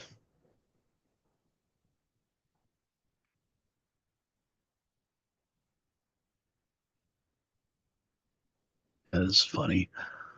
3, 4, 5, 6, 7, 8, 9, 10, 11, 12, 13.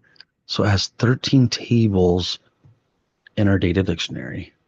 13, 1, 2, 3, 4, 5, 6, 7, 8, 9, 10, 11, 12, 13. So it is missing app role. Okay. Well, I've got a bone to pick with AI.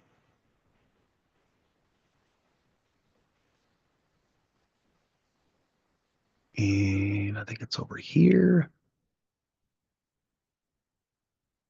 No. Get rid of that. Okay.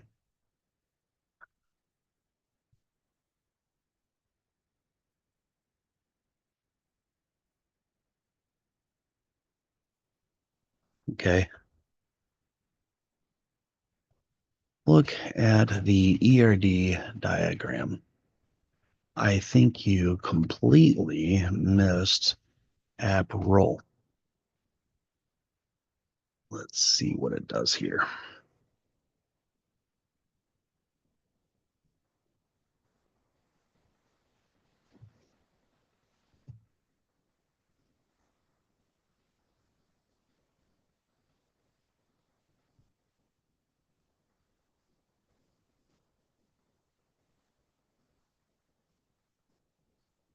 What?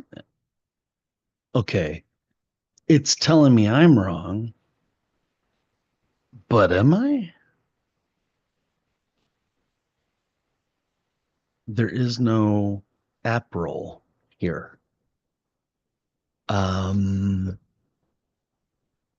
but I gave it this list. I think up here. Look at that. There it is. App role. Okay. I'm wrong.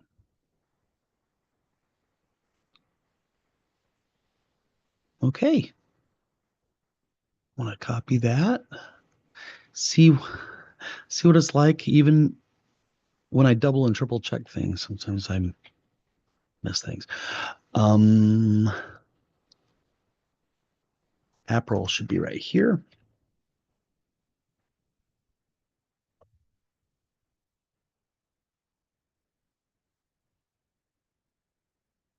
And I want to do that right after app setting.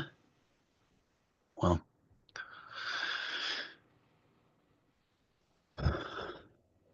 find.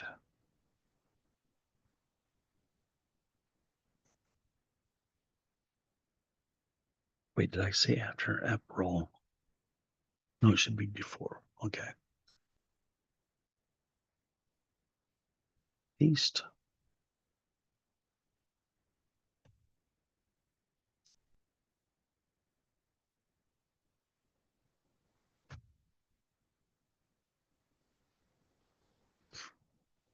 Take that out. Okay.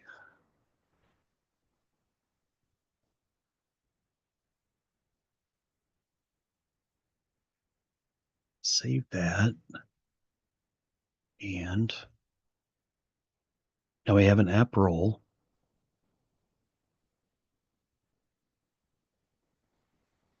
Well, cool. Something else that I think needs to be changed is this. These emojis, I think would be better outside. It's a little sloppy. Place. Replace all. Yeah, replace all. Okay. Yeah. Well, that doesn't work, does it? The parenthesis has to be right after. Okay. I don't like to put emojis right up against characters, but in this case, I think I will.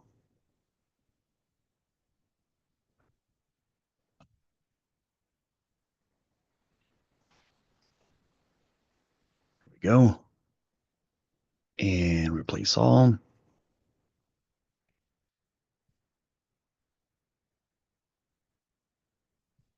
Yeah, looks like my video camera's doing the weird thing again. All right. So now that we have that,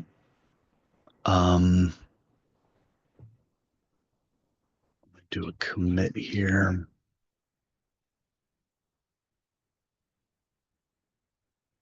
Okay.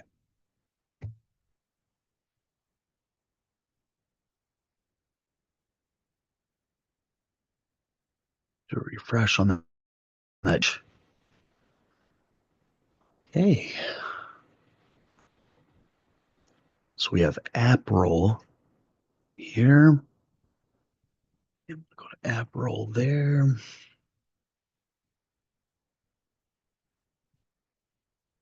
So the first one is an application. Ooh.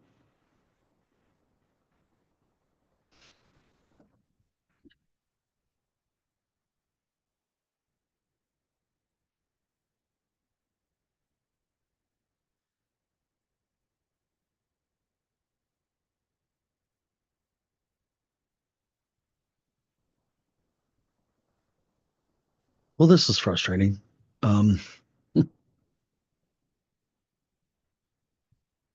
It seems like it's this browser.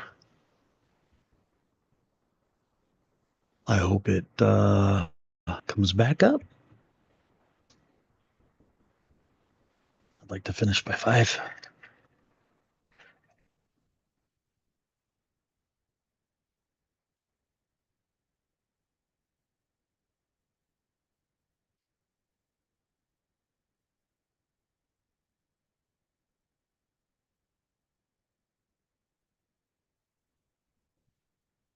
This is awful.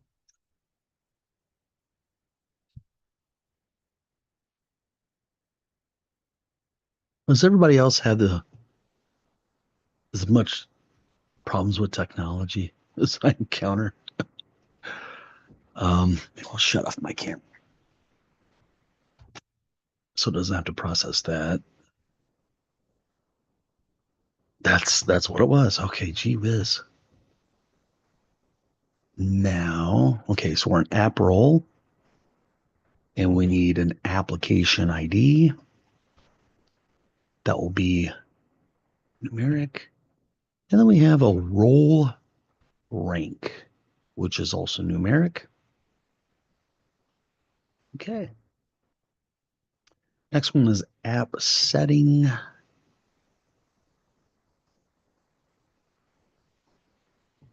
And app setting. Okay, we got data type.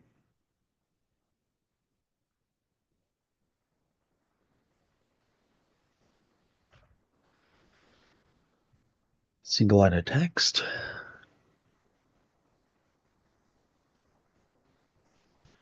We need a sort order, and that's going to be numeric.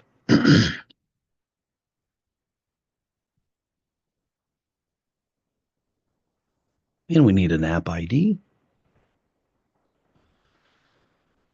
and that will be numeric as well. And that's it for that table.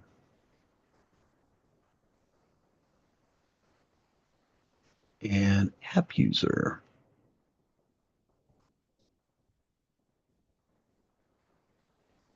our biggest table. All right, so we've got user email, alternate email, first name, last name. This one's funny.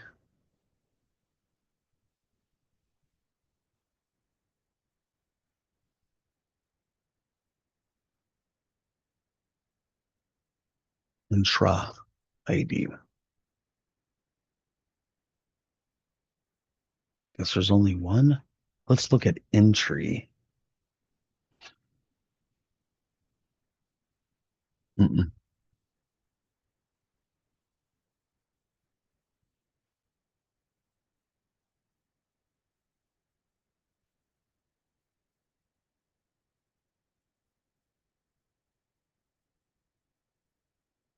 I'll say could be used for in keys.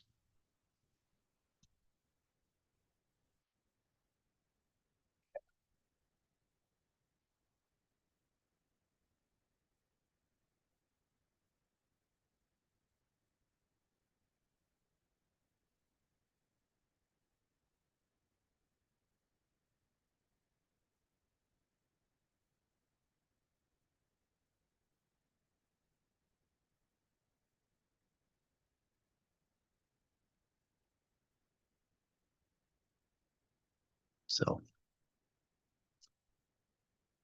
it is not, it has said numeric. It is not numeric. We'll have to use single line of text.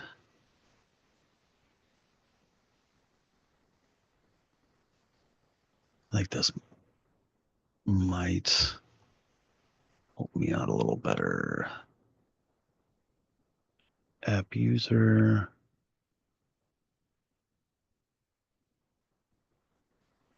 What? Oh, yeah, the staff table. Yeah, that was a silly little table. And try to numeric. No, that's going to be single line of text. That's going to hold a GUID. Um,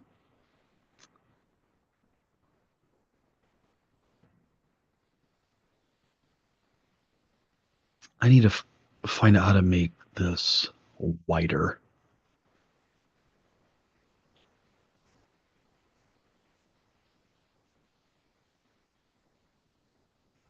There we go.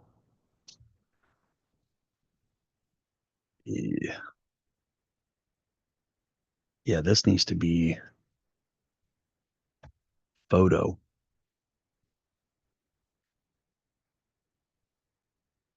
And I think that is It might be image. And I'm going to say binary. This is calling for nullable. Yeah.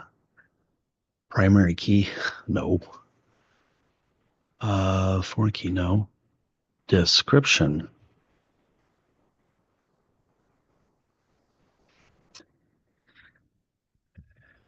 65. Profile photo.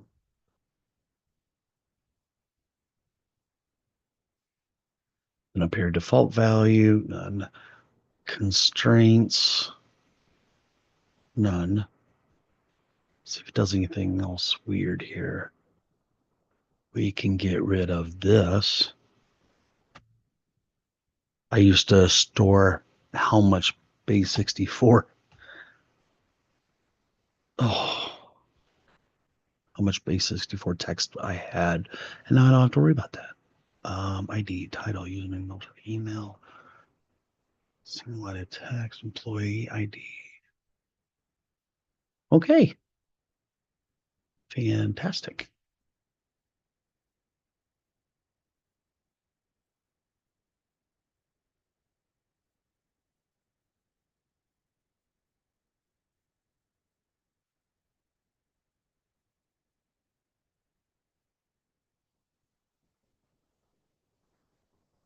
Yeah. Enter ID. And it's already in there. Okay, good. And then we are going to have an employee ID.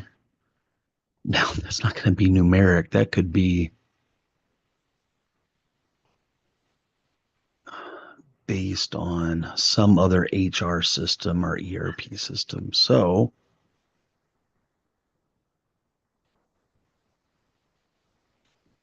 change over here. And I can get rid of that.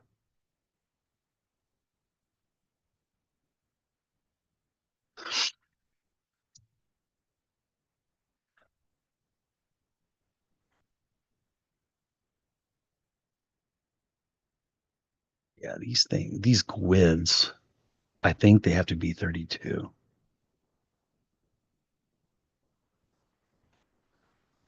Not that this is a GUID, but just providing more. Yeah, it must be unique. That's good.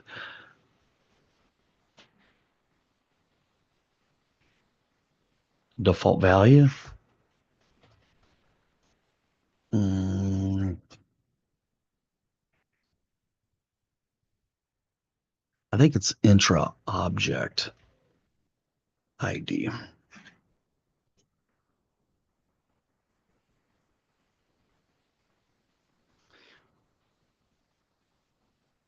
I don't know why that must be numeric.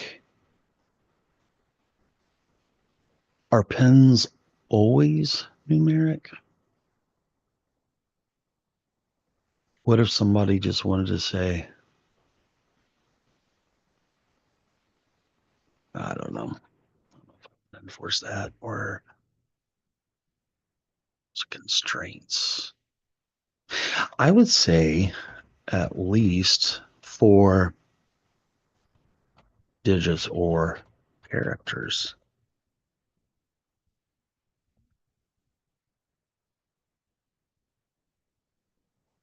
Okay.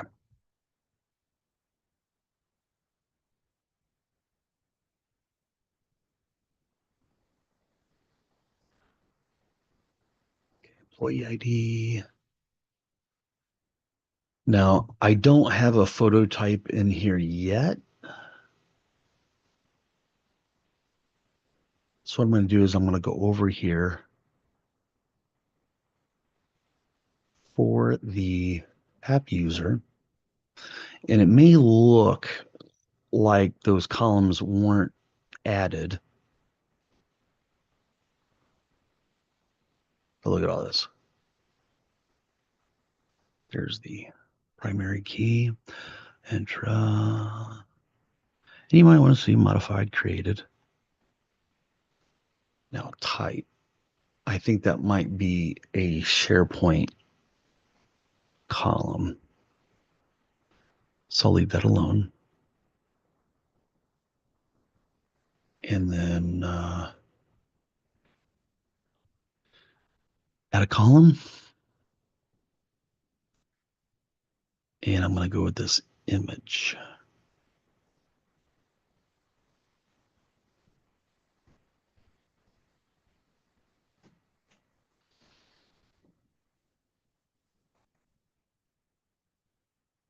Mhm. I'll be done soon.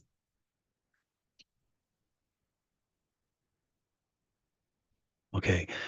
I think it's just going to be image. Let's see if there's any. No. And I'll say photo. Now, if we were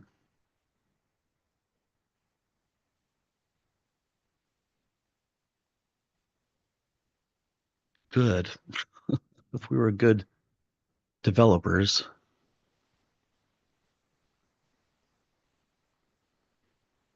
you see all these descriptions? That would be good to have to actually put in there. Um, where is the photo? There it is.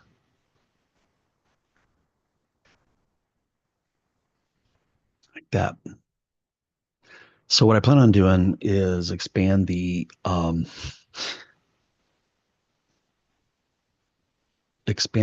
that power I'm sorry, SharePoint manager. And if you give it all that information, it will do all that for you. Okay. So that's in there. What is after the photo? We have HR notes. Yeah. Multiple lines of text. We have IT notes, multiple lines of text. We have a pen. Now I'm going to make that single line of text just for it to be flexible. Office location. And we have a department. Job title. Now, as you can imagine, a lot of these things are in Azure AD, and that's where we're going to pull them from. But if you need to display all this data in a gallery, you don't want to be hitting that Office 365 user connector, doing a query on every single little data point for every single row in a gallery. All right. Did I click on this manager email? Nope. All right. There it is. And that concludes that. Now, I want to make sure. Yeah, I don't have.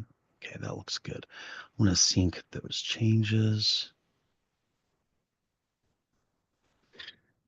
Okay. App user preference.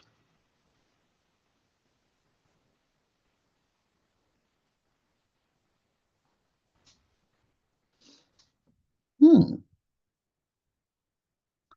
It's a little weird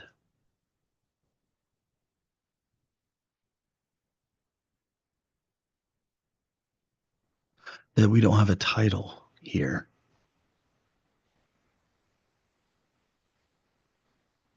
So I'm going to go up to the previous one.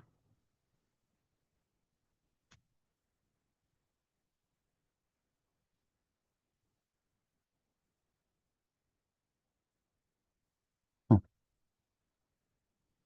it is.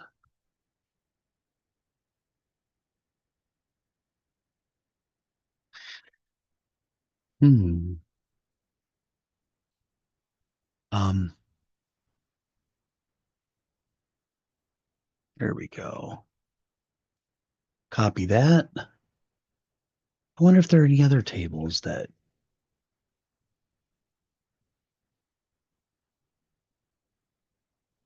Hmm. Okay. Go up to the top. Title. Title. This one does not have a title. This one does not have a title. Title. Title. Title.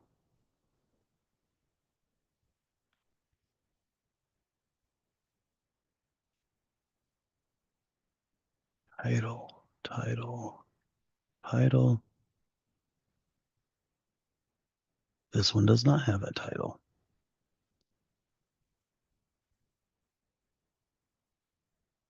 Okay, so now we know everything has a title now. And I wanna type in title.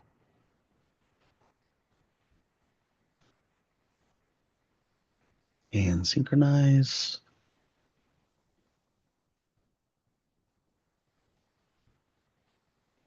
Okay. App user preference.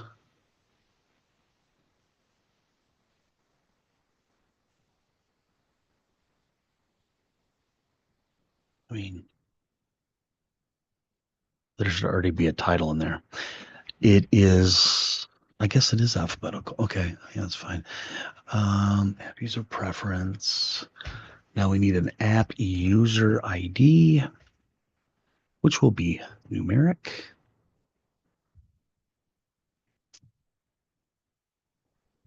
App preference ID. That will be numeric. We'll have an answer, multi-lines of text, and then we will also an app ID, numeric, add that app user role.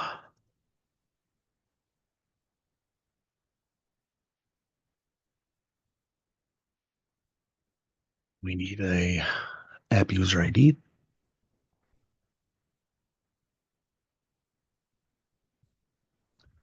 app role ID, an app name,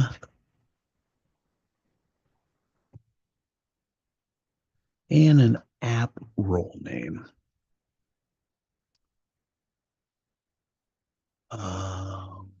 Single line of text. Yes.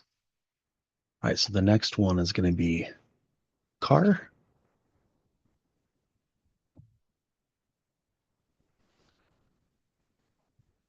Well, the car is going to be fun because we have some good sample data for that. Okay. This is where I'm going to change this. Should be make year. And I want it numeric because I might actually do math with it. Like, hey, this car is 10 years old. Time to retire it. Okay.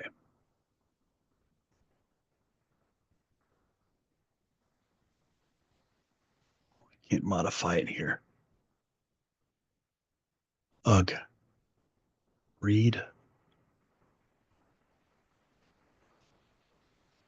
Uh, this thing doesn't work. Why doesn't that work? I don't know. Car?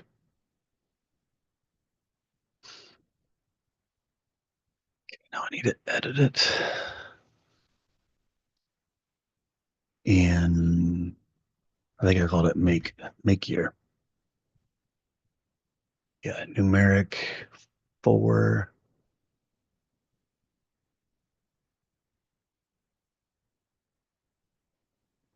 yeah. Okay. Control S. And now we should see make year. Make year. I guess I already did that. Okay. Um make. There'll be single line of text like Ford, Chrysler, Toyota.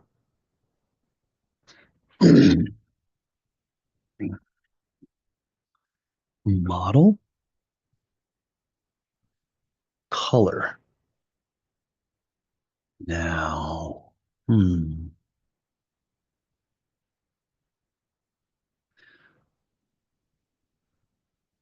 I guess I'll do that as single line of text, like I designed it. I just don't like it because it doesn't give me the flexibility of a hex code. But we will do that for the interior color.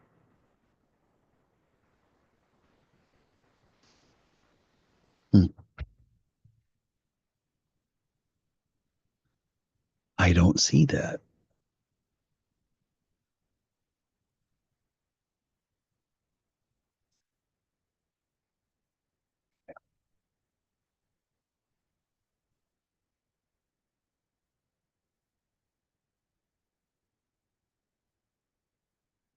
color.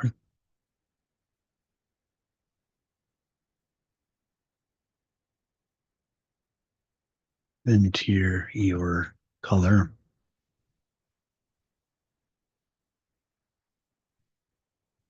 Hmm.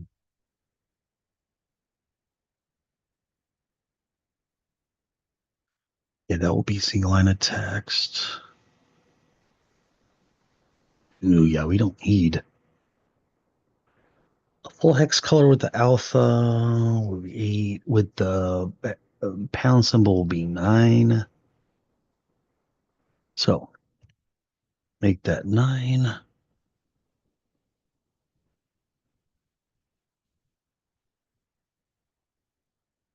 I don't know that we need 255 for a name of a color. I doubt we would even. Okay, I've got a phone call coming in from family and they're calling me repeatedly. I'll be right back, guys.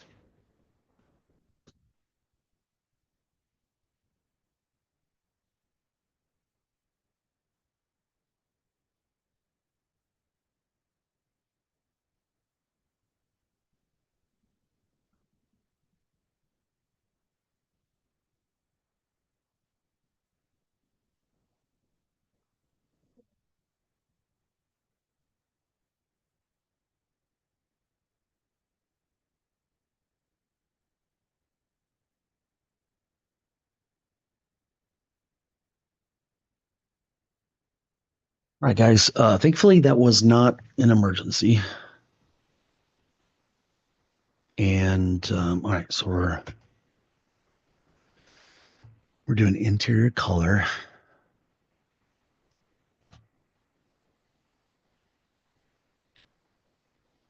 and I'm gonna say interior color of the car. Okay, Control S on that, and oh no, we got two colors.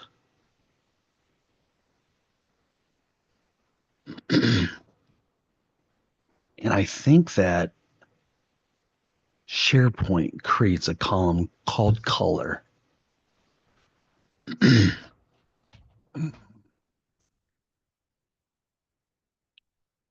um, Let me put quotes around this. Yep, it sure does. You'd be surprised how many columns that SharePoint creates. And I keep track of them all. So, for example, let's add over a label. Okay.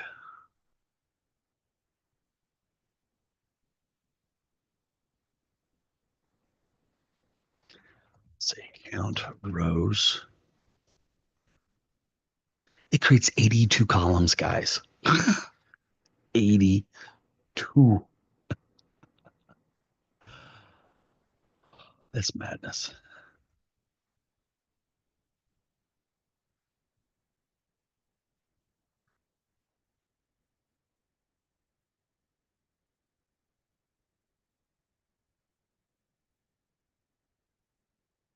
Well, created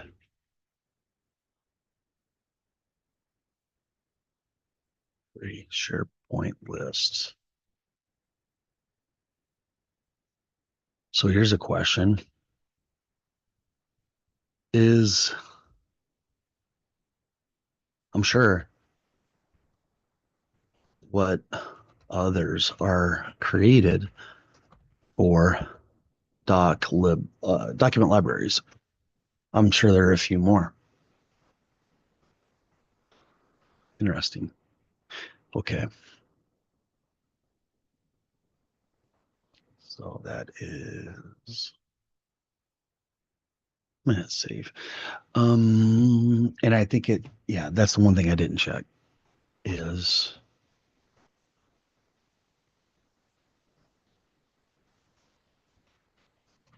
oh, I think I did. Yeah. Okay. So you can't really call it color. I wouldn't want to call it color. How do you know which one you're going to get back? I had that problem with Dataverse and it brought back the wrong one. Um, okay. Now look at that. If I hover over this,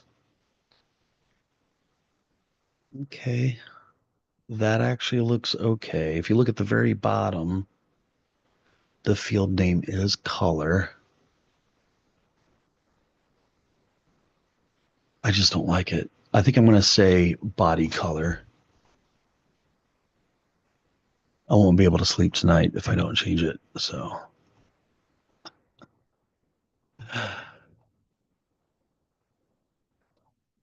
okay,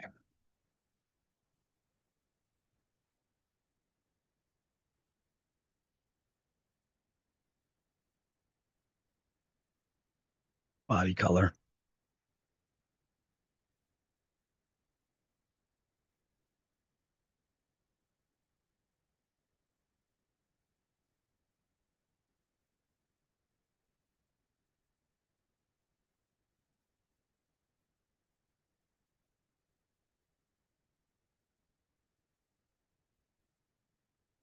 Less.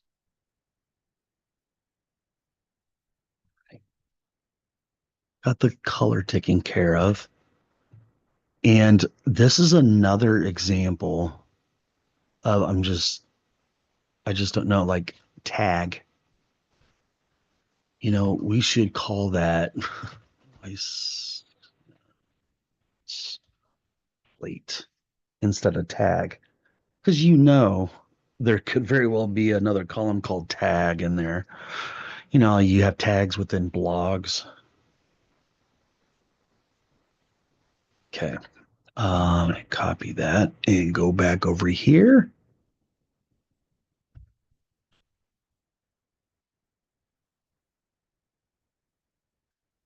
License plate or tag number. Now, is there a difference between the two? Maybe license plate is called in one country and tag number, I don't know. Sort of like zip and postal code, you know. All right, so the next one is going to be then single line of text.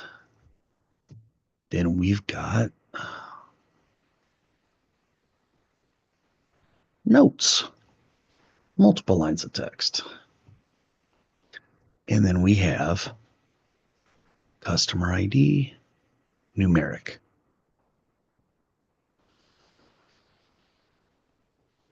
Oh, I'm getting tired. Customer, we need first name, last name.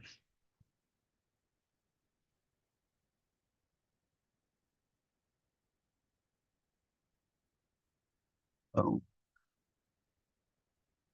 notes,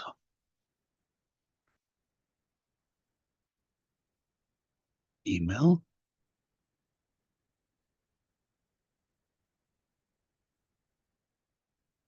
Okay,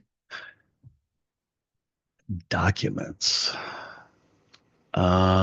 Yeah, it's in a SharePoint site, but that's not one of ours. So we're going to go on to inspection.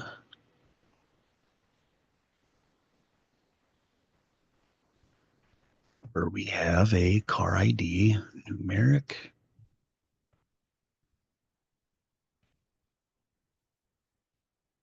Staff inspector.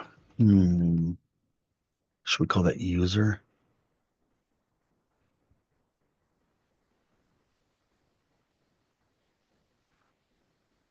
Hmm. It's definitely numeric, but I would say app user. Inspector ID.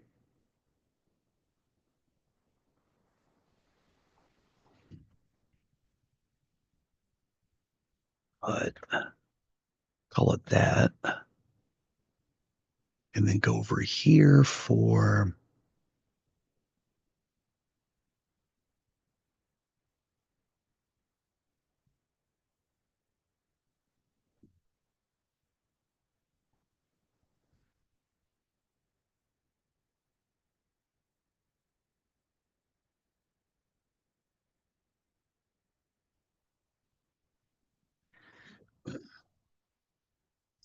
okay, so inspection,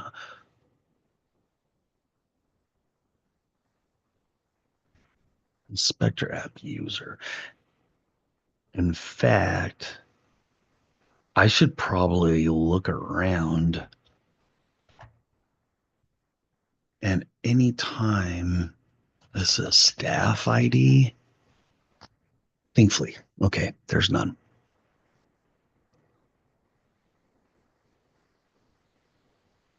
Full project schema. For some reason that doesn't work there, but it does work within GitHub, which is what is important. Okay, we're on inspection, and now we've got customer ID. That's going to be numeric.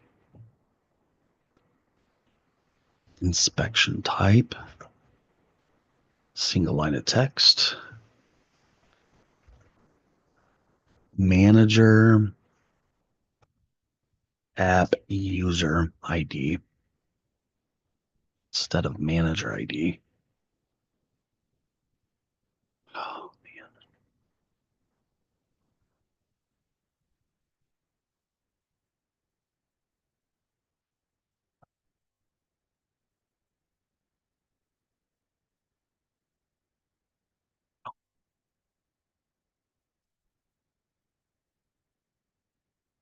All right.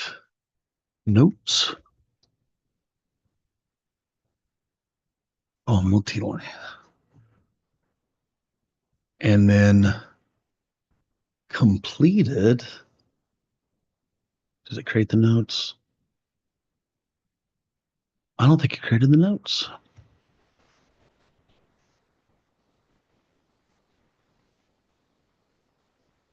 There we go.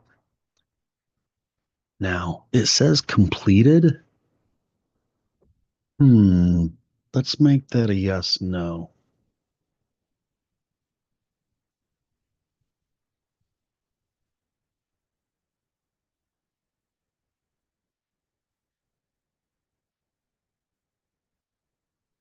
Hmm.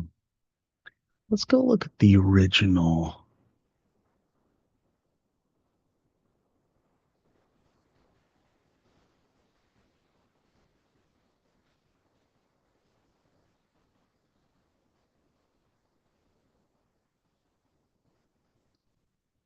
Okay, it's not.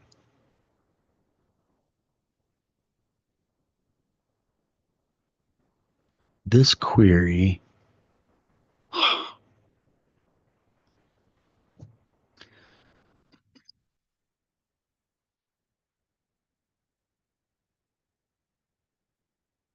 And it is based on the inspection table here.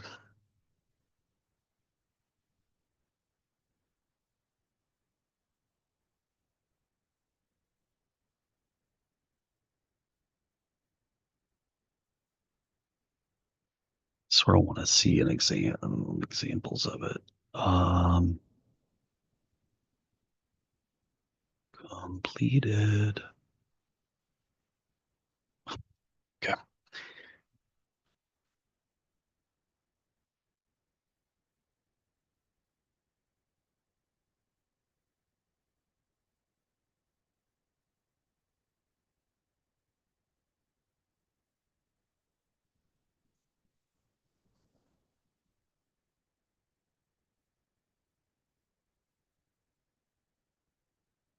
I don't even see it.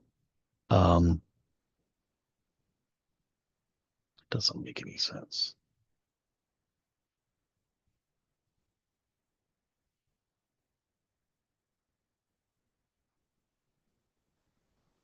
Hmm. Okay. Inspection completed. Now, what is my ERD diagram say about that? Um,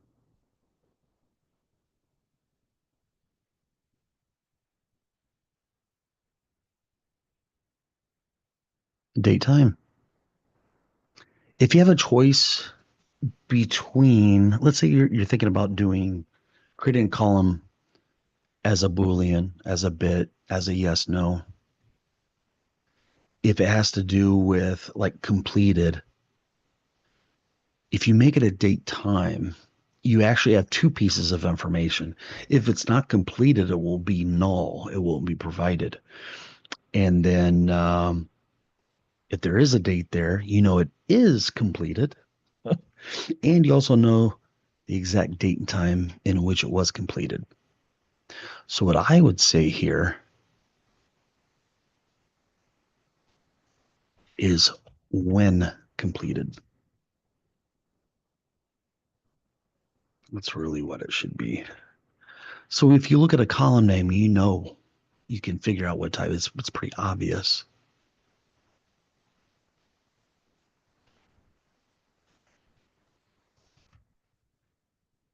Date and time. Okay, now that is set up properly. Okay, and that's it for that table. I'm going to go down a question.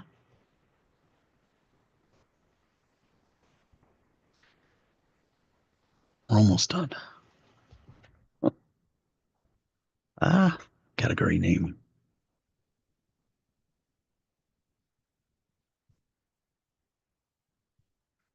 Sort order. Numeric. Category. Sort order. Numeric. Full question text.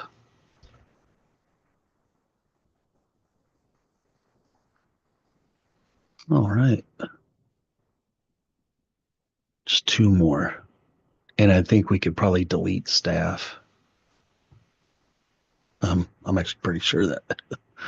And the only thing we have to add to this table is sort order.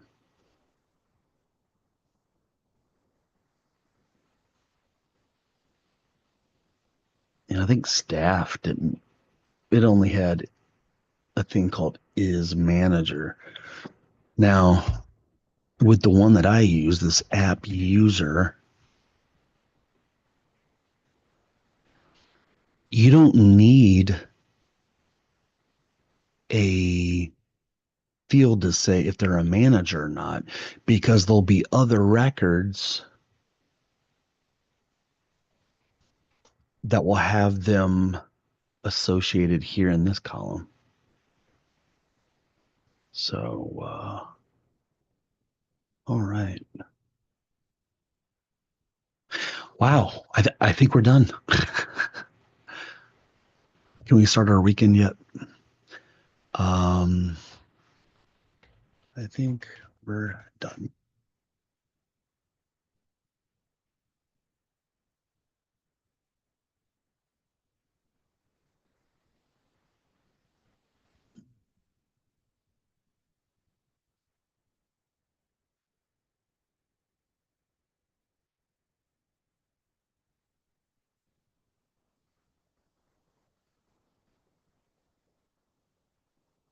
All right.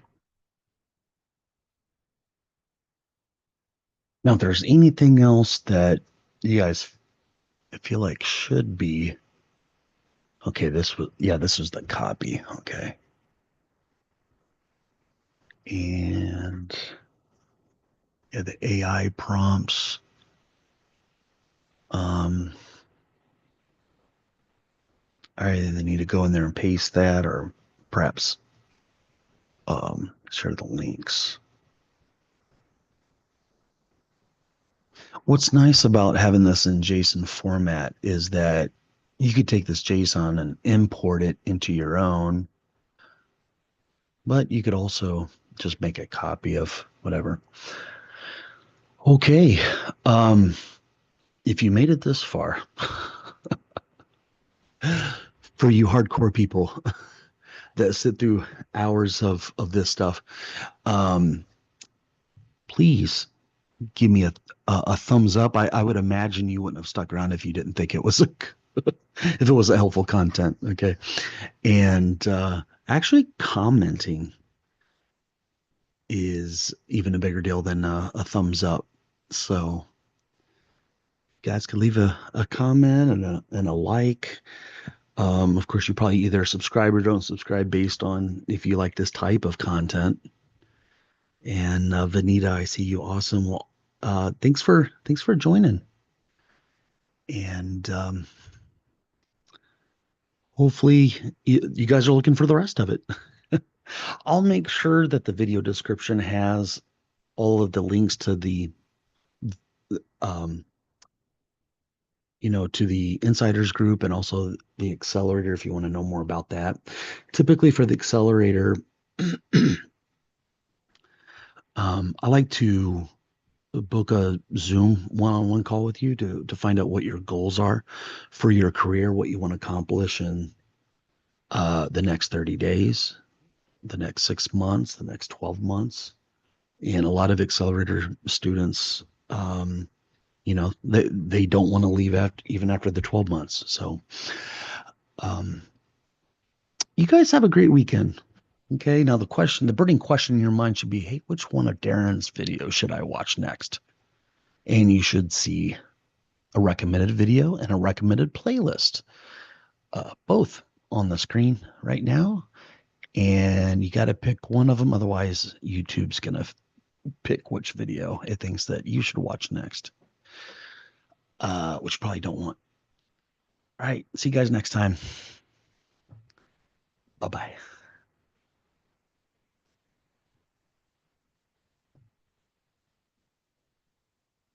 Oh, I see. Vanita, would it be possible to get a video recording in this session? Yes. Now you're in here on Zoom, but the whole thing is going to be out on YouTube, the full length of it. Sorry for the phlegm. And also, I see Rebecca. It's late here, so can't stay, but can we watch catch up? Absolutely. Love your work. Well, I love you for joining and finding my stuff interesting enough to watch for hours. So very good. And I see that you're also a member on YouTube, so I want to thank you for that as well. Um, all right, guys, have a nice weekend.